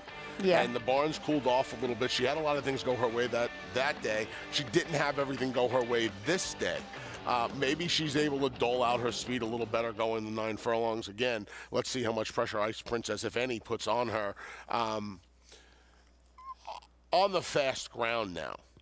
I think that, you know, I think we talked about Ice Princess, who has an affinity for the wet track. You know, Maiden Beauty's better races have come, for the most part, on wet tracks as well. especially her best race, which was her best figure by, a good 5 points when she won that Bay Ridge. So they're on dry ground now, and I think the advantage goes to Battle Bling. And also, it was off a really quick turnaround, too, that win in the Bay Ridge. And I find that sometimes horses just freak when you do that. And then it gets so hard to bring them back to that. As we do check in with Richie for more on Maiden Beauty. I tell you, she warmed up beautiful. She almost swayed my vote a little bit. Just great extension on her trot, framed up beautifully. You got the typical Kendrick Carmouche warm up. But I'm going to stick with the 5. Ice Princess also got a great warm-up with Dylan Davis. He left the pony. We're seeing that more and more prevalent. Riders leaving the pony, allowing horses to really warm up. It's something I believed in. I used to leave the pony a great deal with horses that I rode, but I think Kendrick Carmouche has really kind of made it much more in vogue. A lot of riders following his lead, and I believe in it. I believe in a big warm-up, as he does, and I think it's beneficial to the horses. Ice Princess, beautiful in the warm-up. Obviously, a key contender, but the 5 Battle Bling also warmed up solo, Trevor McCarthy. She was great in the paddock. She was great on the track. Looks fantastic, and I think she gets the right kind of setup. You and a lot of people, Meg, as she is holding firm at 7-5 in here. We haven't really talked too much, Anthony, about number 3, Frost Point. She has a lovely pedigree, and just kind of talking and elaborating about the success that we saw over the weekend from Godolphin and Belmont with Nostalgic, and the products that have been, the horses I should say, that have been brought to the racetrack with the Godolphin American breeding program have just been sensational over the past few years, and to see it all come to fruition. Boleto, I mean, she was a Grade 1 winner. She finished 2nd in the Go for One Personal Ensign and Beldame in her career. Yeah, amazing. The Broodmare band is, I don't want to say second to none, because there are some other fantastic Broodmare bands out there. Yeah, but theirs pretty good. Yeah, theirs pretty good. pretty good, as Larry David would say. Like I said this last time, she didn't run at a NYRA track until last time in just the 6th start of her career. Tampa, Churchill, Keeneland, Churchill, Laurel. Now, you want to talk about the purse money at Churchill, that's fine. But she debuted at Tampa. She went down to Laurel to run. It surprised me. With her pedigree, it was a little surprising to me. I thought she had a little bit of an excuse last time out.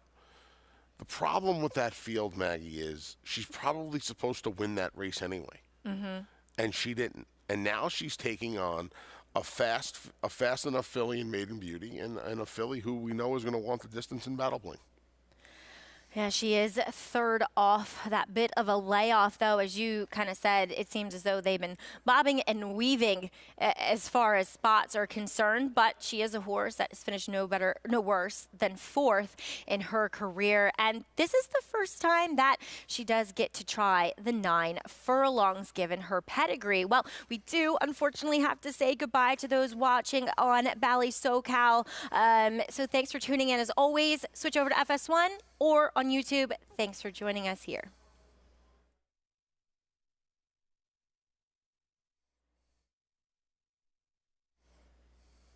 As always, thanks for those continuing to stick with us here on America's Day at the Races on Fox Sports 1. Maggie Wolfendale, Anthony Stabile, Richard Migliori. We do have Gary Stevens out at Oaklawn Park. Horses circling for today's feature. Right behind the gate, they break right in front of the stands. We don't get the spoils of 9 furlong races that often here at the Big A, but it's always nice, especially yesterday for the Wood Memorial and the Gazelle. We had a lot of fans out here. Yeah, there's a good crowd here today as well. Yeah. It's a beautiful day. I was downstairs on the first floor between shows today, between Talking Horses and America's Day at the Races, and nice crowd as always, plenty of people outside. Seasonable day here in the Big Apple. Nice. Yesterday was really nice. Nice we didn't Queen's have Day. quite the wind that we do today. Right. It's a little bit, a Yeah. little chilly, Just a little bit. a little springy. It's been a nice weekend in Queens. It has been. Yeah. Any day it's not raining here in New York, we'll take it since we are back into turf season. And it's been great having turf back. It made its debut here in the New York racing area for the first time yesterday. It looks gorgeous out there. We only have 2 more racing weeks left on it here at the Big A. Yeah, it's amazing. Looking forward to Belmont? Of course. You're the beast of Belmont. I am the beast of the Belmont. Of the Belmont. Yeah, just the race. Sorry. Just wow. the race. It's okay. You're Forgot good. You want to call me the beast of Belmont? You want the beast of Belmont? You can call me whatever you want. But I mean, I live a mile. I live a mile from this place, so this is home. I live 2 miles from Belmont, so it'll be nice to get over to my home in a couple weeks as they are all in line just about for today's Top Flight Invitational. John and Brielle has your call.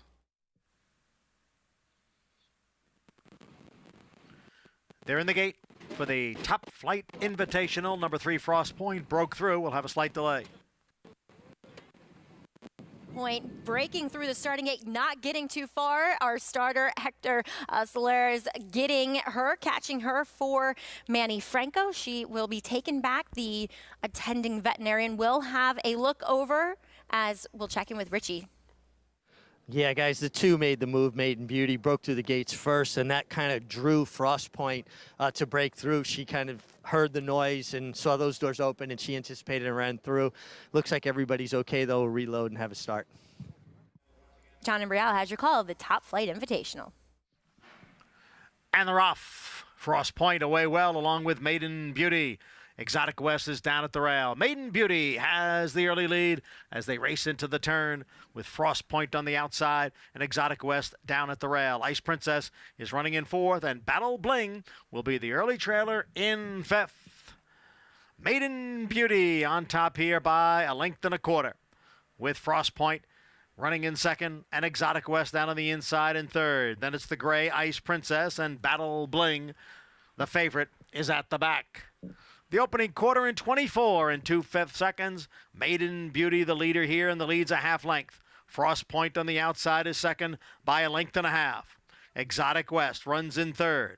On the outside, Ice Princess. Battle Bling continues to trail as Maiden Beauty continues to lead as they continue up the backstretch through a 1/2 and 49 and 2. Maiden Beauty 3/4 length. Frost Point remains in 2nd.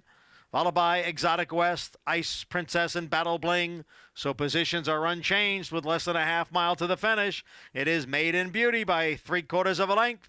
Frost Point on the outside in 2nd. Almost 2 lengths now back to Exotic West down at the rail. On the outside is Ice Princess. Battle Bling remains in 5th, 5 lengths off the lead. Maiden Beauty is now challenged by Frost Point.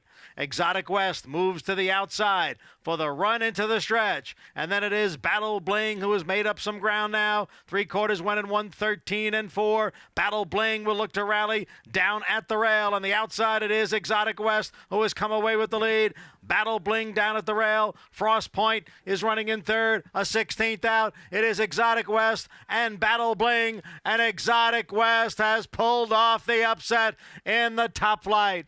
She's 10-1. Javier Castellano aboard. Longest price in the field at 10-1. Exotic West.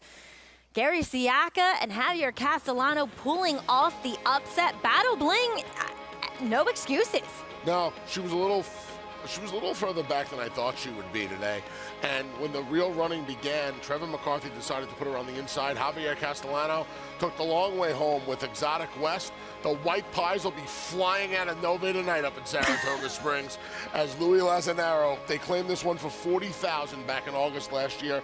She's now won for the 3rd time in her last 4 starts. Like you said, when she keeps her rider, she's dangerous. The only time she's lost in her last 4 is when she unseated a rider. Congratulations to all the connections getting her a win in the Top Flight. Yeah, I mean, she was one that they tried on the turf. She ran well on the turf, and then it seemed as though they said, well, turf season's over. Let's give her a shot here on the dirt because she previously ran well on it, and now she's a stakes winner as she takes down the Top Flight Invitational. Daughter of Hard Spun out of the Broken Vow mare, Miss Personality. Congratulations to owner Louis Lazanaro. Make sure you hit up Nove tonight if you're in the Saratoga area. Yeah, I might drive up after the show. I'll tell you the truth. That's what I want to do. Well, Exotic West, big price, and she was 10-1. Javier Castellano back from his South Florida hiatus, and I couldn't be happier as he gets his second win on the card today. As back over at Oaklawn Park, horses are on the track for today's 7th race. Starter allowance 8 going a mile. And we do see a scratch in here, a Major Kong. Also, some rider changes as Buckster Hooter will be ridden by Rye Eichelberry. And number 6, Something Natural by Luis Contreras. But number 1, Secretary at War, a former stakes winner on the turf. Yeah, got the job done 2 back in a condition claiming race. Missed for the Open 8 last time and now is in this starter allowance. Stretching back out off a series of sprints to a 2-turn short stretch mile run, Maggie. Son of Can the Man. We'll see another one coming up in the feature, but this is Can Imagine. Yeah, showed speed last time, stretching out off the 6 furlong race. Has won at this mile distance. 3-2 on Coach Adams for Jerry Hollendorfer. Wow, 6-1 on the morning line, 3-2 coming out of a starter optional in which he really didn't do a ton of running. I'm curious to see where all this money came from. I thought he was a little wide, but not enough to be 3-2. As number 4 is Buckster Hooter. Yeah, Buckster Hooter on a 2-race win streak leaves the Carl Broberg barn for a barn that's going a little cold right now at Oaklawn Park.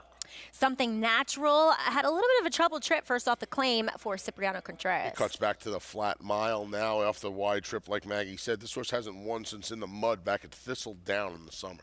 Jason Barkley, what? That's the 7. That's stock deal. You're right. Yeah. Jason Barkley Wrong trains. graphic. First off the claim. Yeah. Looking for 3 in a row, having run out of claiming conditions and winning an Open 8 last time out. I thought he ran well last time. Kierkegaard rounds out your field. Yeah, Kierkegaard is going to make the first off the claim from Matt Williams. New York bred. Used to run around these parts. Is looking for his first win since last summer at Canterbury up in Minnesota. Well, the PDJF telethon continues here, and we're into the final hour, and the raffle item this hour is pretty darn good, Anthony. I think I need to call up and put my name in.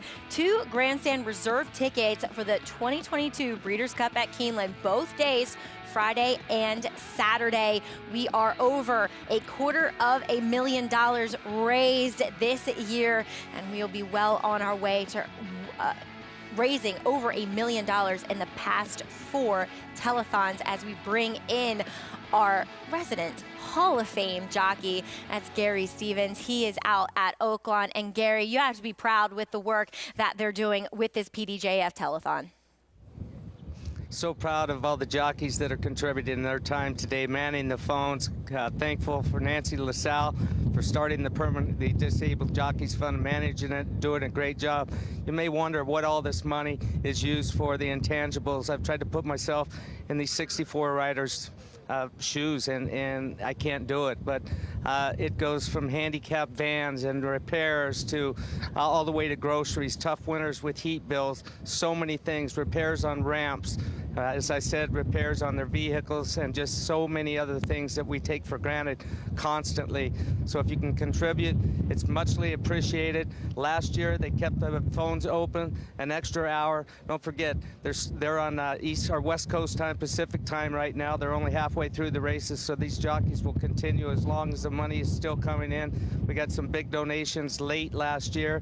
Mattress Mac stepped up and put in a huge donation for us of Run Happy fame. So just put in whatever you can afford to put in that's not going to get into your pockets where you guys are still comfortable. But also want to mention, excuse the sunglasses right now, guys. We're having like 50-mile-an-hour gusts right now. The sand is flying, and when I was riding, I didn't mind riding in any kind of conditions, but I hated riding in the wind. The horses tend to spook a little bit more. There's debris that flies across the racetrack, so not the best of conditions. It's a beautiful day here. It's warm. It's in the mid-80s right now, but the wind is something that these jockeys are dealing with today that's not a lot of fun when you're on one's back. Back to you.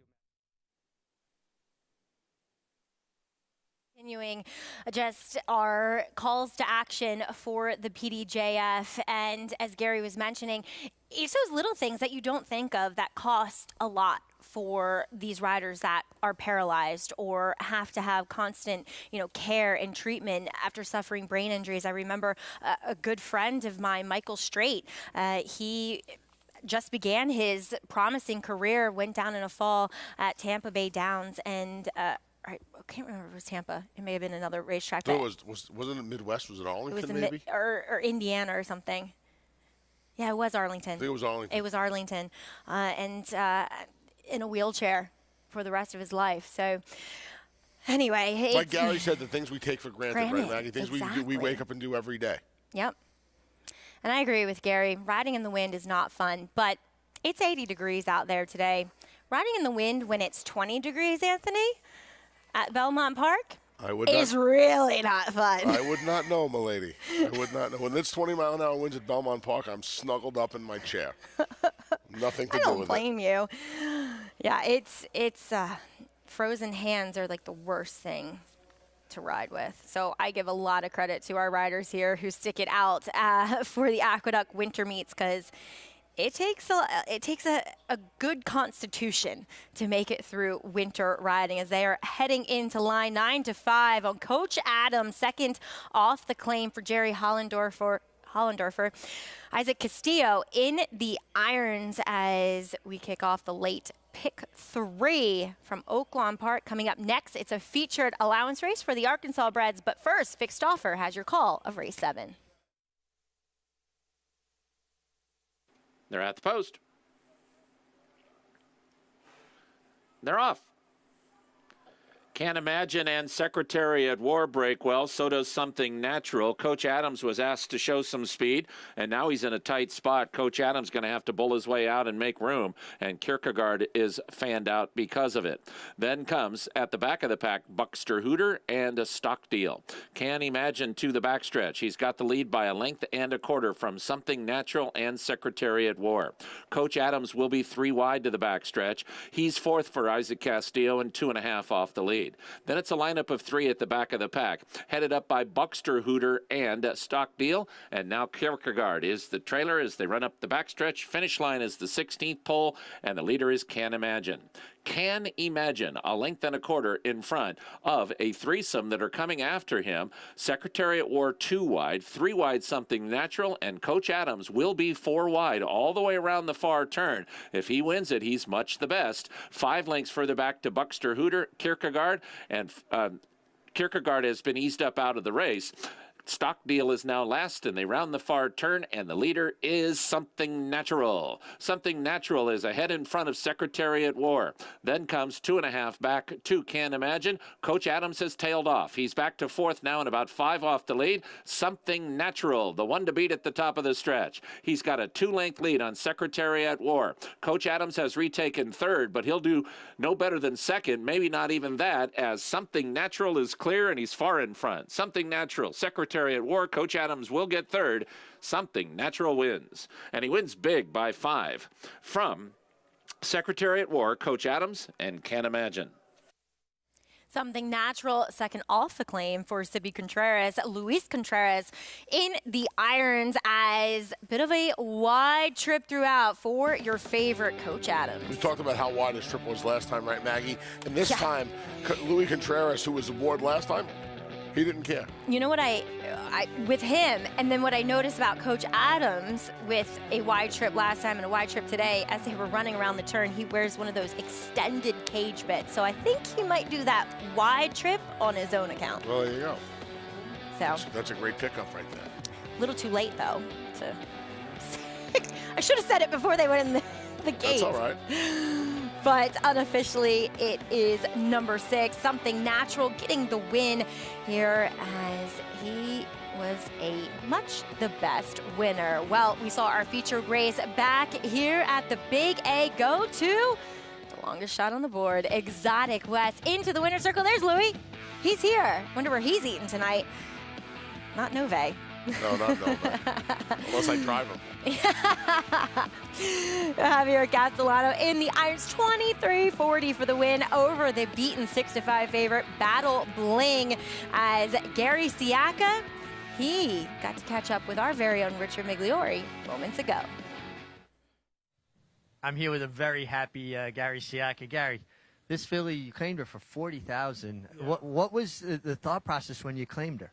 Louis Lazzanaro really liked her. He said what I thought of her, and I said, she looked real good by hard spun. She could grass, she could dirt. Let's take a shot with her.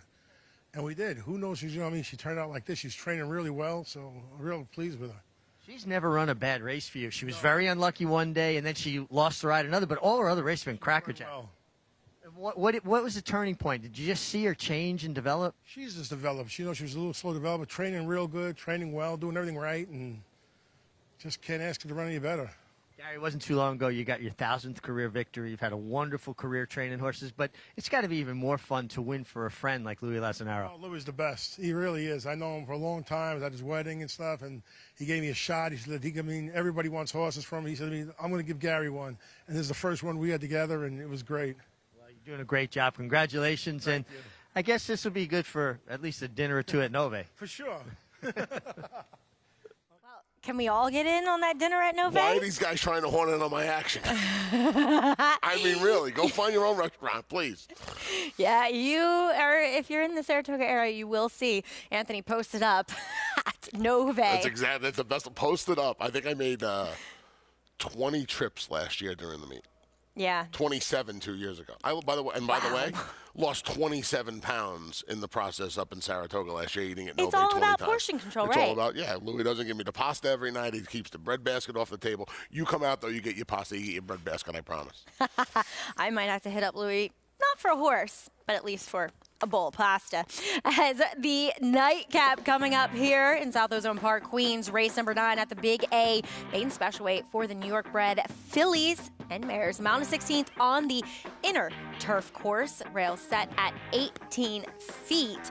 As we saw some great races yesterday, and we will get into those. Godolphin Blue streaking under the line. Speaker's Corner was absolutely sensational for Belmont Junior Alvarado. It wasn't their only winner either on the card. More on the great action from yesterday's Wood Memorial card. The sun shines bright on Caraconte. His first crops of racing age are showing brilliance on the racetrack with a high percentage of stakes winners. His versatility is evidenced by winners on all surfaces across the globe. And his offspring are lighting up the sales ring. With his biggest and best quality of books in the pipeline, the sun shines bright on this value sire. Caraconte, standing at Gainesway.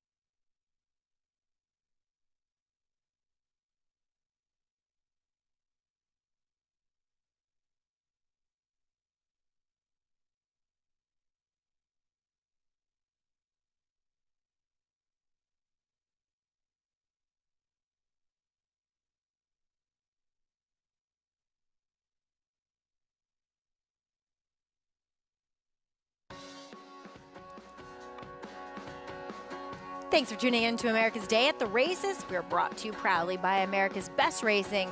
For the love of the race, check out americasbestracing.net today. Back here at Aqueduct on Wood Memorial Day, the 3-year-old fillies on display yesterday in the Grade 2 Gazelle. And this Kentucky Oaks proposition's on the line here, Anthony, and The New York bred, Venti Valentine, she went off as the favorite, but the Godolphin Blue denied. Found herself on the front end at Venti Valentine. In the meantime, Jose Ortiz and Nostalgic able to get a ground-saving trip and ride and able to sneak up the inside. Manny Franco and Venti Valentine left enough room in there, and Nostalgic was able to come on through. I'll tell you what, Maggie, for a 3-year-old filly, she looks like she's been turning those lefts and making those moves inside of horses for an awfully long time. This was an impressive and professional performance. Certainly feel like the 1 1/8 of the Oaks, having won this race yesterday at the same distance, not going to be an issue. She has to get faster. Her races have to get a little faster, but distance certainly seems to be her friend as well. Yeah, she won here with an 89 Beyer speed figure. And as you said, she does. She does look as though the longer she goes, the better she will get. I mean, she's just that true Medaglia d'Oro physicality. But she's another, interesting cog in the puzzle with regards to this year's Kentucky Oaks. Nest, though, looks pretty powerful. Yeah, but if that pace heats up, she can be one of those running late. Speaking of powerful, this was the best performance of the day in the Grade 1 Carter. Actually, the first win in this race for Hall of Famer Bill Mott, streaking under the line, was Speaker's Corner. Yeah, this was a tour de force performance, and for a horse who's had a real good winter, this was a breakthrough effort. Just, right to the front, made the lead, and just kept on going here. Pours it on, geared down, a 5-length winner over a nice horse in Reinvestment Risk, a 114 Beyer speed figure. It's taking every ounce of me right now to not go into a wrestling promo, calling out Flightline, Maggie. I want Flightline, because Speaker's Corner has turned into one nice one-turn horse.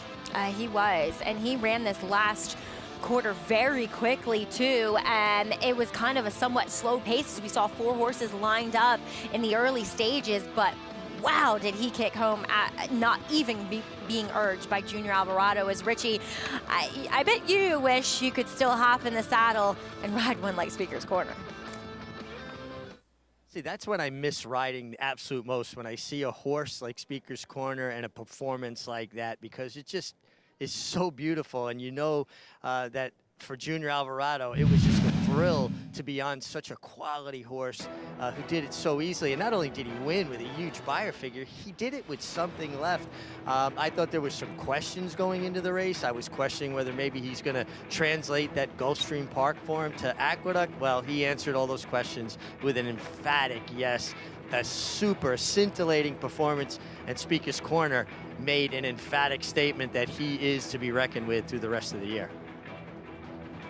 I can't wait for this Met Mile. As we were saying earlier, Anthony, he looks to be a very promising horse, posting his 5th triple-digit speed figure in a row, 6th overall, and his 3rd win in a row, too. You pointed out yesterday, 6 for 7 now around one turn. Just his debut. That was it. Just his debut. It's now 3 stakes in a row. Victories, a couple at Gulfstream going the mile, the Grade 1 here now at Aqueduct. And my biggest problem with him yesterday was maybe a touch better at the mile. He's now 3 for 3 at the 7/8. I still think he might be better at the mile, as ridiculous as that sounds, and it makes for one hell of a matchup in that Met Mile. He's so tactical, and it feels as though his rider, Junior Alvarado, can put him anywhere, as he is just been brilliant now as a 4-year-old. Coming up, though, it's the nightcap here from the Big A. That is number 1, your current favorite, What Love Looks Like, getting back after a long layoff for Todd Pletcher. Stay tuned.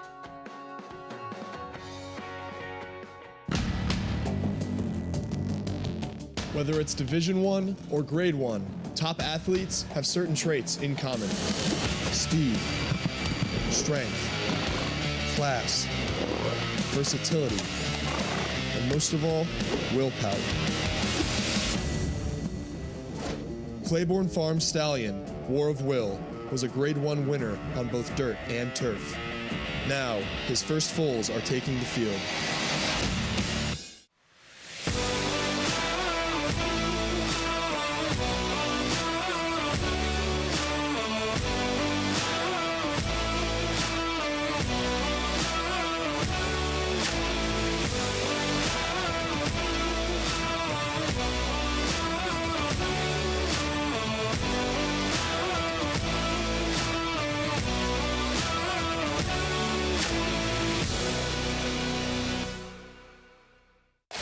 Who you betting on? How about an app created specifically for horse racing? Naira Bets. We specialize in thundering hooves, fist pumping, and boosting your bankroll with robust weekly promotions. And offer betting tips from actual horse racing experts. Bet all day and night, nationwide. Get the action and thrill of horse racing with Naira Bets. Racetrack Television Network brings you every race, from every track, on every screen, every day. With monthly packages starting as low as $5, RTN gives you great value and access to more live HD streaming and race replays than anyone. Visit RTN.tv today to sign up and watch on almost any device, including Roku and Amazon Fire. RTN has packages that start at $5 per month.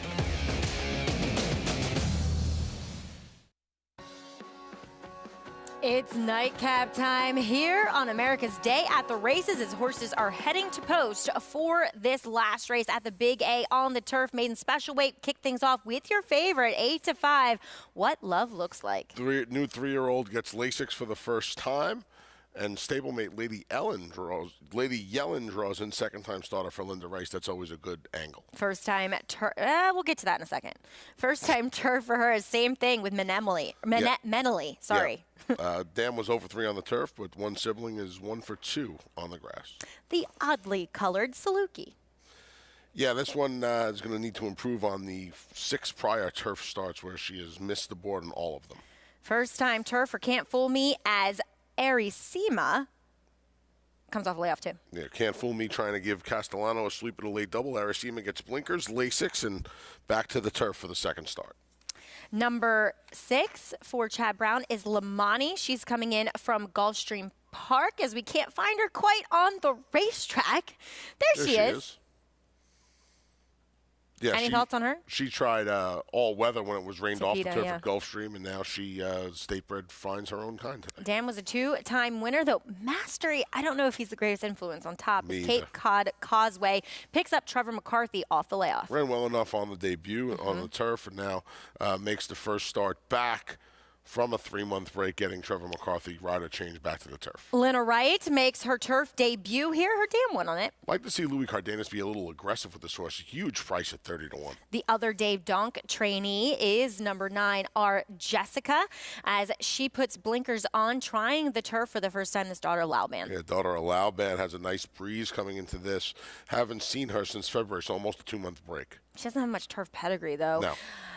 to speak of, as getting a big warm-up there is number 10, Cannon Fire, first-time starter from the Linda Rice barn. Yeah, the work tab kind of slow in the morning. We'll see if this horse needs a race first time out. And long shot runner, War in Paradise. Yeah, didn't do much running on turf, and then came back in for 25 on the dirt and did even less running. See if a return to the grass and a trainer change to Jimmy Ferraro helps her cause. Big price, 55 to 1. Wowzers. Maybe dive into this field a little bit more. I think there's some interesting pedigrees in here, but earn a $20 bonus on your winning exactas Sundays this April at the Great Race Place. Always love to hear our good friend Frank Miramati with his calls out there. Make sure you go to NairaBets.com to opt in to this promotion, then bet exactas at Santa Anita. If your ticket hits, you'll earn a 20% bonus. Make sure you check out NairaBets.com for all the details and to opt in. There's a blog up, by the way, at NairaBets.com for the co-feature, Race 8, the John Shear Mile at Santa Anita. Maybe you want to take advantage of that. I give out a little bit of a play for that exacta bonus. Love it. What Love looks like.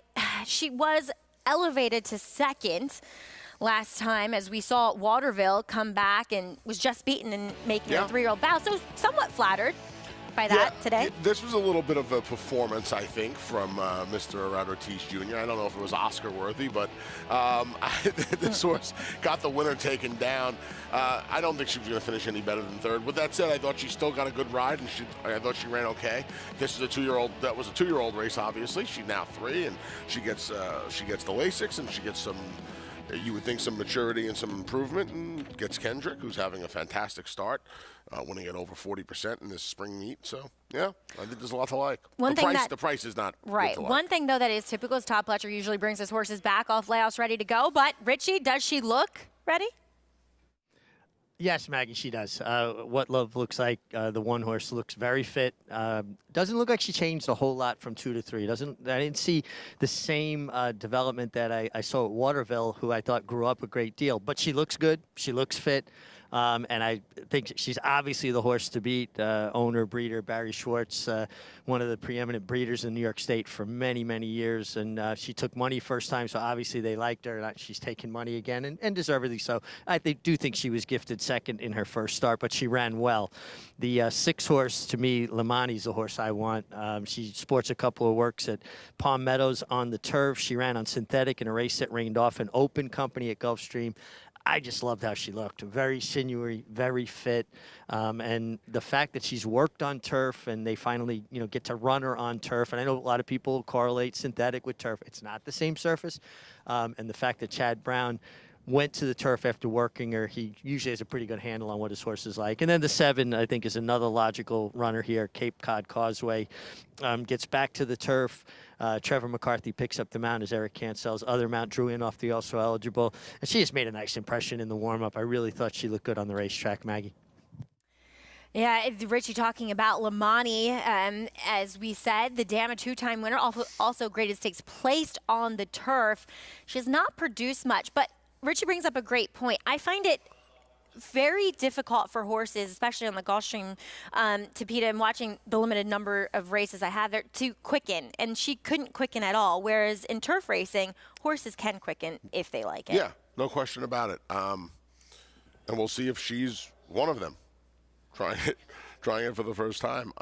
You wanted to say something about Lady Yellen? I did want to say something about Lady Yellen. There's not much turf pedigree, and Linda, with her second-time starters moving from dirt to turf, is only 4 for 31. It's a negative ROI. You admonished me before. I just wanted to make sure you got your point out there. Yeah, no, I really appreciate it because I honestly forgot about it. And maybe they're switching to the turf because she did work well on synthetic at the OBS March sale last year. As they are just about all in line, 1 out here in the nightcap. Speaking, Lady Yellen, as we throw it up to John and Brielle with the call. They're all in the gate.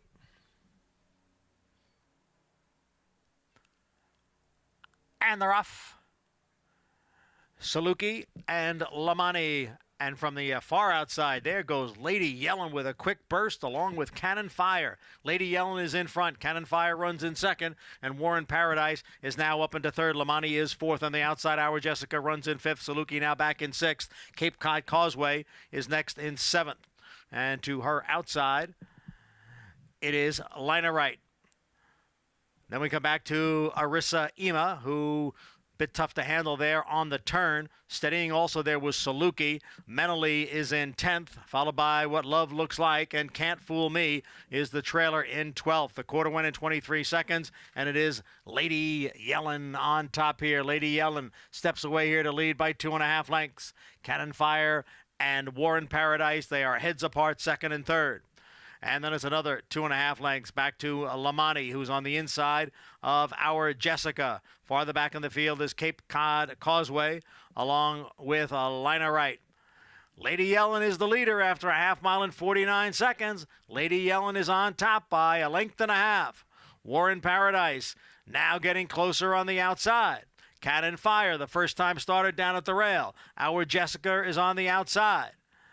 And then comes Arissa Ema and Lamani off the turn into the stretch. On the outside, it is Warren Paradise. Lady Yellen back running in second. Cannon Fire in a bit tight there. On the outside is Our Jessica. Putting in a late run is What Love Looks Like. And on the outside is Arissa Ema. And now Cannon Fire has come away with the lead.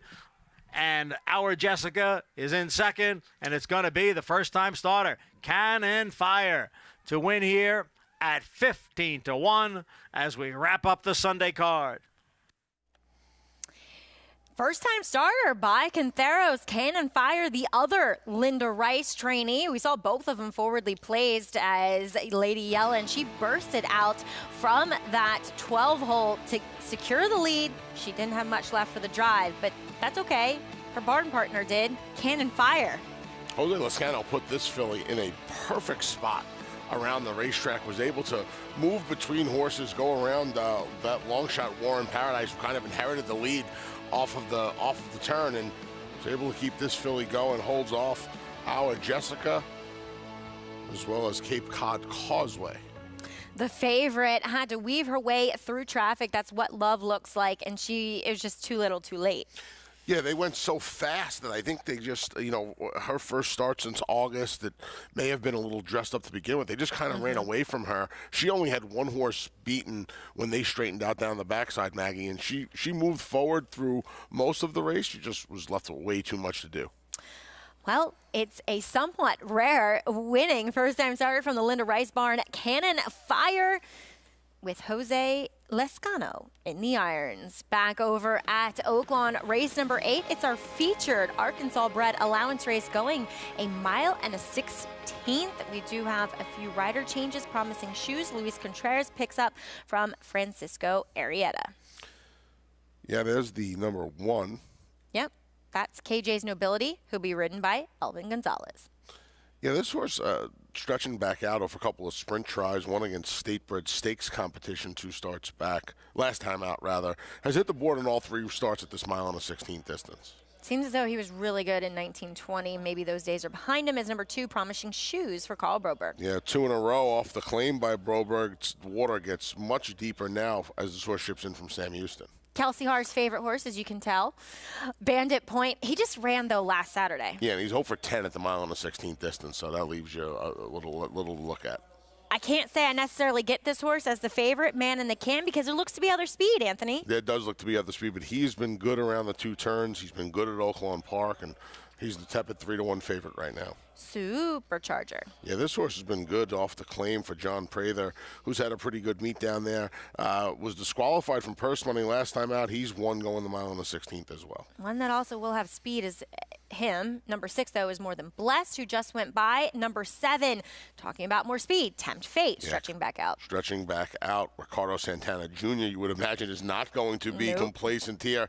This horse was off the board for the first time in 11 tries last time in the stakes race. Yeah, and he just, I don't know, you never seem to be in a comfortable position. As speaking of stretch out, Smarty Grimes tries this distance for the first time. Love this horse's name. He's going to stretch out, though, for Broberg off the claim. It's really been a tale of 2 meets for Broberg. He started out so slow and then has really picked things up the second half of the meet. This horse is a gigantic price. If this was the longest shot on the board, I don't know if this horse should be the longest shot on the board, Maggie. Yeah. I mean, he's coming out of a State-bred 8. Listen, at that horse first off the Broberg claim at 21-1, I think is way too big of a price. It is a claim back for Carl. Yeah. But it's not like he did exceptionally well with this horse prior. True. He lost him for 62.5. All valid points. Okay. Supercharger in here, another one that I was saying could have some speed. And I thought he didn't have the greatest trips last time, but this is the race 3 back when he did meet Man in the Can, and Man in the Can that day would wire the field. Right. So I think Supercharger is the horse that is supposed to pull the right trip today. He's probably not as fast anymore as some of the other speed. This is weird. This is a horse that, since he left Kim Hammond up at Indiana Grand last fall, he's kind of lost some of his speed. I just wonder if he was able to control those races in Indiana and he's just run into tougher competition down here. That might bode well for him, though, today, because Man in the Can doesn't figure to be able to lope along on an easy lead like this. He'll take some pressure, and I think this is the horse, Supercharger, who can work out the right trip today. He's a good price, too, at 6-1. Well, the pace looks interesting, to say the least, and we'll bring in Gary Stevens now. Gary, maybe if you can, touch on the pace and how you see it playing out, but also where do these horses go from here? Well, they're going in the Arkansas Championship. This is actually a prep race. It runs on May 7th. It's $200,000. Tempt Fate actually won that race last year. Man in the Can was second. So for those of you that didn't, it's not a stake race, but it's a preview for the Champion Stakes on closing weekend here. But there's going to be plenty of pace in here, and I think it's going to set up well. There's a new shooter here. He came in. He had never run against Arkansas breds. He came in from Louisiana. He got the money that day, more than blessed. He paid $51, and he's opened up at 4-1. He's at 6-1 right now. He's a come from off the pace type horse. I think he's going to get pace to run at, but there is going to be plenty of heat early on, guys, and these wind conditions just continue to get stronger and stronger. As I said, huge tailwind down the backside, but it's like the old saying, whatever goes up must come down, because they've got to run into this headwind of 40 miles an hour gusts all the way through the stretch. Maggie? Gary, thanks. And yeah, I mean, is, as Gary said, a precursor for that Arkansas bred challenge day or championship day. And Tempt Fate, as Gary mentioned, last year's winner, he's being very aggressive out in the racetrack, and I thought he looked sensational. We'll see with him stretching back out. It kind of almost felt like a one-off with him winning that. And I don't know if he gets necessarily clear here. And look how he won it. He won it in gate-to-wire fashion, right. Which is, it's kind of hard to envision anybody being able to shake loose here. We continue our support of the PDJF telethon. $266,000 raised so far today, Anthony. And who do we have the same for in there? The legends that are Lafitte Pinkai Jr., as well as Ramon Dominguez, Eddie Garcia, and Joe Bravo in there as well. Thank you for their time in answering the phones to all that have called in and donated. Yeah, fantastic job by everyone. Like Richie mentioned, or Gary mentioned, I can't remember who mentioned it, but Ramon flew out there for the day to help the cause. And yeah, it's great to see these guys and gals pitching in to help each other. Obviously, in a time of need, always. There's no constant flow of money to the PDJF, so these telethons and these fundraisers are as important as can possibly be. I'm hoping we reintroduce the jockey karaoke up at Saratoga. Maybe you and I could do a duet for the halftime show. Dude, give me one vodka tonic and I am a singing machine. What would we do? Islands in the Stream, a little Dolly and Kenny Rogers. Do a little Islands in the Stream. You know what, duet? So it's a little bit slow for your liking, but I love leather and lace, which I think would be appropriate for you and I. You could wear leather chaps. I'm in. I'm just kidding. I am in. Leather That's and lace goal. in. That's a goal for your weight loss. Sign it up. Journey. We got this on leather tape. pants. We're good. You can leather borrow and these lace. ones I have on right now. I can't fit in those leather pants. Sorry. That's never happening. Me getting in your leather pants, those leather pants is never happening. This is going back to the racing. As they are circling behind the gate here, looks like we're waiting on the loose horse. They're reopening the stalls here, so I think we're going to have a delay and possibly a late scratch of number 7. It looked like that to me, yes. Looked yeah. Like the I don't know what starter. happened. It wasn't on our screen, and he went to favoritism, Anthony, and they have taken his number down. I don't know.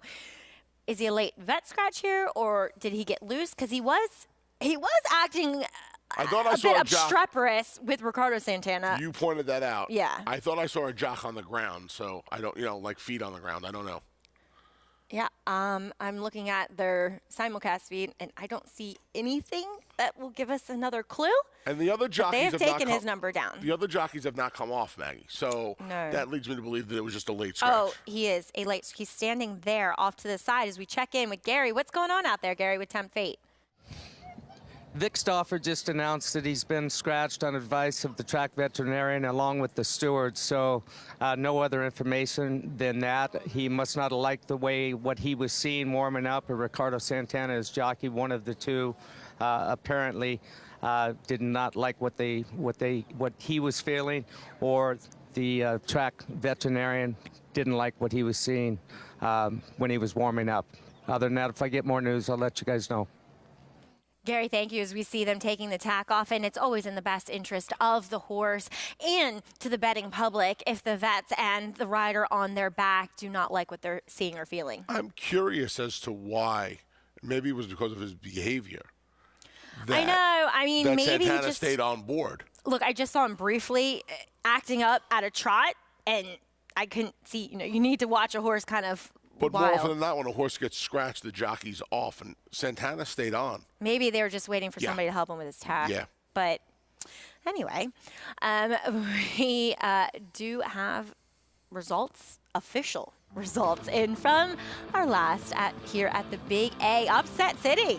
15-1 on Cannon Fire, first-time starter for Quinteros out of the Linda Rice barn. What a fantastic trip Jose Lascano worked out with this first by Quinteros, like you said, getting the job done 15-1. Big balloons all around on the exotics as well, and we got to carry over in the pick 6 for Thursday. And he didn't look as though he was being that easy for Jose either. Watching him in the warm-up, he was very headstrong, and he was giving him fits. He kind of wanted to lug in early there, but once he got clear, he was all about his business. Yeah, and the favorite, we talked about this, what love looks like, just left with a little too much to do, winds up rounding out your super at even money. That's a nice exacta, though. $165 for $1.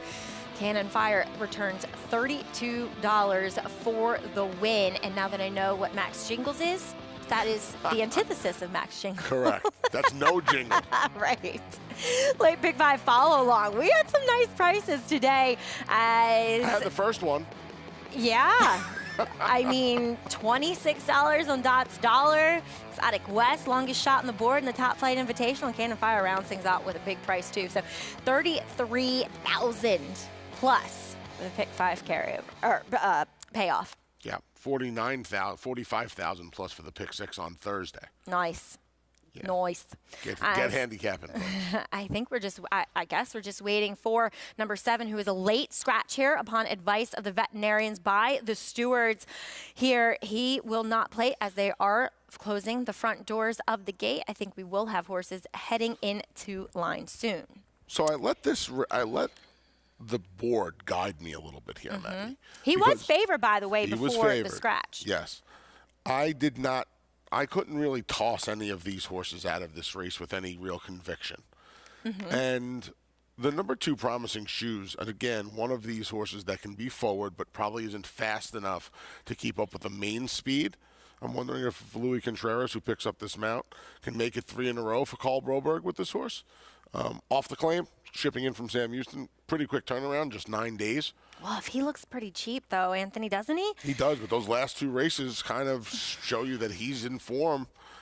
He has some back races. He has some wins at Oaklawn Park, and I'm going to try him. Look, he's 9-1. I don't necessarily love the quick turnaround, but I love this horse. I think just because of Kelsey's love for Bandit Point, he could get the right setup today if the speed does play out. Yeah, he just doesn't have a good record of the distance. That's his biggest he's problem. a little bit more of a sprinting type as they're heading in line for our featured Arkansas Bred Allowance fixed offer with your call. Post. They're off. Man in the Can got away to an awkward start. Supercharger and KJ's Nobility. Now Man in the Can is a handful, and he's going to run up into a joint third inside of Smarty Grimes. More Than Blessed is going to check off heels. Then Promising Shoes, and the early trailer is Bandit Point. Supercharger to the backstretch, a length and a half in front of Smarty Grimes. 3/4 to KJ's Nobility at the rail, and Man in the Can just alongside him. More Than Blessed gallops in 5th and about 5 off the lead. He's 2.5 in front of Bandit Point, and the trailer is Promising Shoes, and the leader is Supercharger. Supercharger up the backstretch, a 2-length advantage on Smarty Grimes. Man in the Can will be 3 wide leaving the backstretch. Meanwhile, the veteran KJ's Nobility stays at the rail. He's a joint third and 2 from the front.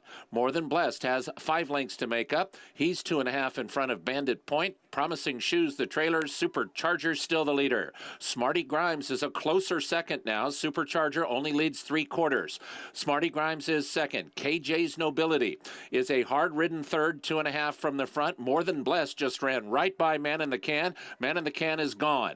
Bandit Point is next. Promising Shoes, Supercharger the leader. Smarty Grimes is second. KJ's Nobility. Going to need some room through from the inside for Elvin Gonzalez, but he's got a chance, and so does More Than Blessed in the center. Supercharger leads. KJ's Nobility. You better take a look at Bandit Point, and here he comes from the back of the racetrack. Supercharger, KJ's Nobility, and an on-rushing Bandit Point down to these three. Supercharger, Bandit Point down to these two. Here's Bandit Point all the way to win.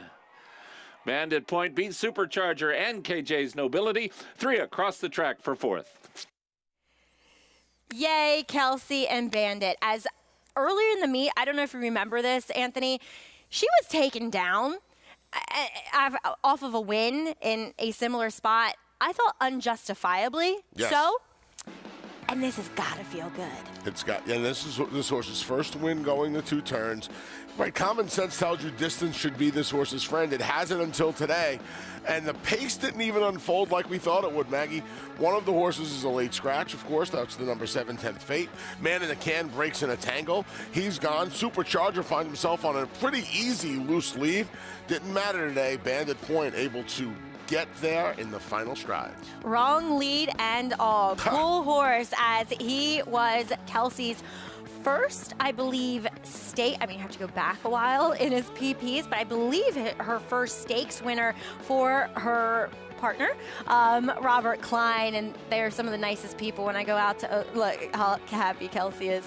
Probably out of breath too for riding Bandit Point the rest of the stretch, but really nice people, and could not be happier for them, as this is a true house horse. Yeah, house horse all around. Great job getting this horse ready for the mile on the 16th today, and we'll see what happens going forward in that championship race at the end of the meet. Yeah, good looking son of Indy Squall, who out of the Langfure mare Set Point. The PDJF telethon does keep rolling along, and this hour, what a awesome raffle we have, Anthony. The Breeders' Cup tickets, it is 2 grandstand reserve tickets for the 2022 Breeders' Cup at Keeneland, both days. Yes, over $250,000 already raised. Bravo to everybody out there, and keep on going. These raffle prizes, this one in particular for the Breeders' Cup, not going to want to miss it. Can't wait. Keep calling. Stay tuned, too, to America's Day at the Races.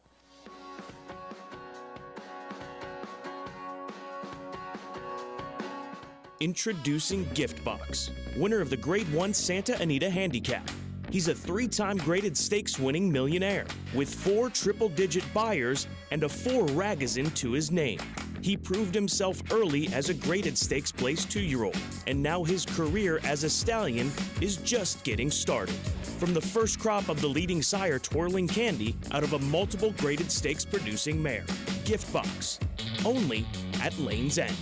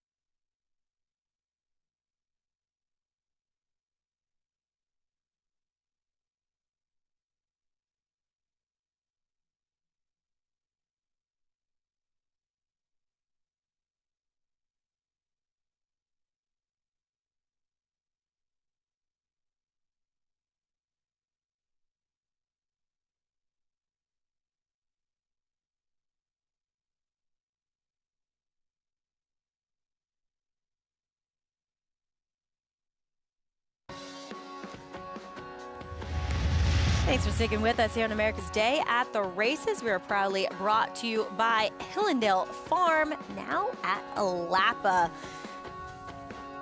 Oaklawn Park, their featured race, Bandit Point. I love, by the way, Are you a fan of this horse, Meg? Just a little bit. Just a little bit. I'm a fan of Kelsey Hart and Robert Klein, too, because they're really, really sweet. They won the last race when I was out there, too, on Arkansas Derby Day, so really happy for them. They work incredibly hard. They have a sweet little daughter, Lacey Joe, as well. And look at Bandit Point. Wrong lead and all. Just comes rolling down the middle of the stretch. Yeah, you see Kelsey really keeping this horse out in the clear and just trying to stay out of everybody else's way and getting around and not getting this horse in any trouble. And he has yet to get there at the mile and a 16th until today. He's able to get by Supercharger in the last 7 or 8 jumps. And Kelsey, second win on the day as Bandit Point goes off at 6-1, returns $14 over Supercharger and KJ's Nobility. Yeah, KJ's Nobility didn't have the cleanest of trips. It was kind of bottled up along the inside most of the way. Maybe take a look at him going forward.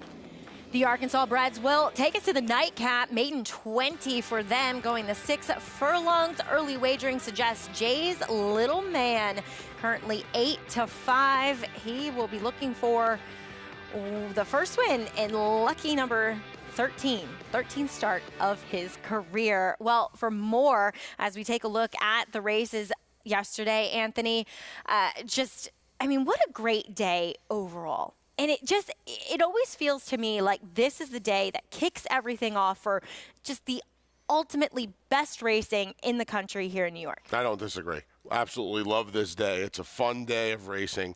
And we got treated to some fun races yesterday, some commanding performances, right? I think the first one that comes to mind is Speaker's Corner, but we wrapped the Kentucky Derby Trail for the most part, especially here in the Big Apple.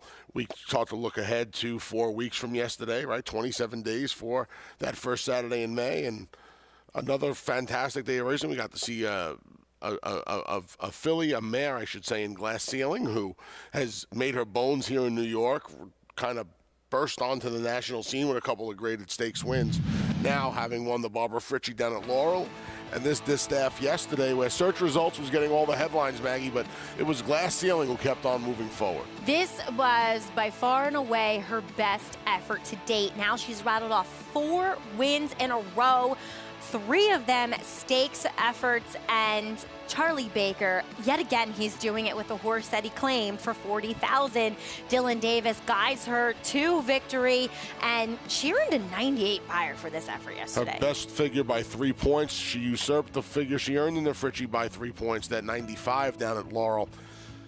You know, it's amazing how these horses, and Charlie was telling Richard McGiore yesterday how she's a good doer in the feed tub and she just keeps moving forward, right? Mm-hmm. She doesn't need a break. I remember earlier in her career, they kept running her and running her. And I was, man, she needs a break at some point. And she got like a 3-month little break. And then since then, she's done very little wrong. You mentioned Charlie, the claiming price, $40,000. She's had some winter here and now into the spring. And I would imagine he has to keep running her in these top sprint races for the fillies and mares until she tells him either I've had enough or this water's a little too deep. Well, yeah, I mean, as you alluded to, she looks to be a mare that's thriving on racing. She does not have a line in her form dating back to the summer of 2020.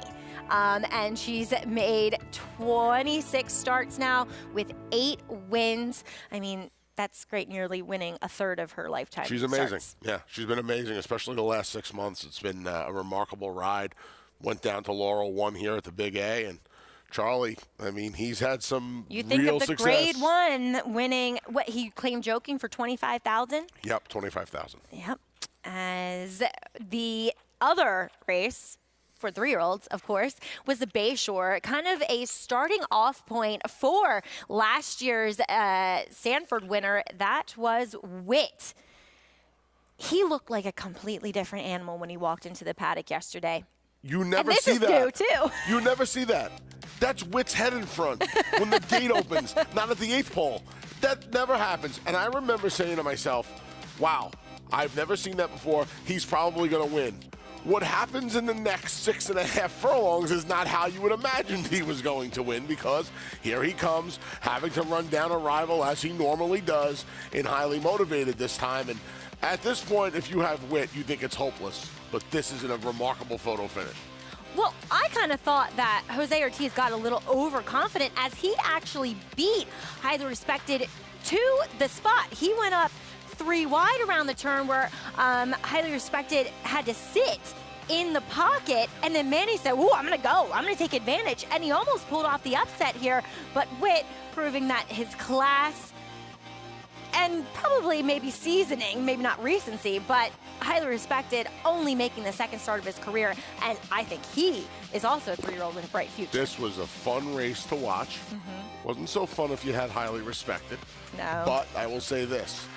I love our sprint series here for the 3-year-olds in New York. Same, right? Woody Stevens, H. John Jerkins. Love it. And then by the time the end of the season rolls along and you start to think about running these horses against the older horses, you could stay around one turn, the Kelso Mile, the As we've Cigar seen Mile. many 3-year-olds do.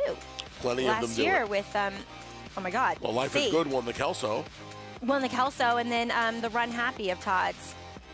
Oh my God, Following C. Following C. Yep. So there you go. A fantastic series. Love the series.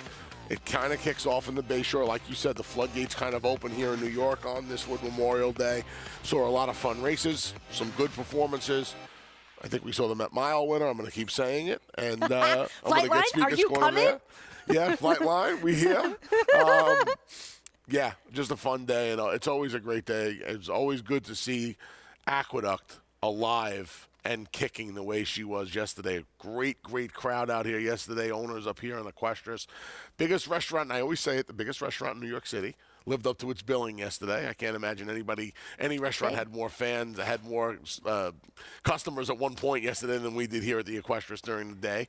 And, yeah, it was just a fun day here at the Big A. It really was, and it's always a fun day for Todd Pletcher. He seems to always have success on this day, picking up 2 of those graded stakes victories, including his 7th win in the last 12 runnings of the Grade 2 Wood Memorial. Well, back over at Oaklawn, we have one more race to offer you, but Chelsea Bailey, well, that's what she used to do.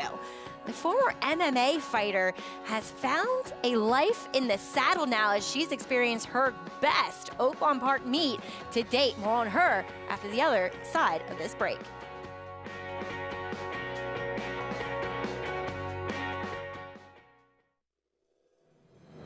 They're off in the United Nations. Fantastic is sent hard to take the lead. Fantastic has been there every step of the way. Fantastic shakes loose with 1/4 mile to go. He's in front by 2 lengths, but it is Fantastic to take them coast to coast in the United Nations. 155 and in the back, 150,000. Jody, thank you. Fantastic, standing at 3 chimneys. This season at Oaklawn, we've got more of everything.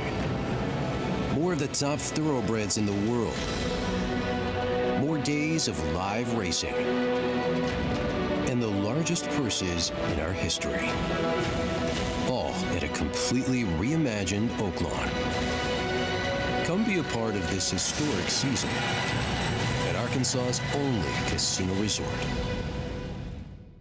If you're looking into racing partnerships, you should know they're not all the same. When you partner with Bond Racing Stables, you become a member of a growing family of racing enthusiasts, all guided by 3 generations of experience in thoroughbred breeding, training, and racing. Sharing the excitement at Saratoga and Belmont Park, where we've graced a winner's circle with winners like Giacosa, who was bred, born, and raised here at our Song Hill Farm. Get more than just a partnership. Become a member of the Bond Racing family. 3 generations of thoroughbred excellence. How does horse racing support New York's economy? It's responsible for 19,000 jobs and more than $3 billion in annual statewide economic impact. These good-paying jobs support working families across the state and sustain thousands of small businesses both on and off the track. Horse racing in New York means jobs and opportunities now and in the future. We are New York horse racing.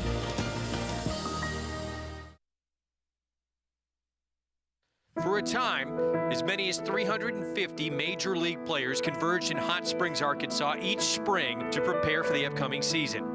Ownership felt they needed to boil out the alcoholic microbes. Hot Springs was known as a place that had therapeutic waters, and they came for that reason. And then the ball players turned out to love it because they really not only did get in shape, but they had a great time. By the 1930s, nearly half of all major league teams had, at some point, used Hot Springs as their spring training base. Plus, about half of all prominent ball players visited Hot Springs individually. Babe Ruth used to visit Hot Springs to work his way into shape, a place to prepare for spring training. In fact, the Babe even used the hot healing waters to recover from influenza. This wall at the Gangsters Museum of America in Hot Springs represents the long list of Hall of Fame baseball greats who trained here. The winter storm of 2021 is a reminder of why baseball eventually migrated away from Hot Springs. The rain proved to be a disruption, and sometimes even the cold and snow wiped out valuable practice time. Although by the 1930s most teams moved to Florida and Arizona, Hot Springs would continue to be a destination for players to work out before joining their major league squads for decades to come. Thanks for sticking with us. Here on America's Day at the Racing, we are proudly brought to you by NyraBets. Bet any track, anywhere, anytime. Well, with one more race to go out in Hot Springs, we will see apprentice Chelsea Bailey on the 2 in here. But Chelsea, she wasn't a natural to get into the irons. She actually began her career as an MMA fighter, and as she explains, it was actually a natural transition to getting to becoming a jockey.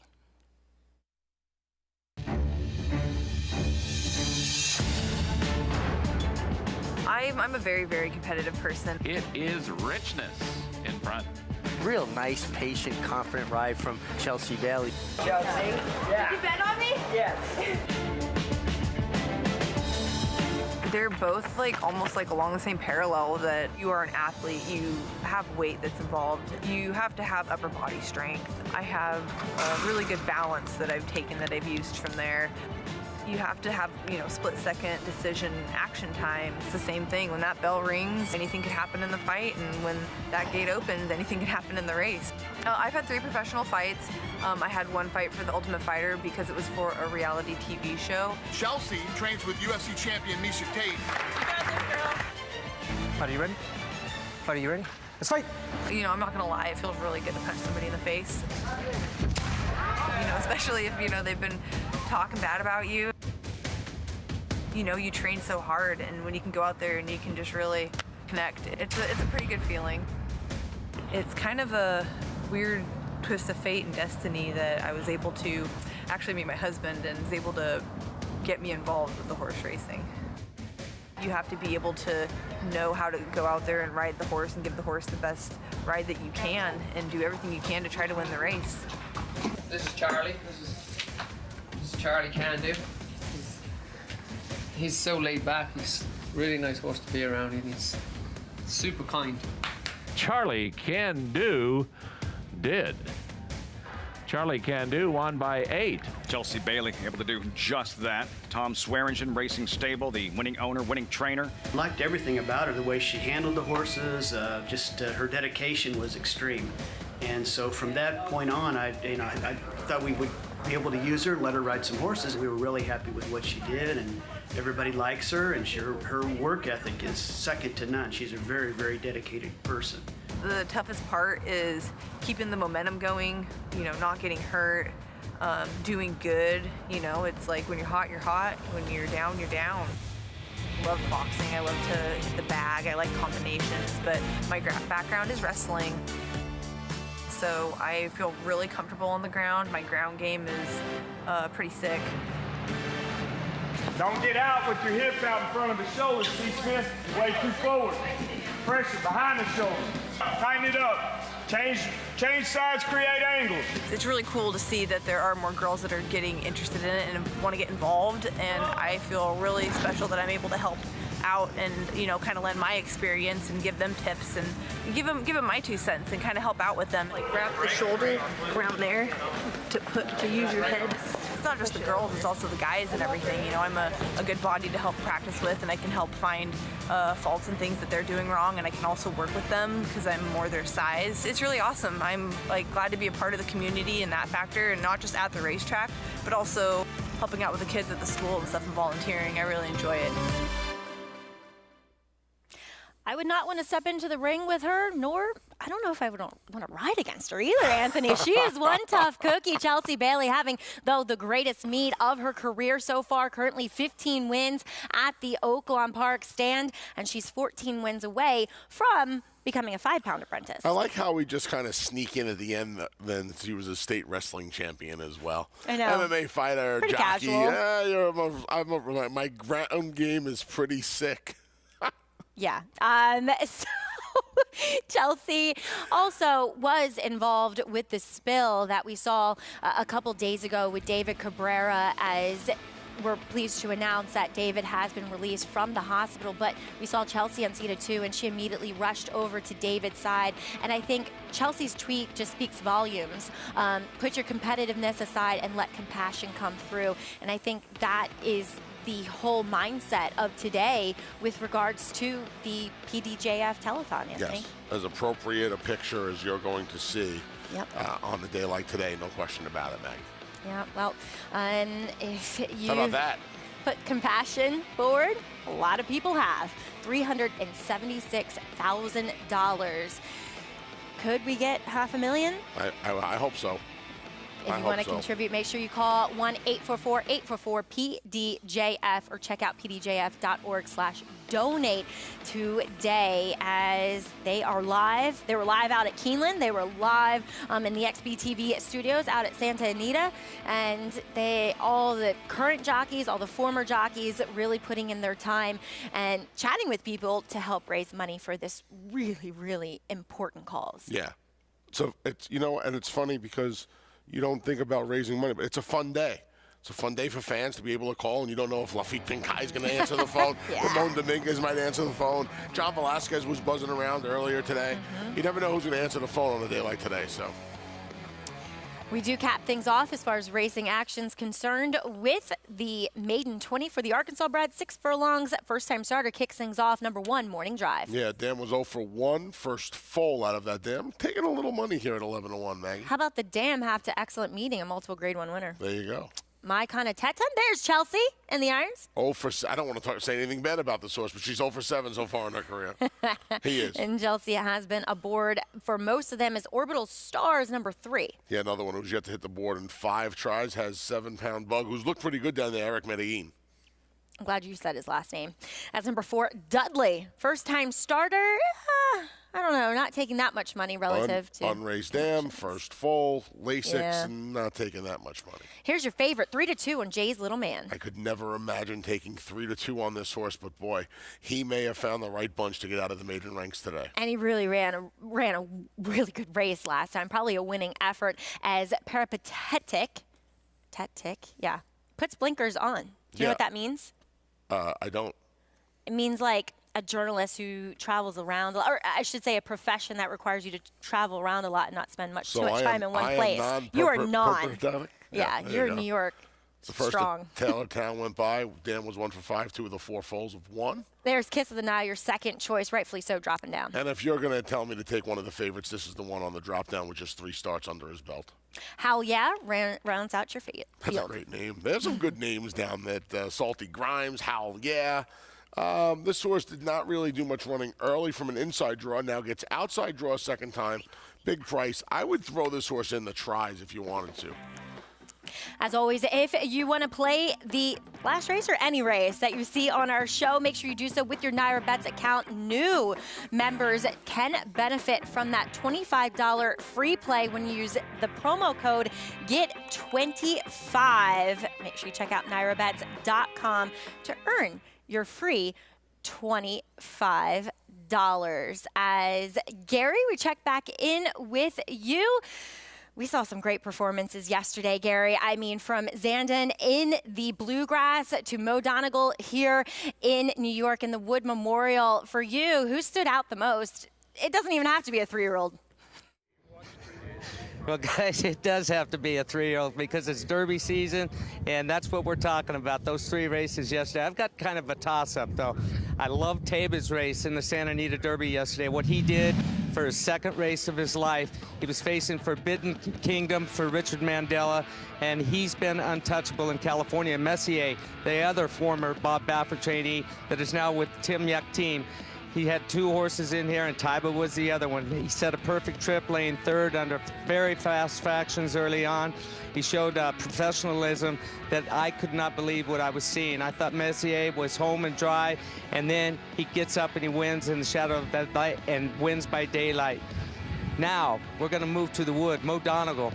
And the reason I said I toss up 2 different styles. Mo Donegal, he broke better yesterday. He was within striking distance. He was back in the pack, but he made a nice move down the backside, had to tap on the brakes a little bit. Powerful, strong ride from Joel Rosario. I love the way that he lengthened through the stretch.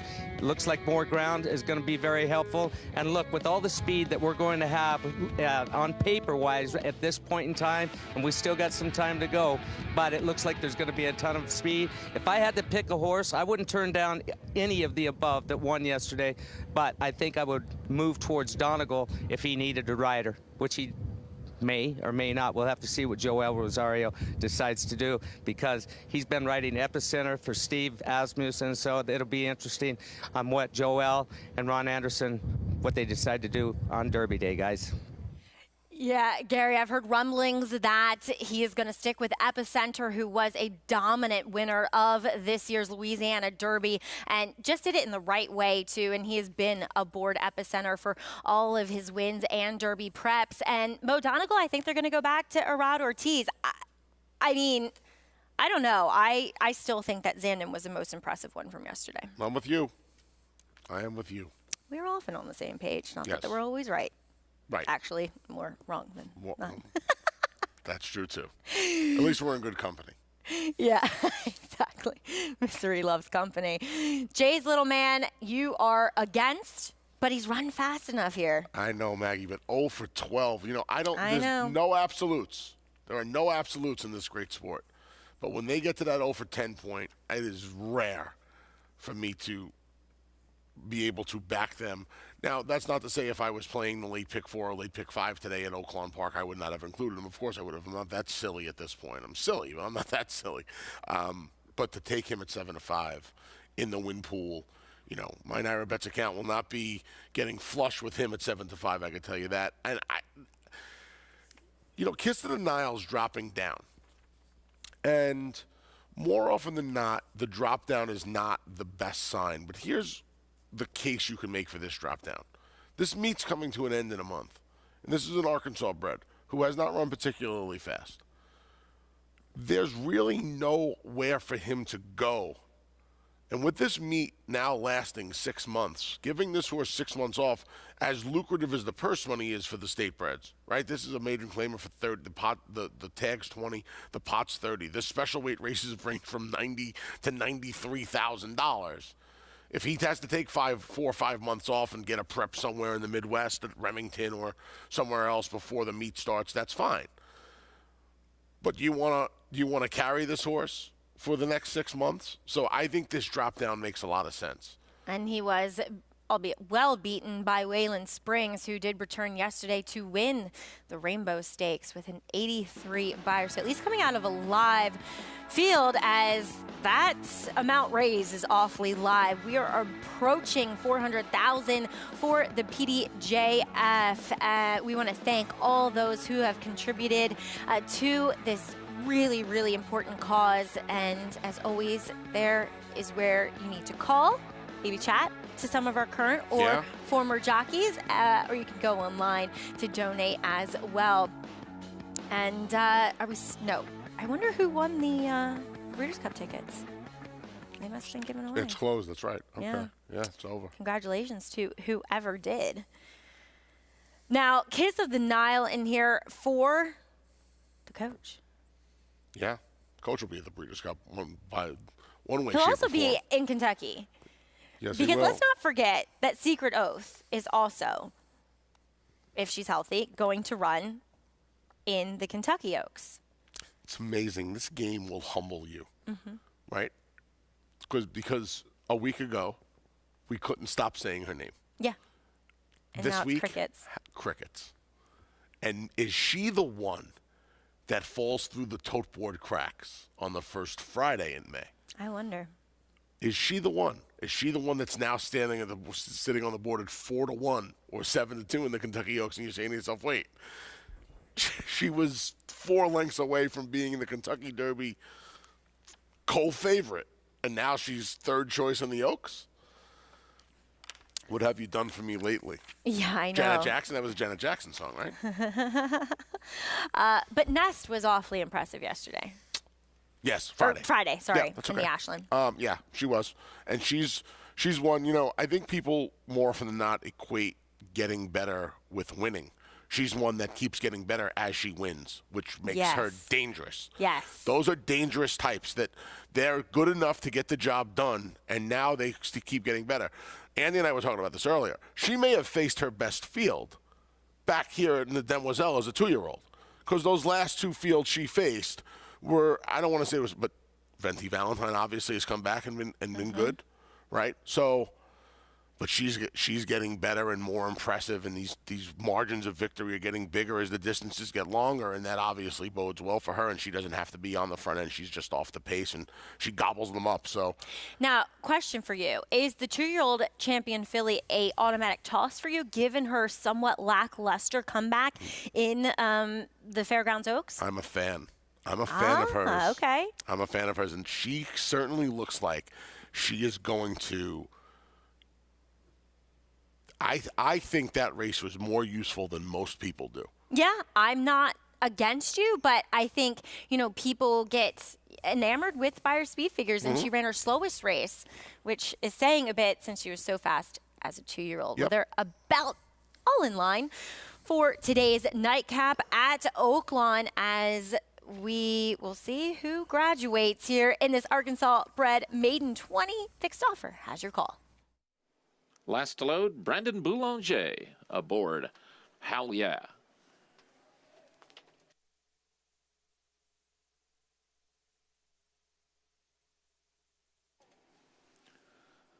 They're at the post. They're off.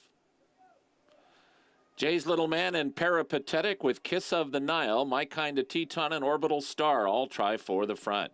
Then comes Dudley and Howlia, followed by Taylortown, and the trailer is Morning Drive. They mix it up the backstretch, My Kind of Teton, a 3-wide Jay's Little Man and Orbital Star between horses. These 3 right across the racetrack.